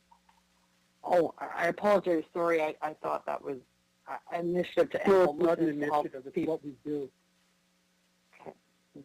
All right, that's all the questions I have. Thank you. Thank you, Councillor Shaw. Councillor Stadnicek. Thank you, Mayor Masters. Through you, Mayor Masters, thanks for your presentation. Mr. Byers, what is your, can you tell us a little bit about your current housing stock? Like, have you been successful building affordable housing in the city? Could you say a little bit about that? Yeah, so we've got, in my presentation where I talked about single detached and apartment buildings, townhouse style, we manage own and manage over 200 residential as well as commercial real estate. And we do property management as one of our social enterprises where we manage or look after properties for other owners. We've been doing this since 1977. We think we're pretty good at this stuff. Okay, and what is the current need for affordable housing in the city, especially for the people that you serve? Yeah, we've got over 250 people on our waiting list, and we work hard at I guess keeping that list current as well. At one time, we had over 600, but we've managed to reduce that number, and I think it's having current numbers is good for meetings like this or meetings with whomever, where we're not exaggerating, we're telling it like it is. And I would think that if you went to other affordable housing providers in town, like some of the larger ones, that their lists will be similar. Okay. I think that people are on the same lists, actually, but and through you, Madam Chair, Mr. Byers, I wonder if you could say a little bit about the difference between what's involved in planning a housing development for a private developer versus a nonprofit organization like yourself. Well, when we do it, it's about our community. It's not about profit. It's about making enough money so that we can provide the affordable housing and be sustainable. There's no profit, there's no benefit to any of us other than to the people that we house. Specifically, I guess, through you, Mayor Masters, specifically, I guess my question is, I'm just wondering if, in terms of trying to get something off the ground, if you have more hoops to go through or more challenges in order to get a housing project off the ground compared to a private developer?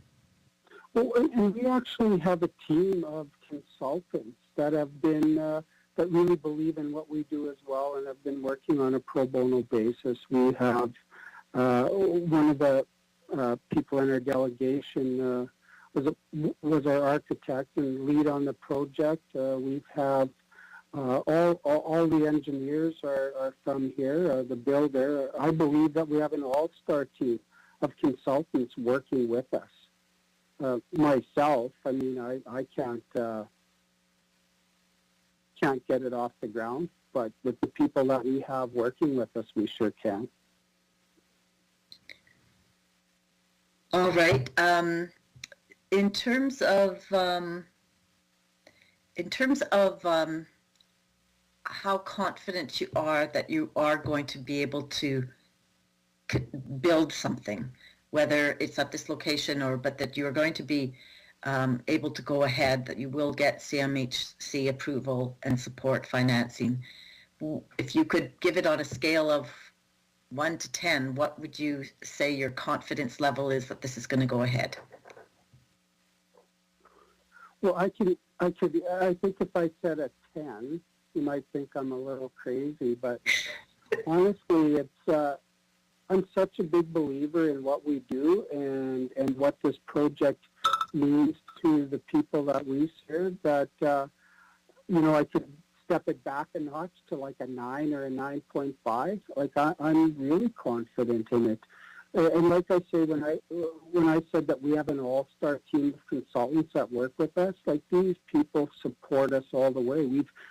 They've actually participated in meetings with CMHC, where CMHC sent some fairly high-level people down here. We've met with the CEO of CMHC regarding what we're doing here.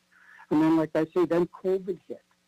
And it's been like the regroup, and the CEO from CMHC is retiring, and it's a new CEO, and so we've started that relationship, and she's aware of the project here. They realize that we need some housing in Regina. And it's easy to build a fourplex or a 8-unit apartment building.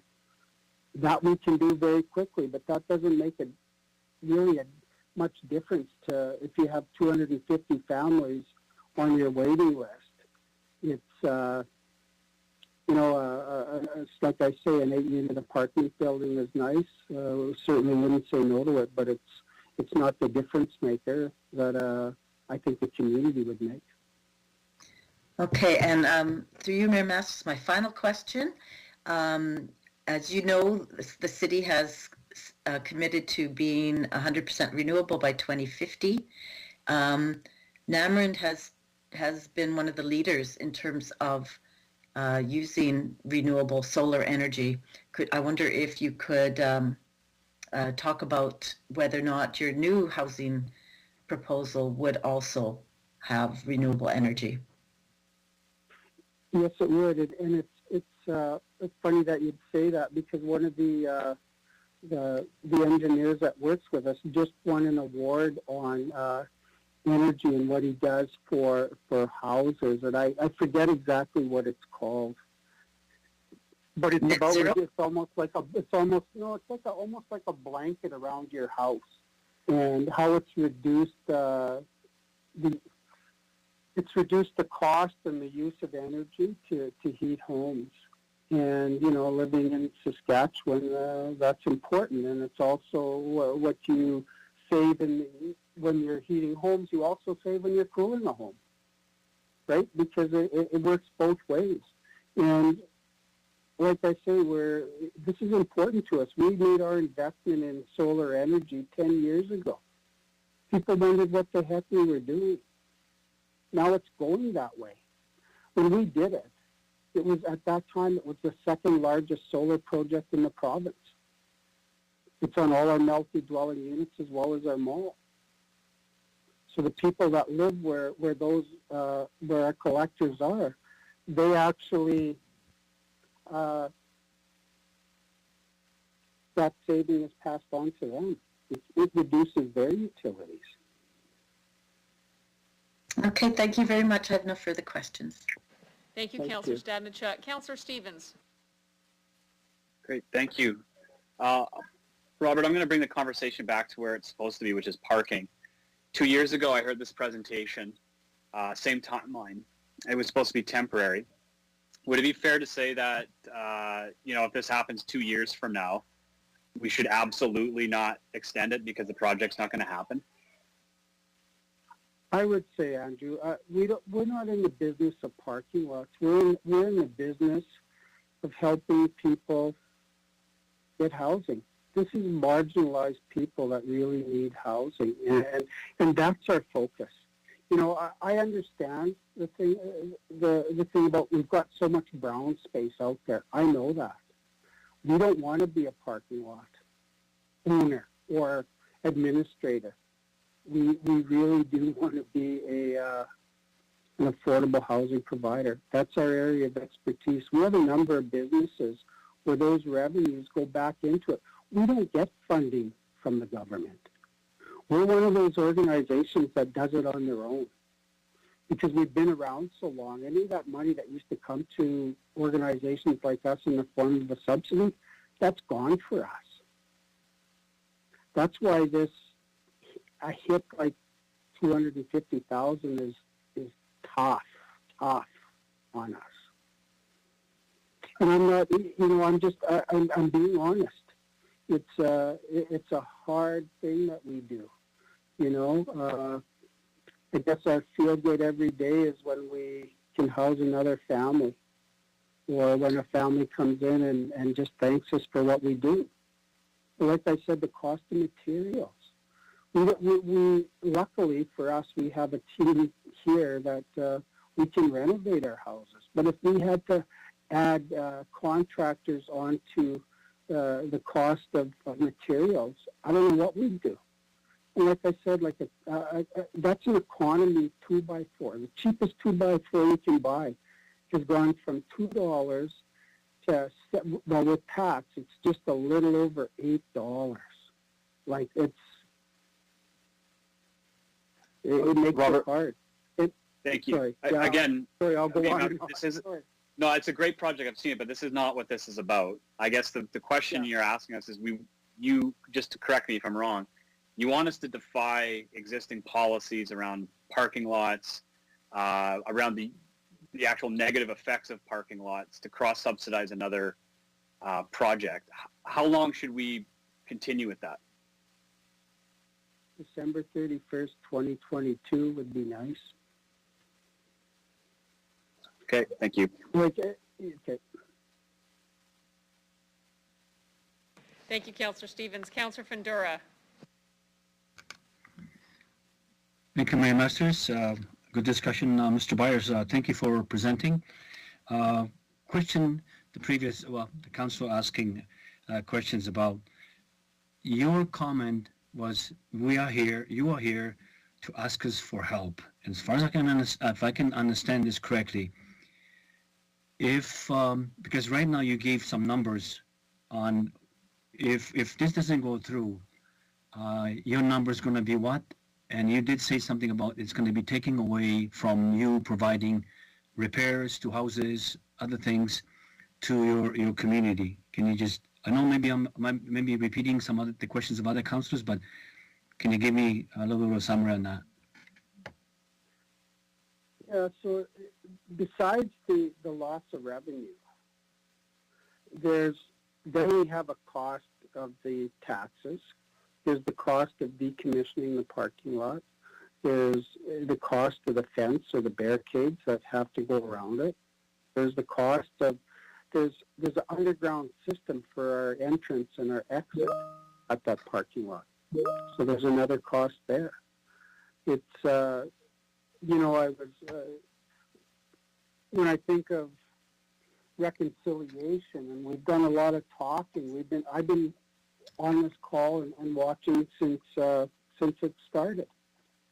And I listened to the delegation that came forward to speak of reconciliation and the John A. Macdonald statue. And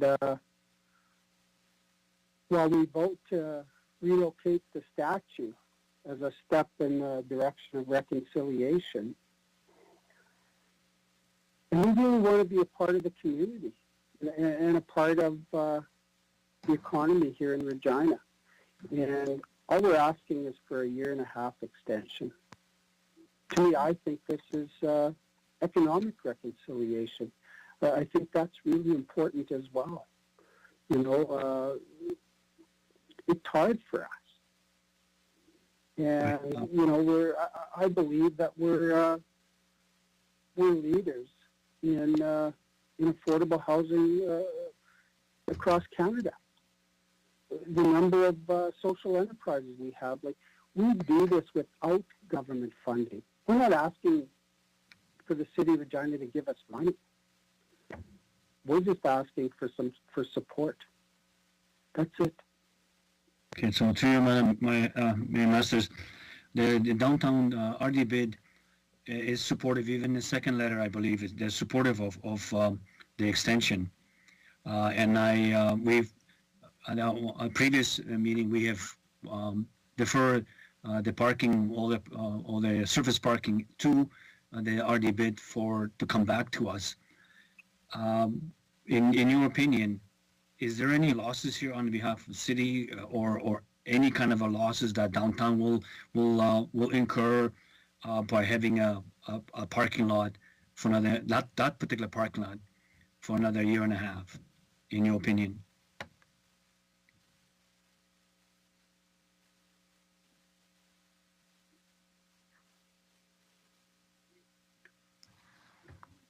Did we lose you, Mr. Byers? I'm sorry, I missed that. Okay. Yeah, what I'm saying is that the RD bid is supportive of the extension. Correct. So what I'm asking is that, in your opinion, from the RD bid, you feel the RD bid feels that by extending the parking lot for another year and a half is going to be detrimental to downtown, or is the RD bid feel? I'm not putting words into their mouth, but in your opinion, but by having this parking lot will help you. You were saying something about 250,000 that you will have to put out if you don't have it. So what I'm saying is that, is there a detriment to the downtown for you being there for a year and a half? Or is it more of a detriment to you as a member in housing for not having that for next year and a half? Yeah, it's really, it's devastating to us to lose it, to not get the extension. And I would say that the Regina Downtown, I would say that they support what we do because it's needed. Not the parking lot isn't needed, but the chances of a development in the downtown is needed. And I think that's why the Regina Downtown bid supports us. They don't support us because we run a good parking lot. They support us because of the potential. Thank you for that. So I just want to ask you one more question about you as a member in housing being the what's the word would be, the best ran or most stable community in the housing, what you're providing for persons for let's say homeless or the community on higher needs. Would you say would that statement is correct? What I've read, that you are the most stable community around? I don't know. I would have trouble maybe saying that, even if we were, we know that we do a good job in providing affordable housing and maintaining our homes. We're proud that we do it without government involvement. We do this through our social enterprises. We are one of 3 Indigenous-led organizations in the country that is responsible for both funding streams, Indigenous and designated community, for the federal homelessness program. We're proud of that. And we think that we do think that we do a good job. But to say that we're, I couldn't say that we're the best, but I can certainly say that we do a good job. Great. Thank you, Mr. Byers, for answering. Thank you, Mayor Masters. Thank you. Thank you very much. I understand that Mayor Masters has had to leave the chair. I'll take over temporarily. And the next person up on the speaking list is Councillor Bresciani. Great, thank you. Thank you, Mr. Byers, for being here. I just have a question in regards to I remember when this proposal came forward in last term and the purchase. I just have a question. There was a talk about a grocery store there. And I remember can you just elaborate what happened? And, we went from housing to a grocery store. Just elaborate for me, please. Well, the grocery store was just a part of the development. There was some community space in there as well. We talked with other community-based organizations. We looked at a daycare. Everything that would really support a community. We were excited about this, and so was everybody else. When you've got half a dozen consultants working pro bono, it's because they really believed in the need and they believed in the project. These people we still talk to them. They still are a part of this group. It's been going on a long time. Thank you. So can I ask you another question? Was there any inclination when you bought this land, when you purchased this, that the city down the way would maybe purchase it from you? Was there a conversation when you purchased it that there would be some inclination from the city that this land, was that part of the reason you purchased it? No, not at all. We believed 100% that we were going to be successful in the development of our project. Okay. So I guess the last question I have for you, Robert, is we've got a whole bunch of parking lots downtown, and we've had others come forward and ask for extensions, and we've said no, we can't do it, or some we've given 1 year. What would 1 year look for you if we were to say we could do it for 1 year, and because that's kind of what we've done for others to keep it the same? How would that work for you guys? To the chair. I don't know if that's enough time. We've met, we've discussed, and that's where we came to was December 31st, 2022. It's a lot of work, and it's a big piece of property. Yes. Okay, that's all I have. Thank you. Thank you. Thank you very much. Councillor Shaw, I have your name on my list, but you've already had a chance to ask questions. And normally in council, we only get one round. That's okay. Okay, thank you. No, you know what? That's okay. And the mayor is back, I see. So just before I turn it over to her, the next person, thank you very much, Mr. Byers. You may leave the meeting. The next person on the list is Mr. Tomlinson. Oh, sorry, he's a delegate. Oh, okay. I turn it over to you. Okay. Thank you, sir. Seeing no further questions for the delegate, I'll thank you for your presentation, Mr. Byers, and ask that you leave the call.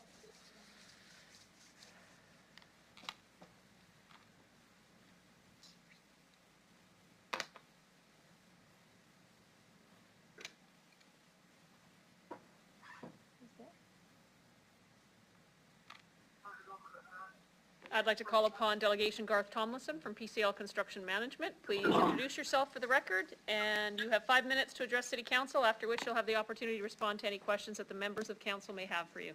Good afternoon, sir. Evening. Good afternoon, and thank you, Mayor and Council. My name is Garth Tomlinson, and I'm the Business Development Manager for PCL Construction in Regina. I make this presentation on behalf of PCL Construction in support of Namarand Housing Corporation, and in support of Namarand's continued use of the parking lot at 1840 Lawrence Street through to December 31, 2022. PCL has had a continued and professional relationship with Namarand Development Corporation for approximately 10 years, providing construction management services on a variety of projects, one of which includes the parking lot referenced today. Our relationship with Namarand has allowed us firsthand to experience the benefits that Namarand provides the community and the City of Regina. The revenue that the parking lot generates helps sustain and will continue to provide Namarand the funding to do the necessary good work that they do. PCL was engaged in 2014 to provide pre-construction services to Namarand for an affordable housing project on the Lawrence Street property. While the project has not proceeded, we have remained engaged providing various budgets, scheduling, and construction advice. And as Mr. Byers just referenced, we have been doing that on a pro bono basis for close to 8 to 10 years. The proposed affordable housing complex would definitely be a welcome construction project in the city at a time when commercial construction market is slow at best.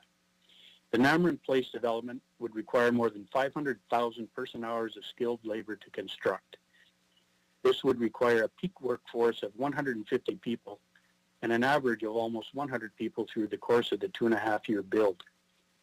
Within the total hours, there would be a significant portion that could be done by Indigenous people, as PCL's target on current projects within Regina is in excess of 20% of those total hours.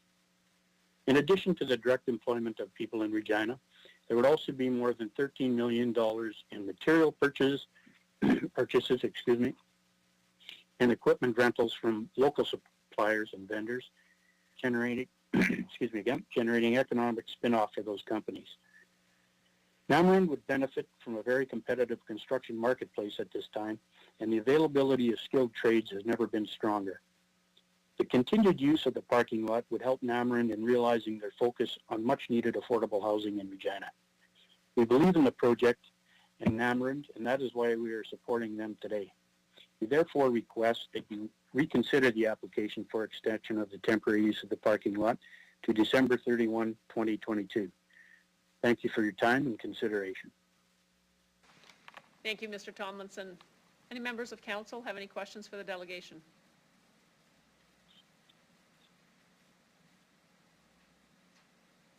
Seeing none, I'll thank you very much for your presentation, sir, and ask the Mayor Master. I apologize. I believe Yeah, Councillor sorry. Shaw would No, like a it's- question. I know, I'm just slow. Sorry. Hello, and thank you for your presentation and some clarification on the build. Just a quick question. So if you're asked to build this affordable housing and it's a $110 million project, what would it be if PCL builds it? What would it be? Yeah, when you guys build it, would the cost be less or the $110 million that you're speaking to? Well, we believe that the budget, we believe that the budget is current in today's standards and includes things such as the suggestion by Mr. Byers that it would meet all codes in the new National Energy Code, etc. The budget has been updated basically yearly as we go through and help Namron pursue funding for the project. So we try and keep the budget completely up to date. Is what it is. So, and just to clarify that, so each one of these units, how much do you think, have you, first of all, broken down a cost benefit for each one of the units that'll be in this project? Through you, Madam Mayor. No, we haven't. Oh, okay. All right, thank you. That's all I have. Thank you, Councillor Shaw. Seeing no other questions, I'll thank you very much for your presentation, Mr. Tomlinson, and ask that you leave the meeting now. Thank you.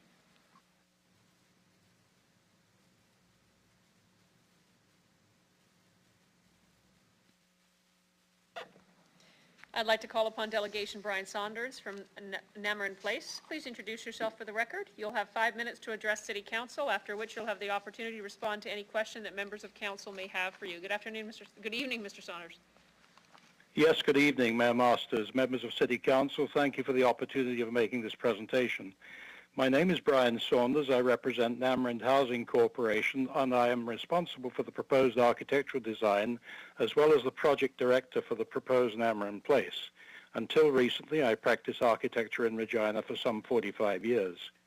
For background on this presentation, please refer to Namron's application of October 28, 2020, and the briefing note dated February 17, 2021. Namron is committed to supporting the community by providing those in need with affordable housing and related services, while emphasizing environmental sustainability. Namron provides safe, clean, affordable, quality housing and economic development opportunities for Indigenous people. Namron also provides full property management services to tenants, as well as snow removal, groundskeeping, and other services to the community. The range and depth of community and volunteer work that Namron performs within Regina for Indigenous people is indeed impressive. It provides a level and variety of social services that would be difficult to replace. Following the purchase of 1840 Lawn Street and 2301 11th Avenue, Namron considered the early demolition of the old provincial government buildings existing at 1840 Lawn Street as a head start to constructing an affordable housing project. After numerous discussions with the city, in August 2015, Namron submitted an application for the demolition of the buildings and the preparation of the combined sites for temporary parking usage. The subsequent income from this use would pay for demolition and would prepare the site for construction as project funding was acquired from CMHC. At that time, all parties involved thought that this was an excellent idea. Had the city refused this at 1840 Lawn Street, then it is highly likely that Namron would not have carried through with the cost of consulting and demolition, therefore renting only 2301 13th Avenue as parking. Since that time, in working tirelessly and diligently with CMHC and private funding sources in the acquisition of funding, this has proven more difficult than anybody expected. To this day, funding is still held up by intergovernmental considerations, which has placed Namron in the unenviable position of requesting extensions to the temporary parking use. Over the years, Namron has experienced a gradual reduction in the amount of funding available from levels of government, and this, together with an increasing social demand for services, has meant that Namron must be increasingly financially and fiscally innovative. Namron has had to become very proficient in matters of social enterprise, whereby any income that can be gleaned can result in small returns, all of which are efficiently and thoughtfully ploughed back into supporting Namron's services to the community. As stated in the briefing note, to extend the use of 1840 Lawn Street as temporary parking should not set a precedent within the city. The application is being placed by a not-for-profit organization that provides a necessary social service to the community. Namron is not motivated by profit, as is almost often found in property development. It is motivated by service to the community, and in this case, those in need of affordable housing and the homelessness of Indigenous people in Regina. This is something that everybody should be encouraged to support. Indigenous peoples taking the initiative and opportunity of working within the system to assist themselves by working in partnership with the municipality to improve the quality of life within the community. The email received by Namron from City Planning Branch dated March 9, 2021 states that as of April 9, 2021, unless voted otherwise, the entire 1840 Lawn Street site must be fenced off so as to avoid access from any side. This seems a costly and draconian requirement, especially when access to all temporary parking is on the closed site, together with the security, entrance, exit, electrified gateway, and the payment receptacle. This not only results in expenses to Namron in having to relocate the gate and electricals to 2301 11th Avenue site, it also results in the loss of 3 parking stalls and associated income on the permitted site. Namron appreciates the grandfathering of 2301 11th Avenue site and not the other. It seems peculiar that if one site is allowed permission for parking and the other isn't, it somewhat undervalues the nature and general importance of Namron's service to the community of Regina. Again, with respect, I would urge the City Council thoughtfully review the briefing note dated February the 7th, 2021, as earlier submitted by Namron. And I'm sure that Namron would appreciate any reconsideration it receives of the submission. Thank you very much. Thank you, Mr. Saunders. Do any members of council have any questions for the delegate? I just have one. Thank you, Councillor Stevens. Please proceed. Again, bringing us back to what it's actually about, it's a parking lot. I thought I heard you say that the revenue generated from the parking lot was part of the economic and business model of constructing this wonderful commercial residential space. Is that correct? It is in the first instance, in as much as it financed the demolition of the building that was there initially, and thereby made more space available for parking and income for Namron, which in turn Namron plows into its affordable housing programs.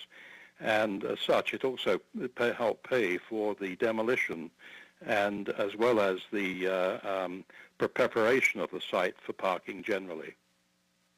Thank you. I guess to follow up with that, is it wise to bank on this kind of approval process as part of a business model? This could go either way. In fact, all of our policies say we shouldn't advance this. Is it wise to bolt this into the business model? Well, I think so, but of course, at that time, we were fairly assured by CMHC that they were very interested in our project, and indeed we were negotiating with them for funding. And this was slightly before the federal government came out in May of, let me see, that was 2017, with their national housing policy, which was a new program. And they promised us there was great promise in that. And it was based on that and the very positive reactions we were getting from CMHC that it became a wise thing to consider.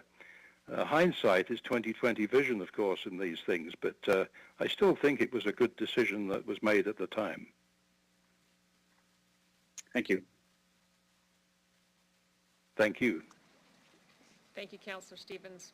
Any other members of council? Hearing none, I'll thank you very much for your presentation this afternoon, Mr. Saunders, and ask that you please leave the meeting. Thank you, Mayor.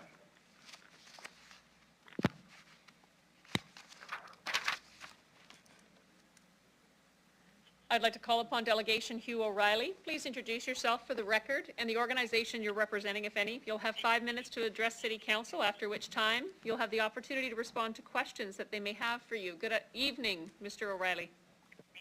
Good evening. Thank you very much. For the record, my name is Hugh O'Reilly. I am a board member of Namarand Housing. I am a resident of the City of Toronto. I've been very active in the law and in investing in politics, and I'm currently the Executive Director of Innovate Cities. I want to, first of all, begin by thanking Regina City Council for allowing me the opportunity to make a presentation on behalf of Namarand. While I'm currently based in the City of Toronto, I grew up in the province of Saskatchewan in Fort Capel. Indeed, I recall as a youngster when we'd come to Regina, as I would see the city loom on the horizon, I always thought it always reminded me of the Emerald City from The Wizard of Oz. It was always magical for me. And I'm a proud graduate of the University of Regina. I am speaking in favor of the extension to the temporary parking lot located at 1840 Lorne to extend to December 2022. Namarand, in my opinion, is one of the leading not-for-profit or housing organizations in the city, and indeed it has a worldwide reputation. It has that reputation because it is innovative, it does things, and it is entrepreneurial, and it supports social enterprise and communities. The lands it owns on Lorne Street, one of the lots of which is we're seeking the extension for, those lands were initially purchased for the purpose of building an affordable housing development. That development has been delayed for many years, in part because of the politics that exist between the federal and provincial governments, in part because of the CMHC and the time it has taken them historically to make decisions. So as a result of this, Namarand's been caught in a bit of a time warp, and it's been difficult to do this. I recognize that the length of time involved here may stretch the patience of city councilors, but I also recognize that city councilors would be well aware of the complexities in putting together a housing development. We are in the midst of a pandemic. The pandemic has affected Namarand and its social enterprises. The funds that Namarand collects are used for the purpose of maintaining affordable housing, replacing the lost rent subsidies that have been lost to the way in which affordable housing subsidies are allocated in the province of Saskatchewan. So the revenues that are earned by this parking lot, well, at one level this looks like a parking lot, but fundamentally what this is about revenues pending the development that will, I believe, take place, because we've had great conversations with CMHC, and these funds will be used to make sure that Namarand continues to meet the needs of its tenants, that it continues to offer affordable housing, and it continues to create an affordable housing community, not just of Namarand tenants, not just in the city of Regina, but across the country. And indeed, the number of times that Robert's been asked to speak at international fora also suggests it has a worldwide reputation. So I am very grateful for the time City Council has given me to make this submission in support of Namarind's position, and I'd be delighted to answer any questions that anyone may have. Thank you very much, Mr. O'Reilly. Do any members of council have a question? I see Councillor Shaw. Thank you, Mayor Masters. Thank you for your presentation and your kind words to this development. You had said, and I need to clarify exactly what you said, because I was trying to write down the notes and listen to you at the same time.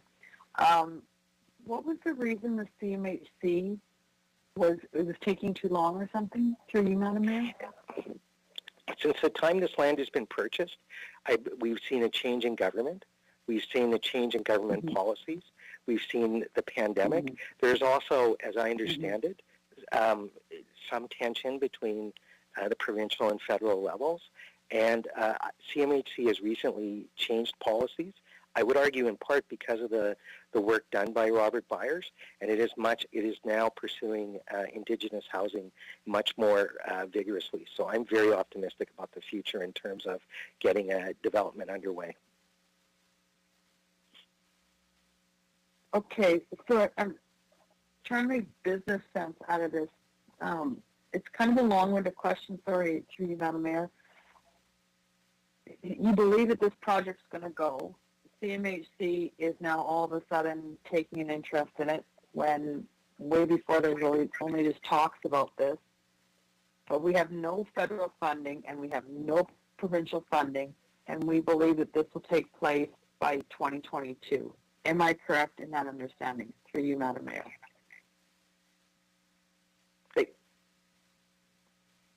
I'm sorry, Councillor, was the question directed toward me or to the Mayor?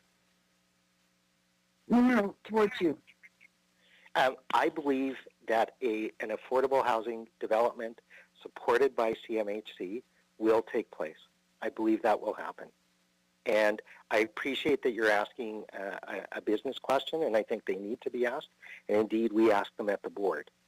But I believe we have made considerable progress in our relationship with CMHC. I believe that we are at a point now that we will see a development move forward.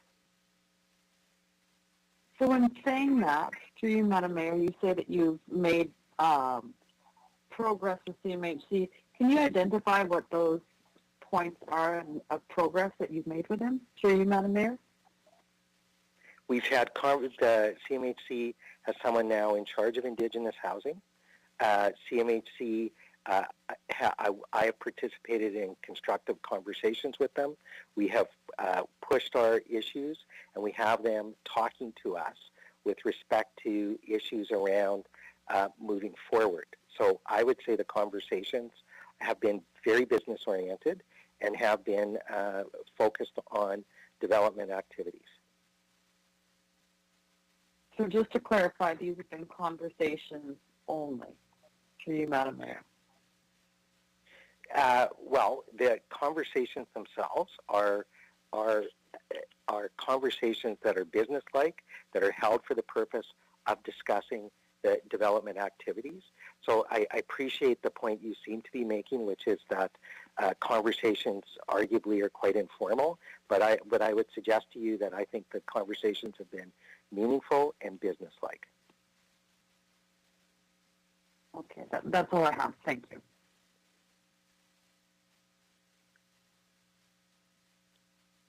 Thank you, Councillor Shaw. Councillor Stadnichuk.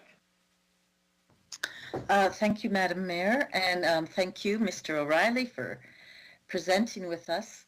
I have to say that I was shocked to hear that government policies move slow in terms of change. Sorry, I'm trying to be funny.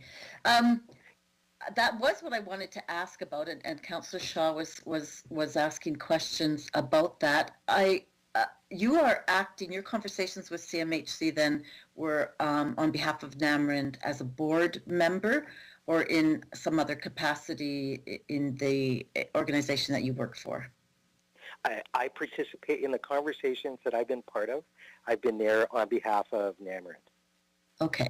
And you have... part of a Namarind delegation. Mr. Byers always leads the conversations. Okay, yes, sorry. And I just want to, go a little bit further into this, the level of confidence, because that's, I think, what's important to this is no one wants to see a parking lot there any longer, and we have policy on it. But if we can get something moving, I'm hoping that we'll be able to extend the parking lot, the temporary parking lot for them. But in terms of, I'm just wondering if you could speak again about how, in terms of your experience, because it's one thing someone could say, I feel optimistic about it, but your background and your experience dealing with governments, how you have, what has given you that level of optimism? Through you, Madam Chair. Well, Councillor Stadnichuk, I hesitate to give you a full autobiography because I don't want to put council to sleep, but here's what I would advise you in terms of my experience with government. In the period of the early 90s, I worked as a chief of staff in the Bob Rae government, and I was one of the most senior political advisors. Some would argue I was quite influential, but I won't necessarily say that. I was active as a lawyer. I was a partner in a major Bay Street firm called Torys. I have extensive experience when it comes to pension regulation. I also, when I was a partner at a law firm called Cavalluzzo, did a ton of work restructuring, for example, Air Canada, where I interacted regularly with regulatory authorities. From the period 2015 to 2019, March of 2019, I was the president and chief executive officer of OP Trust, which is the pension fund for the unionized civil servants in the province of Ontario, which is about 20 some odd billion dollars in assets. We regularly interacted with the provincial government, the federal government, and indeed with governments in other jurisdictions. I've been involved, the work I do at Innovate Cities, we're in and around government. We do work with municipal government. The federal government funds us. They like to be called our partner. So I would argue and I also studied, I might add, political science at the University of Regina, and I think it's always been a top school in that area. So I would argue that I have significant experience in dealing with government.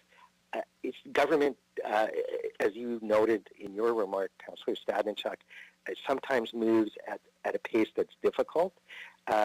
Indigenous housing is a difficult issue in this country, but I would point out that the revenues from this parking lot also go towards supporting the activities that NAMRIT undertakes. So I certainly have a level of confidence, a strong level of confidence that this housing development will proceed. I obviously can't speak and do not speak on behalf of the CMHC, but I believe the work that Robert Byers has done in bringing forward this development proposal, as well as speaking on behalf of Indigenous housing needs across this country, have made a difference, are making a difference, and he is very well respected at the CMHC. So I apologize if, I suppose I'm a new grandparent as of yesterday, and it's maybe when he's old enough, I'll replay my autobiography there. But I thank you very much for letting me talk about myself. Okay, thank you, and no further questions. Thank you, Councillor Stadnichuk. Apologies. Seeing no other questions coming in from council, I'll thank you very much, Mr. O'Reilly, for your presentation this evening and ask that you leave the meeting. Thank you very much.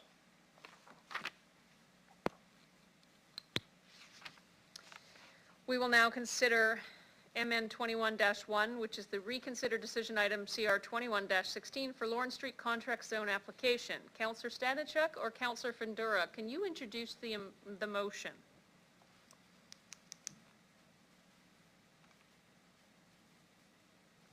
Cheryl, go ahead. Okay, thank you. I just have to open it up. So we're bringing this motion forward to reconsider the denial of extending the parking lot. The reason is because we do believe that NAMRIND is an important organization that is going to be continuing to provide affordable housing for Indigenous people in the city. They have a waiting list of over 250 families. We know that this is a needed initiative, and I am confident that it will happen, that this is a temporary parking lot. So we are asking for council to support the extension, to rescind the previous decision, and to allow the parking lot to continue until December 31, 2022. And I'm asking for your support on that. Can there be a seconder on the motion? I will second that. Thank you, Councillor Findura. The matter is before you. Anyone wish to speak to reconsidering decision item CR 21-16 from council?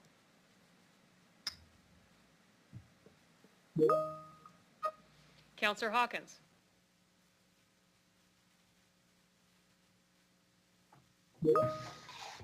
Thank you very much. Let me begin by saying that I think our parking lot policy is of critical importance. I do not support any increases or extensions in parking downtown. We're awash with parking. So all that I said, I'm opposed to this, but I'm going to vote for it anyway. And I'm going to vote for it anyway because of something I said during the McDonald's statue debate.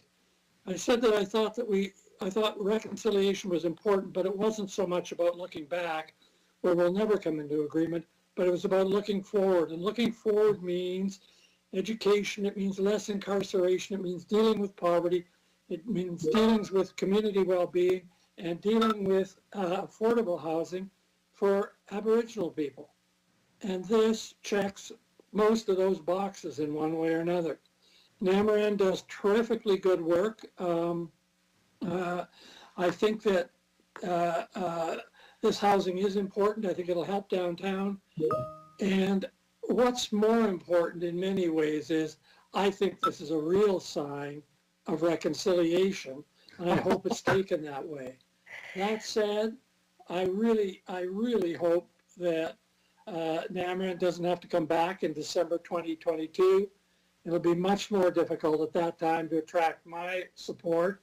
What I want to say to NAMRIND is, giddy up, let's go with this. If the city is in any way involved, I want to say to the city, giddy up, let's get this project on the road. It's an important project for a wonderful organization. It's a very important for organization, and I don't for a minute concede anything on the ban on parking lots because of it. This is not a precedent for more parking lots, so I'll be supporting this. Thank you, Councillor Hawkins. Councillor Mole.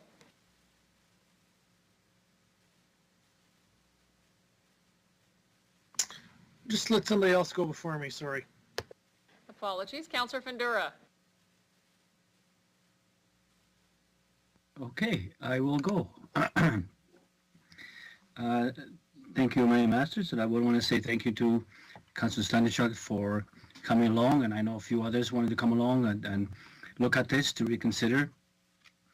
As everyone said, and the delegations did state, and what we're looking at, there is bigger picture here than just a piece of dirt as a parking lot.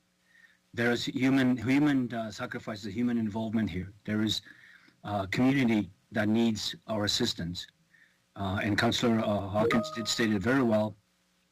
And to talk about the reconciliation and to put aside the parking lot for just a little bit, it's a big picture. This is a good organization, very good organization. And as we noted before, is solar power. Before anybody even thought about solar power, and everything goes right into the community, into the people that need it. So I think for us to help them, just to get over that little bit of a hump in the road, a little bit of a rise in the road, to making sure that their commitment to the people that they serve is true, and it shows us, sends a signal that we think about parking lots. I'm not saying we're not. RDBID is reviewing all that. But we need to build something as well. So I do trust that they will build, and then the support. So I'm asking the council to support their chug up the hill, to continue supporting the family. Because I mean, if we don't, we're taking away good funds for now, for the next year and a half, for no particular reason. If something comes up, Councillor Hawkins did say, 2022, there'll be something coming up out of that ground by then. I'm very confident of that. But if it doesn't, well, let's not talk about that. Let's be positive. Let's look to the future. And future is us people going together, working together to achieve the common goal. And that's what it's all about, to show that respect, to show that support to Namrin Housing, which I stated before, is number one and top contender in providing good service for people in need, housing, and all that. They are a group, social community that has won medals of what they do and how good they are since 1977. I'm proud of it, and I'm proud of our council to think about all kinds of things. We don't make things lightly. We don't think about things lightly. We consider a lot of stuff. So I appreciate that. Thank you very much, Mayor Master, giving me the few minutes to speak. And again, I will be asking for support in this very important piece. Thank you. Thank you, Councillor Findura. Councillor Mole. Through you, Madam Mayor, I was late to get my name on this motion, as I do support this reconsideration. I don't want to take away $250,000 a year of income to a non-profit owner of a parking lot, the only non-profit owner of a parking lot, if that's just the comparison to you. So I'm in full support of this reconsideration. Thanks. Thank you, Councillor Mole. I'm going to have, I apologize. Councillor Zakidniak would like to speak. Thank you. This is potentially what you were about to say, Mayor Masters, but I was just looking for clarification before we vote of what exactly we are voting on, just to be clear, since it's about rescinding and the original recommendation. So what is the motion that we will be, what is the wording, please? Thank you. Mr. City Clerk, could you please define what's about to happen? Yes, thank you. With respect to Councillor Zahidniak's question, if you turn to the motion MN 21-1 that was put forward by Councillor Stadnichuk and Findura, this is going to be a two-part vote procedurally. So part one, the first vote is going to be whether you wish to reconsider this. In other words, do you want this put to a subsequent vote of parts 2 and 3? It's a bit cumbersome, but that's the procedure. So you will first decide if you wish to reconsider it. If that's approved, then I will put the question to you with respect to parts 2 and 3. If part 1 is denied, it's done, we are over, and the original decision will stand. Mr. Clerk, please call the vote on number 1 of the motion. With respect to proceeding with reconsideration, I will start with Councillor Stadnichuk, please. In favor. Councillor Hawkins. In favor. Councillor Stevens. On reconsideration, yes. Councillor Bresciani. In favor. Councillor Findura. In favor. Councillor LeBlanc. In favor. Councillor Shaw. Opposed. Councillor Zahidniak. Opposed. Councillor Mancinelli.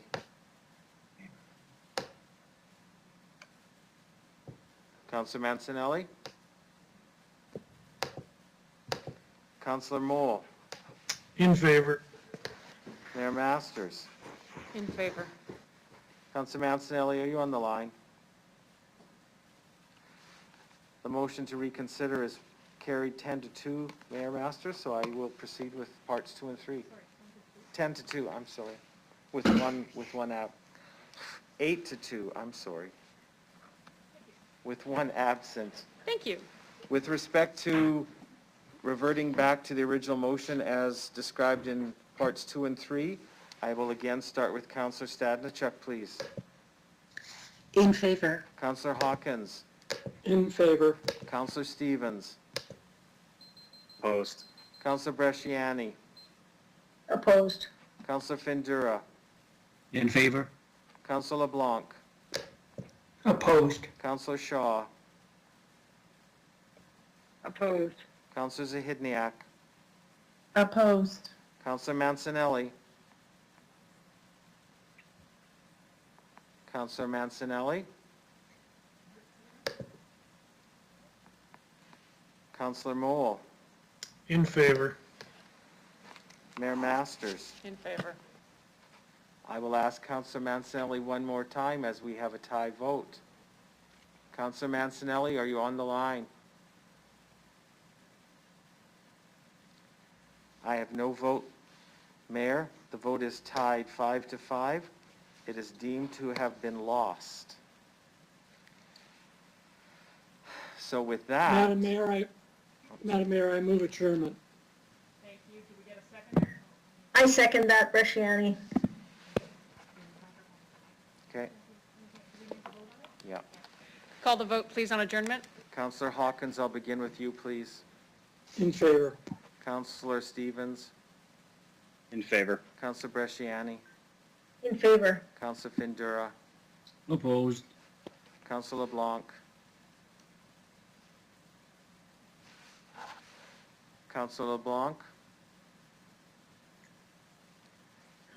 Councillor Shaw. In favor. Councillor Zahidniak. Opposed. Councillor Mancinelli. Councillor Mole. In- Can you repeat that, Councillor Mole, please? In favor. Councillor Stadnichuk. In favor. Mayor Masters. In favor. We stand adjourned, Mayor. 7 voted in favor. Thanks very much, Council, for toughing that out till 7 o'clock tonight. Have a great night, stay safe, and we'll talk soon.